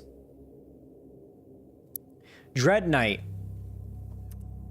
A variation of the Hell Knight breed, the Dread Knight has been modified and hardwired for aggression. Armed with an exoprosthesis powering energy blade augments, the Dread Knight is the lethal result of UAC cultivist engineering. Epinephrine regulators modulate the Dread Knight with an unbroken flow of rage-addled adrenaline, while its endorphin receptors have been synchronized to respond with the use of its arm-mounted blades. With each kill, the Dread Knight is injected with a flood of artificial dopamine. As a result of its augmentation, the Dread Knight is driven by a biochemically engineered state of pure, unbroken rage, a suffering of which respite can only be found in the act of the kill. So it's basically in pain until it kills something. The chain... Okay, here we go. The Hell Knight warrior beast, among other demons, has earned its place over the millennia in service of the eternal archdemons. As imposed by the sovereign houses, Hell Knights have long served as barbaric enforcers of the netherworld, impelling lesser demons by the way of brutality, rare among demonkind for its innate regard for primal orders of hierarchy.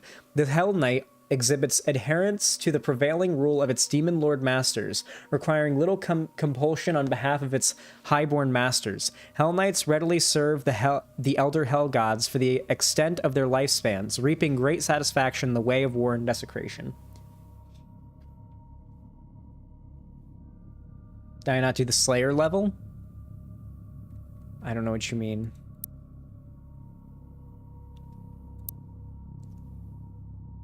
Okay, yeah, we didn't learn about the guy. I was just checking to make sure we didn't get, like, any lore tidbits about him. Never mind, we just got lore tidbits about him.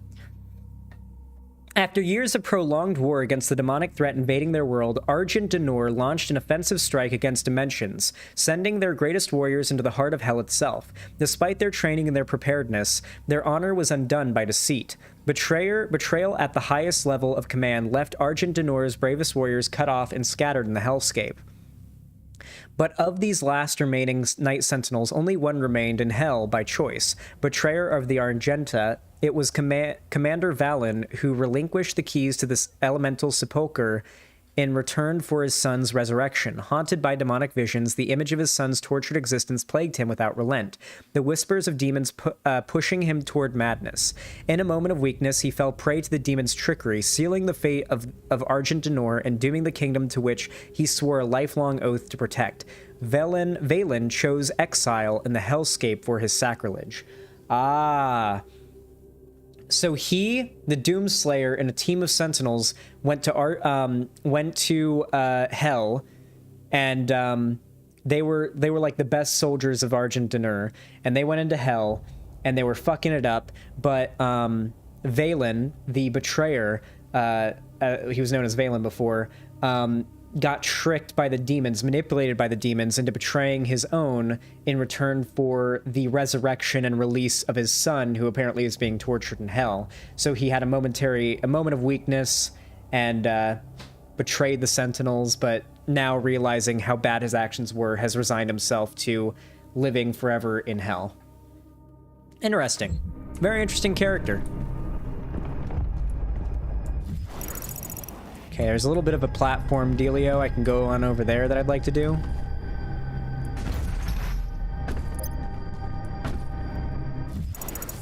Huh, I see.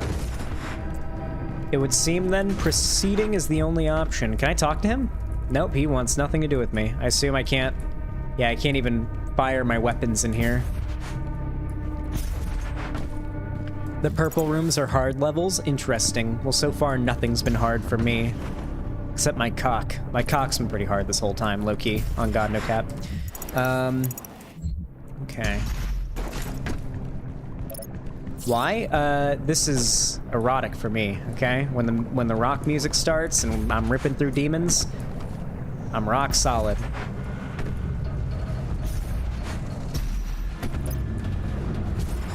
The extraction. Not missing anything? I'm missing 2 items. I assume one of them is that right ahead, and the one that I missed. So I think we have got almost everything. I will mark its location on your HUD. Don't want to miss anything, though. I feel like these are the areas where they'll hide shit from me, and I'll miss it. Oh! Well, I'll be a son of a bitch. Extra life acquired. Doesn't count as a secret item, though, apparently. 100% my ass. I'll 100% that fucking... Boosie.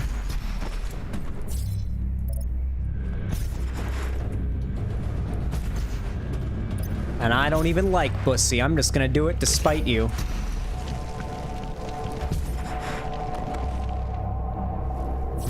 I didn't miss anything back there, did I?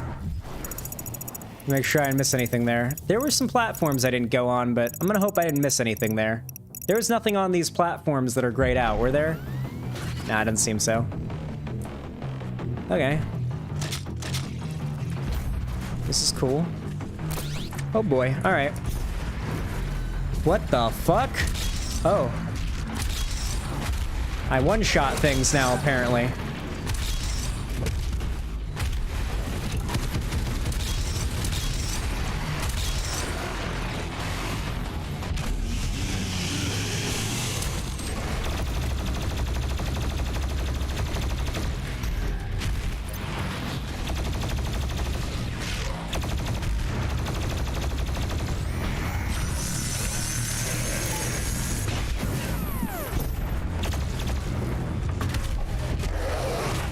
Okay.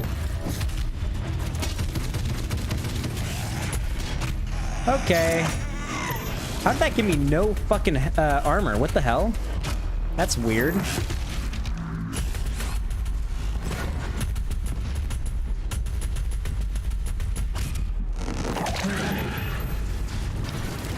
Oh, brother.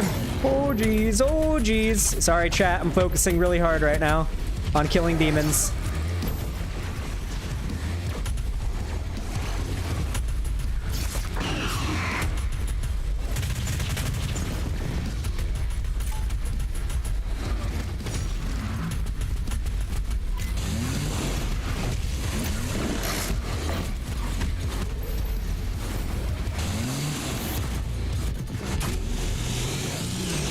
Ah, the holder.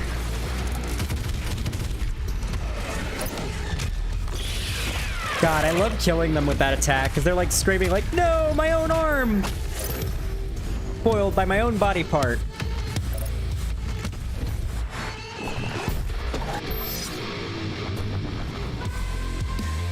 That is probably like the most degrading thing ever, though, to have like a piece of your body ripped off and then to get beat to death with it. Like, that is a pretty degrading way to die.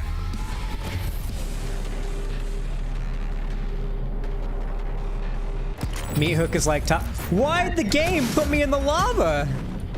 Jesus. Jesus. Ah. It appears I did not get everything. I missed 2 things. Let's go back to Exalta really quick and find... Yeah, we want to go back here to get that item. Xanderhal Kanye fan confirmed. Well, that's the only explanation I can think of.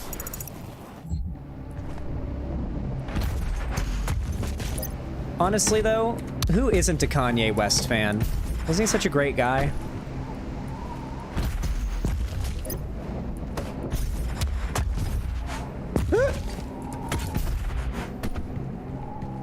Hyper's in chat if you love Kanye West and you think he's just a great dude.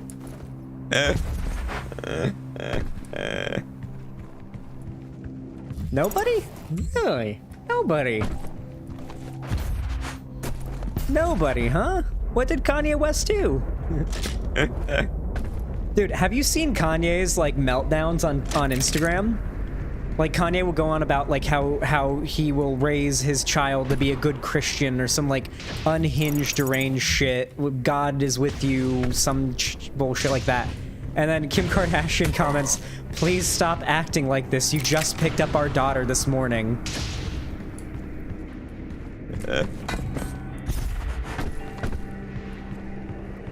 Straight out of Marriage. Have you seen that image where it's Elon Musk and Kanye West, and it's labeled Straight Out of Marriage?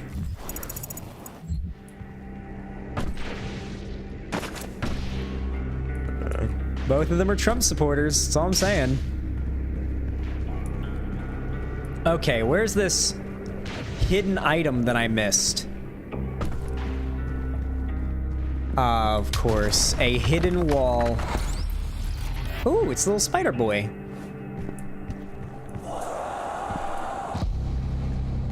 Xanderhal, you don't have enough viewers for that statistical likelihood to become a guarantee. Vosh 2? What? Rippy, are y'all like all of a sudden like talking shit now or something?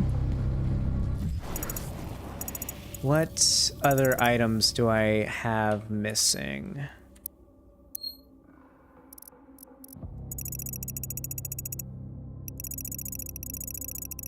Yes.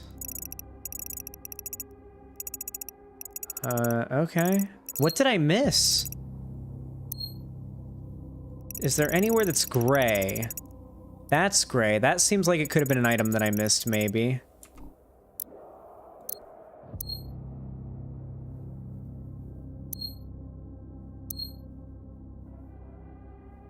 Maybe here? Do you think maybe here's where I missed the item? Does anybody know what item it is that I missed?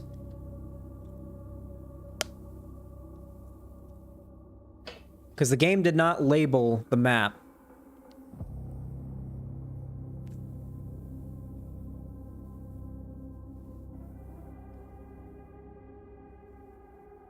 Oh, my audience isn't big enough yet to guarantee a Kanye fan here. Ah, okay. I was confused. I'm a little bit high. The little area that looks like an infinity symbol further back to the right. Okay, 1 second. Little area looks like an infinity symbol. Here?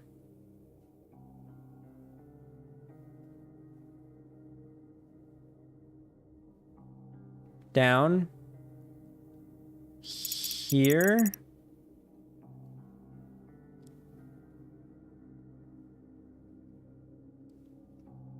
That right here. You're sure this is where the hidden item is? Do the purple room or it ain't 100%? I did the purple room, didn't I? Did I miss anything in Exaltia? Wait, I swear I saw a question mark on Exaltia for a second.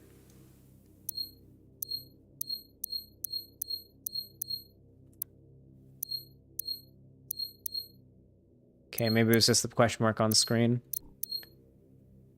Yeah, I already did the purple room. Yeah, I did the purple room.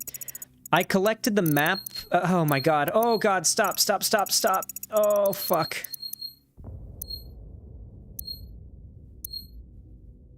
Okay. Right here, I collected the map, the 1-up, and the thingy there.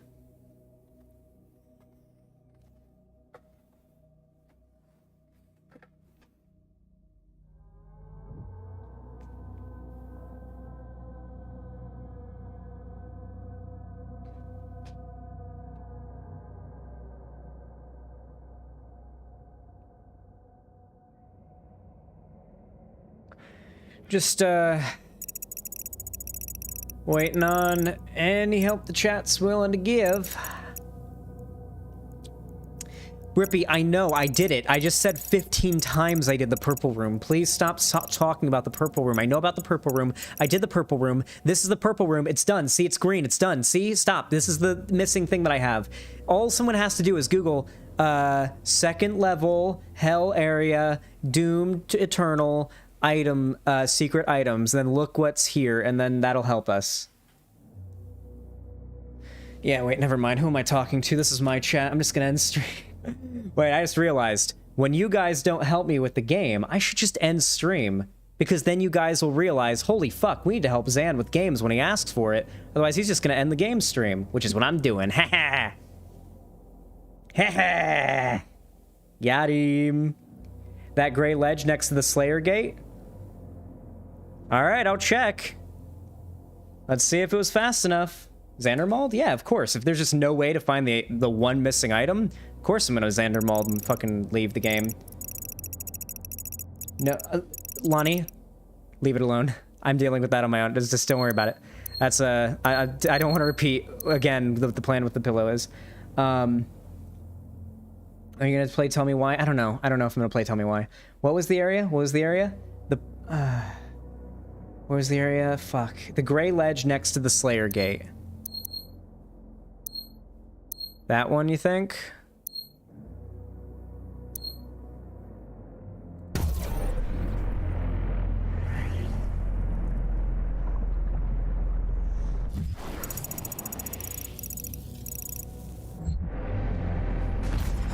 Alright, let's see if this is it.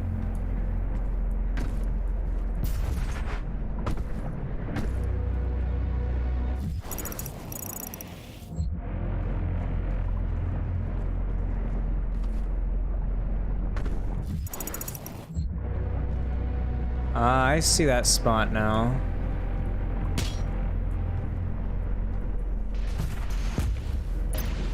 I have a feeling I've been here before.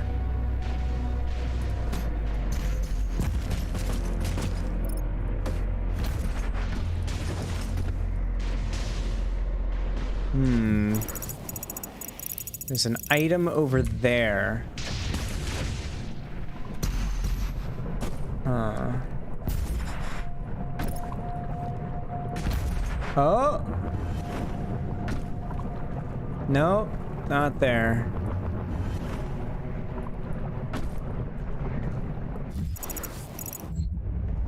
Ah, there we go. There we go. We got them all. I guess we can continue. See, you gotta whip him into shape. Dude, Cherry was right. Cherry was so goddamn right. It's time to bully chat more. I am too nice to you guys sometimes. I love you guys. I want to make it clear. I love you guys. But sometimes you get away with a little bit too much, and I need to make sure that you guys realize who's in charge here. Cherry was very right that I should start bullying chat more. Look how quickly you guys did what you needed to when I brought up ending stream. Hell yeah. Oh, that was the end of the level, full on. Well, there we go. Glad I didn't go through the portal before checking. All right. Gimme, gimme, gimme, gimme, gimme. Gimme, gimme, gimme. Yeah, corruption cleanse. That gave me a lot of points, I bet.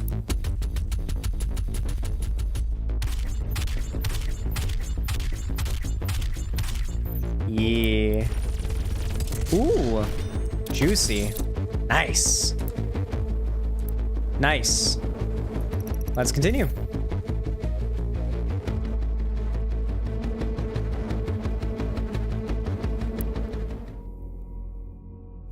All right, this is clearly the start of the next mission. So here's the question. I've been live for 4.5 hours. Starting a whole other level is going to keep me here for at least 2 hours, which will be too late, like, for me to be streaming. So I think I'm going to play this cutscene, and then it seems like you have to run into the portal to start the level. Once the cutscene's over, I'll save and quit there, and I'll talk to you guys for a little bit and wrap up stream. But yeah, I mean, we no way it takes 2 hours? Oh, for me? Yeah, because I fully clear the levels, yeah. We'll be continuing Doom Eternal, though. This is not the last I'll be playing it. I'll be playing it again very soon.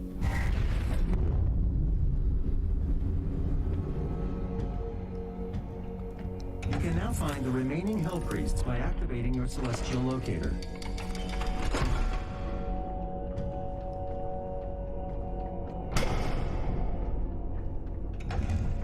The second Hell Priest is located in the northern region of Earth. I will calibrate the portal now.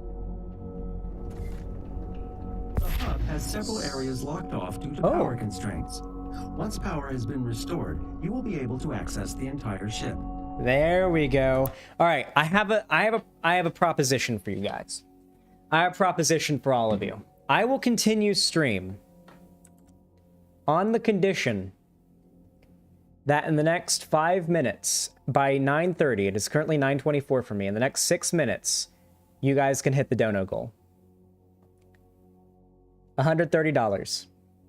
If you can raise that in the next 6 minutes, I will continue. I will do a whole other level.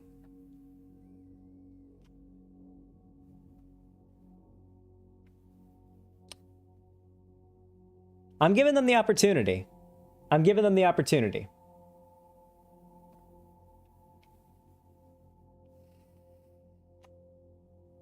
After stream a pillow. I also don't want to give too much away of what I'm training you with live as well, so doing some of it in private will be good.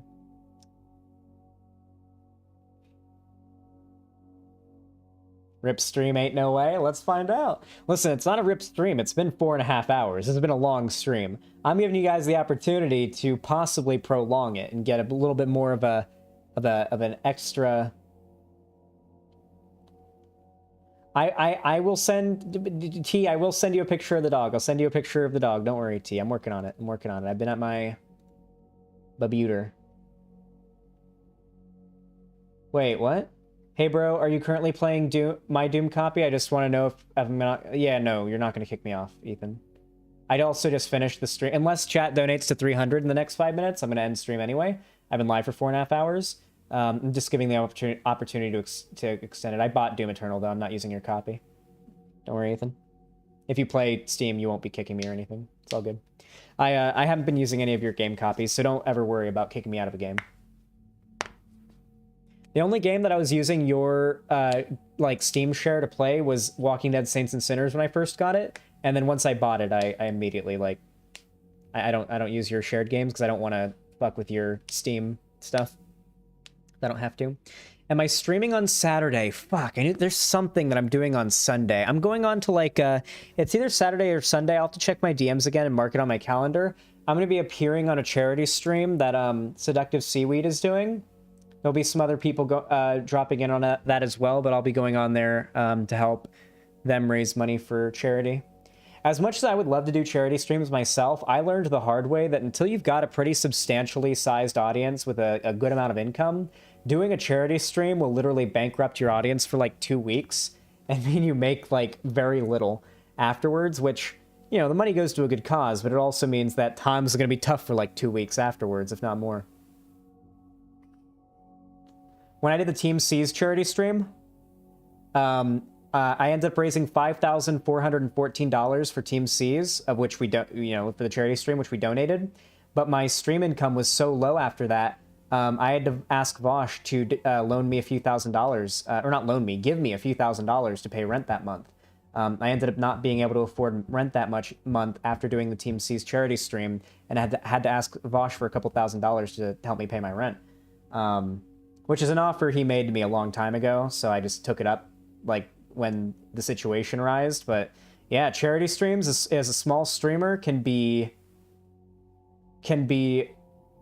severely impactful on your revenue, which is sad because it makes you want, like, it means that you want to do charity streams, but you just can't, because it means that maybe you don't get to pay rent this month unless you're really wealthy, unless you're like a big streamer who like gets regularly 1,000 viewers and makes a lot of money. Like, you can't afford to do charity streams unless like nobody donates for the charity stream.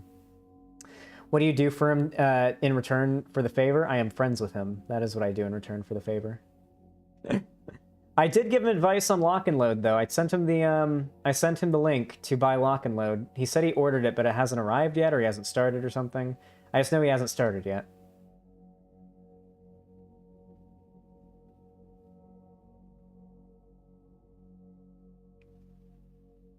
Vosh Xanderhal coalition confirmed. Well, me and Vosh have been like friends. So I do consider us friends, but it's weird because on the internet, when you've never met someone in real life, it's like some people have different gauges for that, so it can be weird to use the F word in that context. But I'd say me and Vosh have been friends for, you know, a few years now. The ironic thing is, the really ironic thing is that a lot of people accuse me of being a Vosh clone, but I'd started doing this before I even knew who Vosh was. Technically, I knew of his existence because I'd seen the video where Irish Laddie talks to Destiny, but I never I'd never connected the dots until well after I'd talked to Vosh. I was like, wait, you're that guy that he talked to in that one video when he was playing Minecraft. Yeah. But he ended up following me on Twitter, and I saw that he did this content, but I followed him back, but I didn't watch any of his videos because they looked a little boring, low-key. Not gonna lie, his old thumbnails, the 2019 ones, to me, looked a little boring, and it seemed like it was gonna be like a dry video essay type deal, like a Sean video. And then one day I got into an argument with a friend of mine on Twitter about PewDiePie, and my friend argued that PewDiePie doesn't have a responsibility to his audience, and I was like, no, he does. And then Vosh commented, and I'd never spoken with Vosh before. He commented below, don't worry, Pig Puncher. Anyone who thinks they're a YouTuber isn't beholden to their audience is subhuman. And I ended up thinking that was really funny and checking his Twitch through his, he had his Twitch linked on his Twitter at the time. So I clicked on his Twitch account because he wasn't banned, and I went and I watched his stream, and it was funny, and then I talked in chat a little bit, and then that's how I learned who Vosh was. He knew who I was before I knew who he was. So that's the thing about the Vosh clone accusation that always makes me laugh the most. If you want to make an insult and accuse me of being a copy of another YouTuber, you're gonna want to go with Destiny, because Destiny was the one that inspired me to start streaming. It was me watching his streams and just seeing the way that he talks to his chat and the way that, you know, people puff you up if you do well in debates and whatnot that made me want to do this. It was not by any means. Vosh wasn't doing this when I started. But yeah. I didn't even know about Vosh until until I met Xan, or until I found Xan, and I chose not to watch him for a long time. You should watch Vosh. He's a good guy. I think that Vosh is one of the very few people in the space that I find, like, consistently almost defaults to the correct position on an issue.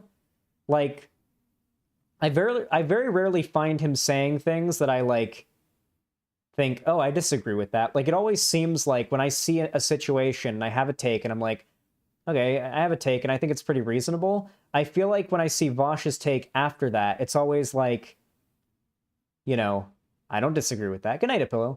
Or like when I see like one of Vosh's videos about an issue and I see him respond to it, I never think, I don't know about this. I find that he usually like tends to default onto like, at the very least, very reasonable positions, if not just outright the correct ones in most issues. Not always, but you know, I have noticed that. And that's something that I can appreciate, because I can't say the same for plenty of other figures in this space. I absolutely cannot say the same for plenty of other figures in this space.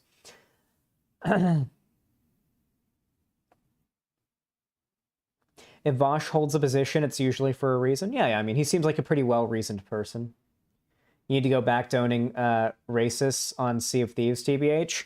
God, I do want to get back into Sea of Thieves at some point. I do want to get back into the Omegle debates, but I definitely want to get back into the Omegle debates. I've been meaning to. It's just those are, they're stressful because I get raided a lot by Nazis during those. Like, there are Nazis that are actively just trying to get onto the stream for attention, and you just know they're going to, like, take the clip and, like, send it to their buddies, and, yeah.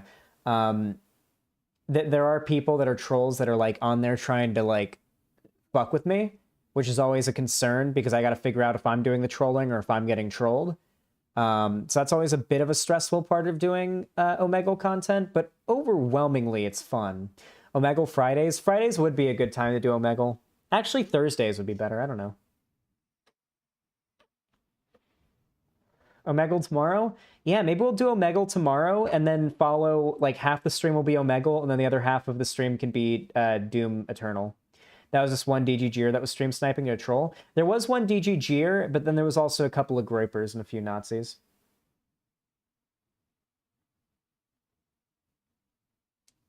Omegalaw disasslo? I don't know, I'm sorry. Thank you, T. Thank you. Anyway, listen, guys. I love you all very much. I really appreciate all of you coming out today and being so kind and generous and supportive in this stream. It has been phenomenal, as they say. Phenomenal. Are you not scared they're going to start screaming the N-word 20 times in a row to maybe fuck you over with YouTube guidelines? Well, someone screaming the N-word over and over again as I very quickly skip them on Omegle on a live stream probably won't get me banned from YouTube, no. Twitch, on the other hand, yeah, Twitch might get you. Twitch might get you.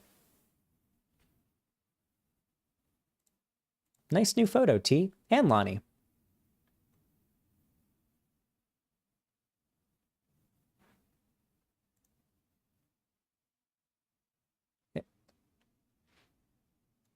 Is she doing okay?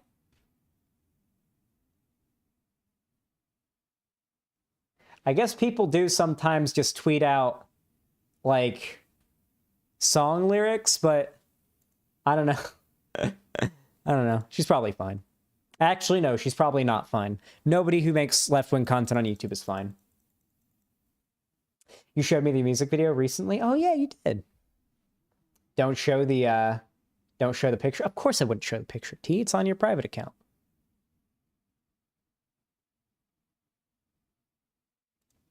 No fucking way. The things parents go through out there? Holy shit! I think this kid's in his underwear, not, like, naked or anything. Holy shit! This kid, like, crab walked up the wall to avoid his mom with the belt. That's the funniest shit in the world. That's fucking hilarious. That's, like, cartoonish, okay? That's, like, something I'd see in a fucking cartoon. The mom's coming at the kid with the belt, and the kid climbs up the wall to avoid the mom. Fucking Spider-Man, avoiding getting an ass beaten. Yeah, the joys of having, like, very little body weight to your muscle density.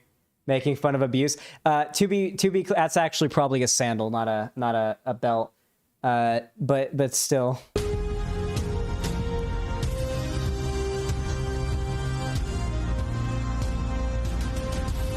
No!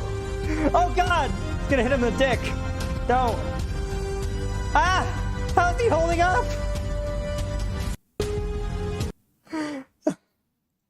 Okay, I'm sorry. That video is fucking hilarious. That was a little funny, okay? The idea of being, like, up on the fucking ceiling to avoid it is pretty funny. Listen, okay? I had some pretty rough upbringing, okay? I can make these jokes, alright? Good point, though, that a pillow made. Thanks for not clicking on the tweet I wanted to click. Now, one of the biggest issues of the black community is that we seem to reminisce about the abuse we face as children.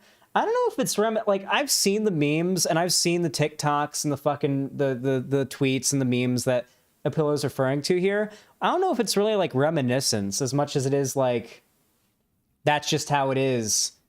And you know, like it's just sort of, yeah, like I don't know. I don't think it's reminiscence, but I guess if this issue is a thing, I mean, it's probably not good. Yeah. The thing is, like, a lot of people who are abused as children are in denial about it. So that plays a big part, and then that just sort of becomes, oh, so, like, this is an acceptable way to raise a child, and then they end up adopting those parenting strategies in the future, and it doesn't end up being abuse to them, it just ends up being, yeah. Oh my God, chat. Chat, I need you guys to help me, okay? I want this beanie, and I will pay $100 for it. If you guys go into the replies to this tweet, I don't know if I want to bring, but like, holy fuck. I forgot I had an extra one of these stashed away and hardly used. Maybe have found my next item to auction off after the move. Holy fuck. A Creatures beanie. Creatures merch.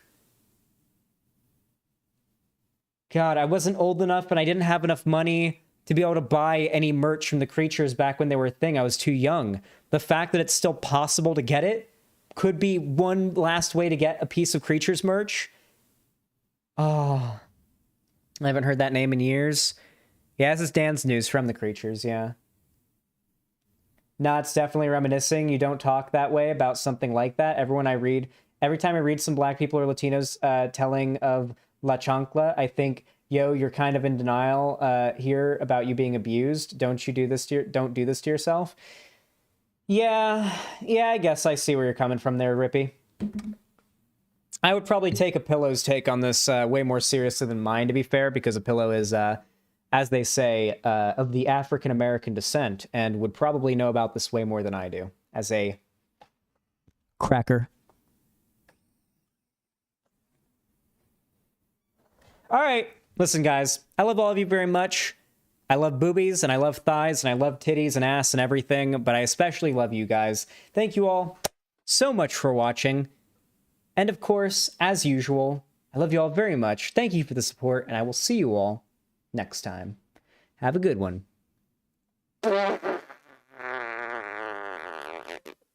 Doo-doo fart.